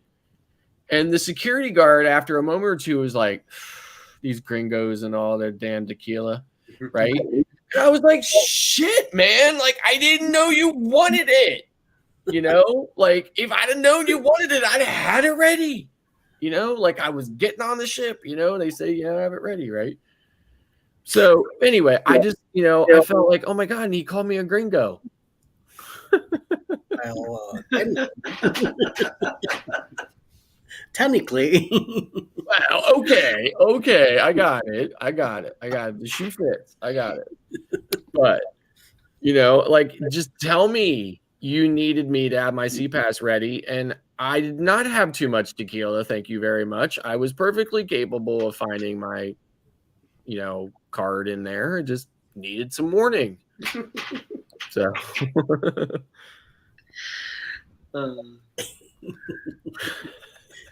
It's just the way it is, my man. That's just the way it is. yeah. So she doesn't do tequila. She does rum. Rum, yes. I used to drink a lot of rum. Tequila, no. Yeah. Maybe once in a while I had a shot, and that was it. Yeah. No. Well, like if I'm in Cozumel, or so I'm at Nachi when I'm in Cozumel, or if I'm in Costa Maya, I'm at Maya Chan, and I'm asking for margaritas because when in Rome, do as a woman. True. Cruise Nuts from Mike from the bloggers. He got blitz in Cozumel. He almost got left behind. Oh. Yeah, he was really big time. He drank a whole bottle by himself. And okay, so one time, a long time ago, when I was in Mexico, like I'm sure you've heard about this before. Sometimes in Mexico you can get tainted alcohol. Oh yeah. Okay. Yeah. So one time I was in Mexico and I got tainted alcohol, and it really incapacitated me. And if it hadn't been for my wife, I would have never made it back to the ship. Yeah. Seriously. Like even water, I will not drink water or the ice and stuff like that. Gotta be in a bottle, and it has to be brand new seal. If he opens and I open it and it feels weird, no, I don't want this. Yeah. Right. I'm not drinking any of that crap. Get sick or whatever the deal. No, hell no. Screw that shit. So, I mean, there's been a lot of people that have gotten tainted alcohol in Mexico and died. Yep. Luckily I didn't die, but I thought I was going to die. Like, it was rough. Yeah. And that's the first and only time that's ever happened to me. So I know that it was tainted alcohol. So, because I have drank a lot of alcohol sometimes, a lot of tequila, a lot of stuff, all over the place, and never was I that out of it like I was that night. I mean, that was rough. Yeah. I got back on the ship. Next day I woke up, I was on the bathroom floor. Wow. You had no idea how you got there. Yeah, never, ever in my entire life had that experience. So that sucks. Look at that. Now it would be tainted with fentanyl. Yeah, my wife was like, she was like, you crawled in there, and she was like, and I just said, I'll check on you every couple of hours, make sure you're still breathing. But otherwise, she was like, I'm just gonna leave you be. I'm gonna leave you be until it all, works itself out. I'm just glad that Alice never met me when I was an alcoholic. So things were bad back then. So yeah, but I walked away from other stuff, So well, like I said, I usually just have, I said a couple of beers on the weekends. I don't, drink otherwise. My weeks are my weeks. I'm working, doing different things around the house and stuff like that. And Friday night comes, it's Miller time. So that's right. That's the way it is. I don't drink alcohol, period. Sharon. I don't drink alcohol either, Sharon. Not anymore. Yeah. I've been dry for since 1999. So I mean, I never did when my kids were little and stuff like that, because I always felt like when you have little kids and stuff like that, you never know when something's going to happen, God forbid. Yeah. You want to be available and in your best mind, stuff like that. So when my kids were little and things like that, but once they were, bigger and could wipe their own, once they were bigger and stuff like that, I was just like, okay, so, sorry. No, you're not. You know what you were saying, so, and I was kind of right, kind of. Close enough. Yeah, but anyway, it's a bit of my personality, right? That you don't necessarily always get. You certainly aren't going to see during the morning show. So, but yeah. So anyway, but yeah, hi guys. So it's just Viva la raza! Pain in the ass. Prime time in the morning.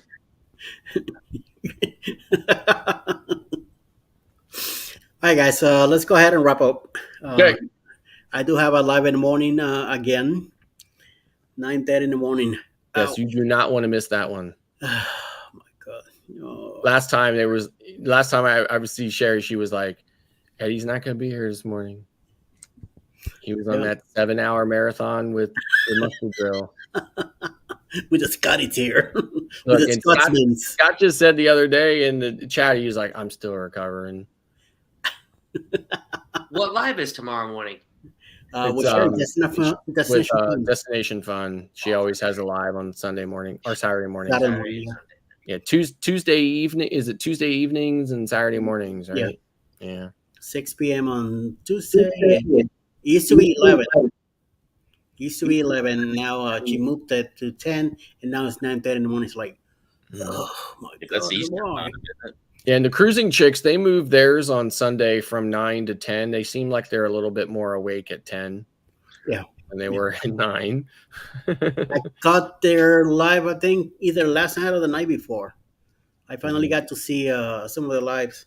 You know, got to chat with them and a little bit. I was there maybe 20 minutes. I mean, I hope I get to meet them in person someday. I mean, like, listen, they both seem like very nice people, right? Yeah. But you can clearly tell that that Kayla got way more energy than Crystal, which is the younger one.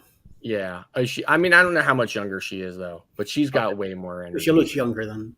Yeah, she definitely looks a little bit younger, but she's got way more pep and stuff like that or whatever than Crystal does. Not that either one of them is bad in any way. So I'm really enjoying their channel. So they seem to have a very unique perspective. They went to some winery in Myrtle Beach the other day or whatever, and it seemed like a lot of fun. So yeah, cool. Like Mr. Cruz Bay here, he had a live this morning, and I got to it late. Wow. I didn't know you were live. Well, what I've been doing is like doing it like pre-recording them, like recording them in the studio. Yeah, and then I just live stream it. So yeah, right. Yeah, I've been catching a lot of them. I've been having my house has to be available to view between 8 or 9 in the morning and 8 o'clock at night, and yeah, I just do it. I record it early in the morning, do the cruise news, whatever, and then live stream it later. And then that way, if they say, "Hey, we want to come look at the house," then I'm not like sitting here all, with the microphone and yeah, right, crazy. But, right. Yeah. Okay. I do have to say, Eddie, on weekday mornings now, I do have my alarm set for the morning quickie. So I know I'm really surprised how early you get up for that. I mean, we appreciate the support for sure, but I'm really astonished at how early you get up for all that. I will tell you I commented before the morning show really grew on me. Like, what? I started watching it and it was in the background, and now it's something that I like. If I don't get to watch the morning show, like, I don't know, my day doesn't start the same way. I don't know. It's just a little weird. It kind of grew on me. So I do have to say that it's the 3 different personalities, but you guys kind of, I don't know. I mean, I think we do come together pretty well, right? I think you're right. It is different perspectives, but I think we mesh well together. I think it really is working out well. Yes. So I appreciate that as a viewer. So yeah. So I'm and to be honest with you, I'm a little worried that Eddie's going to leave us though at some point. Not yet. No, because I mean, like, listen, because you're so busy with all kinds of other stuff and everything else, and you're doing all kinds of other stuff and everything, and you've reached your hours and stuff like that and everything. Your channel is going on, and I think to myself, and not that you don't deserve to cut back in any way. I've been trying, but somehow it doesn't seem to go away. But I am a little worried that one of these days he's going to come and say, "All right, we're leaving you." Like, Sal and I definitely told Clark already. If it's up to you to be on live on Saturday night, I said I'm happy with Friday nights. I don't need both nights. You do. I don't really need it. I already got too much going on my plate. The thing is, Alice got on me about 3 months ago about being so busy and not giving her time. Yeah. Said, no, that I had to take care of her too. So Yeah. we You can see, so for me, Beth is working in the morning, right? So she goes to work she starts work at 7:30 in the morning. She can set her own hours, but she chose to set her hours at 7:30. So she's working from 7:30, so it's not a big deal for me. My travel agency doesn't open till 10. Yeah. So for me, it's perfect. And at night, like Friday nights like this, right? She's going to bed anyway. Yeah. So I would be sitting here all by myself anyway. Yep. So probably getting in trouble. That's the I've been cutting down the weekends. I do a Saturday Stroll blog premiere once in a blue moon. I don't not like I used to. Fridays, the party after the Ray Parade, I'm doing that till October. I already told Megan that once October comes around and I leave to go on that cruise, get somebody else. I do want to walk away from that. Today, I only did like half hour, 45 minutes. Wasn't too much interaction or anything going on. So there's Fridays that I'm there 3 hours. There's Fridays that I'm there half hour.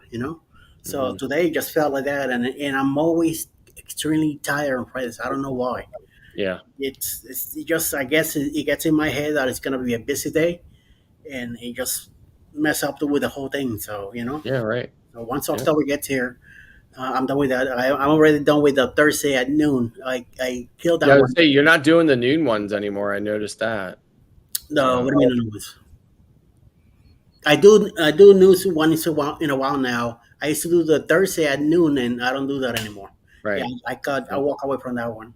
Yeah. Now that we do the 5 days, there was no need for me to have the Thursday at noon. That one, that's how I started on Thursdays, and then Cruz Bay used to be with me most of the times, and it got to a point that there were days that I was there half hour. There were days that I was there 4 hours.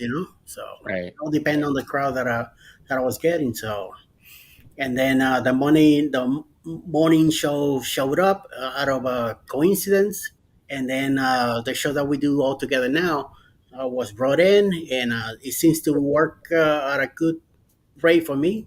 Also, since Ali wakes me up in the morning anyway, I'm already up, might as well. And then after we are finished doing the show, that's what I either go snack or go take a nap. So wake up a couple hours later and I'm good to go. Right. Yeah, when we're done with the show, I usually just get to work. Yeah. Like if I got emails or this or that or whatever, if I know already, from like the previous night or something, like I had to do this or that or tomorrow or whatever, I just get to work. I'm working and stuff like that. But at the same time, it's my agency. I'm my own boss. If I need to, if I need to go and do this and that and everything else, I'm going to go do it. So. Whatever, but I just get to work and stuff like that. So my wife works till like 3:30, 4 o'clock. So, I just do whatever, mow the grass, vacuum the house, this, that, whatever, Yeah. So I do a lot of the cooking. So, so I'm cooking dinner and things like that. Yeah, I do most of the work at home. The cooking, the laundry, the taking care of the cats. Right. Tomorrow, if it doesn't rain, I'll probably do the rest of the yard that I needed to finish. It did rain this afternoon pretty hard, so we'll see how the terrain is tomorrow morning when I bring the machine out. If it doesn't rain, I do need to go do some grocery shopping also. Tomorrow, sometime in around either 1 or 2 o'clock in the afternoon. So we'll see how the day goes. And then Saturday Stroll is happening, but I don't have anything for the Saturday Stroll. So if my clock wants to go on at 10, we'll probably see. We'll probably, if I'm in the mood for it, then I'll come in for a bit. But I don't usually stay too long when he's on. Tonight, I'm responsible for it. So it's a different deal. And then you guys seem to react better to a Friday than a Saturday. So, that's just the way it is.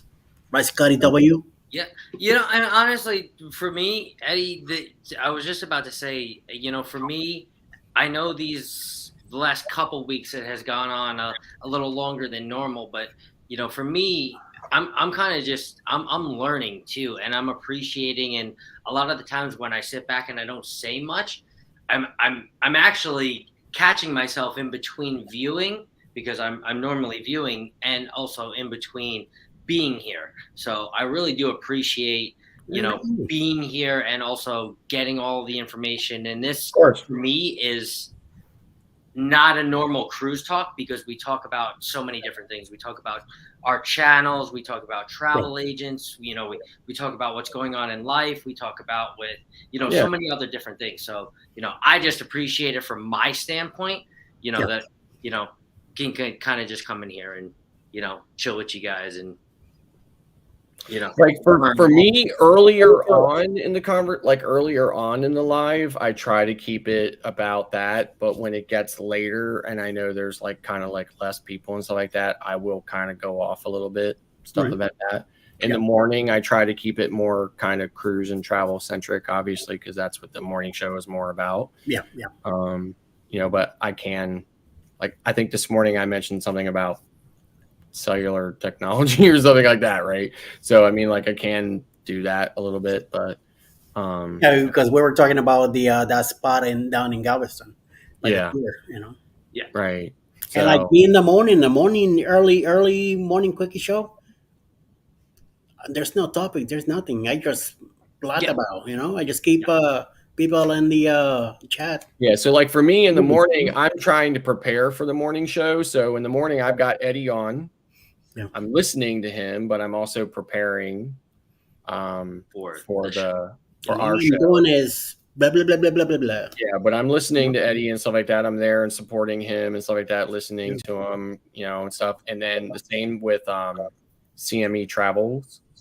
Yep. So I have them on then from 8 to 8:30, listening to them, there supporting them and stuff like that, but preparing for our show, yes. Finding stories, getting this, that, everything else set up. If I'm going to do, even if I'm going to throw an image up, this morning, I threw an image up of this Silver Sea ship. Yeah. Well, for me, that requires me finding the image, downloading it, going into OBS, creating a scene for it, then creating a media source for it, then going into Stream Deck, setting up a multi-function button, bringing it in, linking it to that stream, setting a delay for however many seconds I want it up on the screen, then setting another multi-function or multi-action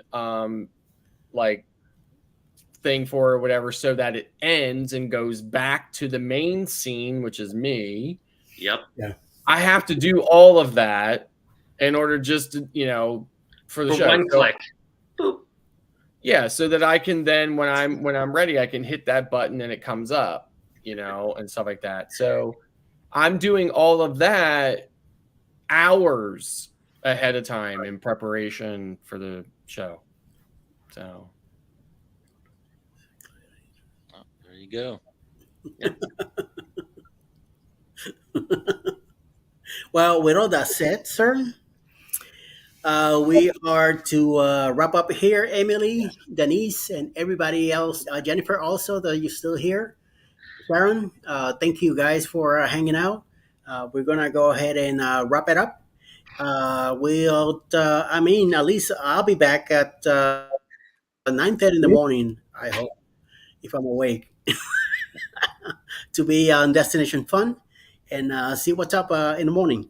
And other than that, we'll have some lives during the day, also on Sunday. And then we'll be back Monday morning with the morning quickie. And then at 9 o'clock, Cruising's Fun Anytime, Janet's Adventures, the Mustard Drill. I myself will be ready at 9 a.m. Eastern our time to chat away for the whole week. So we'll see what happens. Everybody have a great weekend, whatever you're doing on today's date. And if you got some time, come by, hang out a little bit with us later. Cruise Bay, you got anything going this weekend? I'm just going to keep doing those same, right around usually around 10 o'clock. The pre-recorded live streams. 10 o'clock Central or 10 o'clock Eastern? Well, it'll be 10 o'clock Central. All right. 11 Eastern. Very good. Scott W. Just watch out for the Margaritaville at Sea vlogs and all of the content that I have coming around on that. And Bill and myself, Warm Strong Adventures, will be live on Thursday this week at 1 o'clock p.m. Your time. My time, and 4 4 o'clock p.m. Eastern.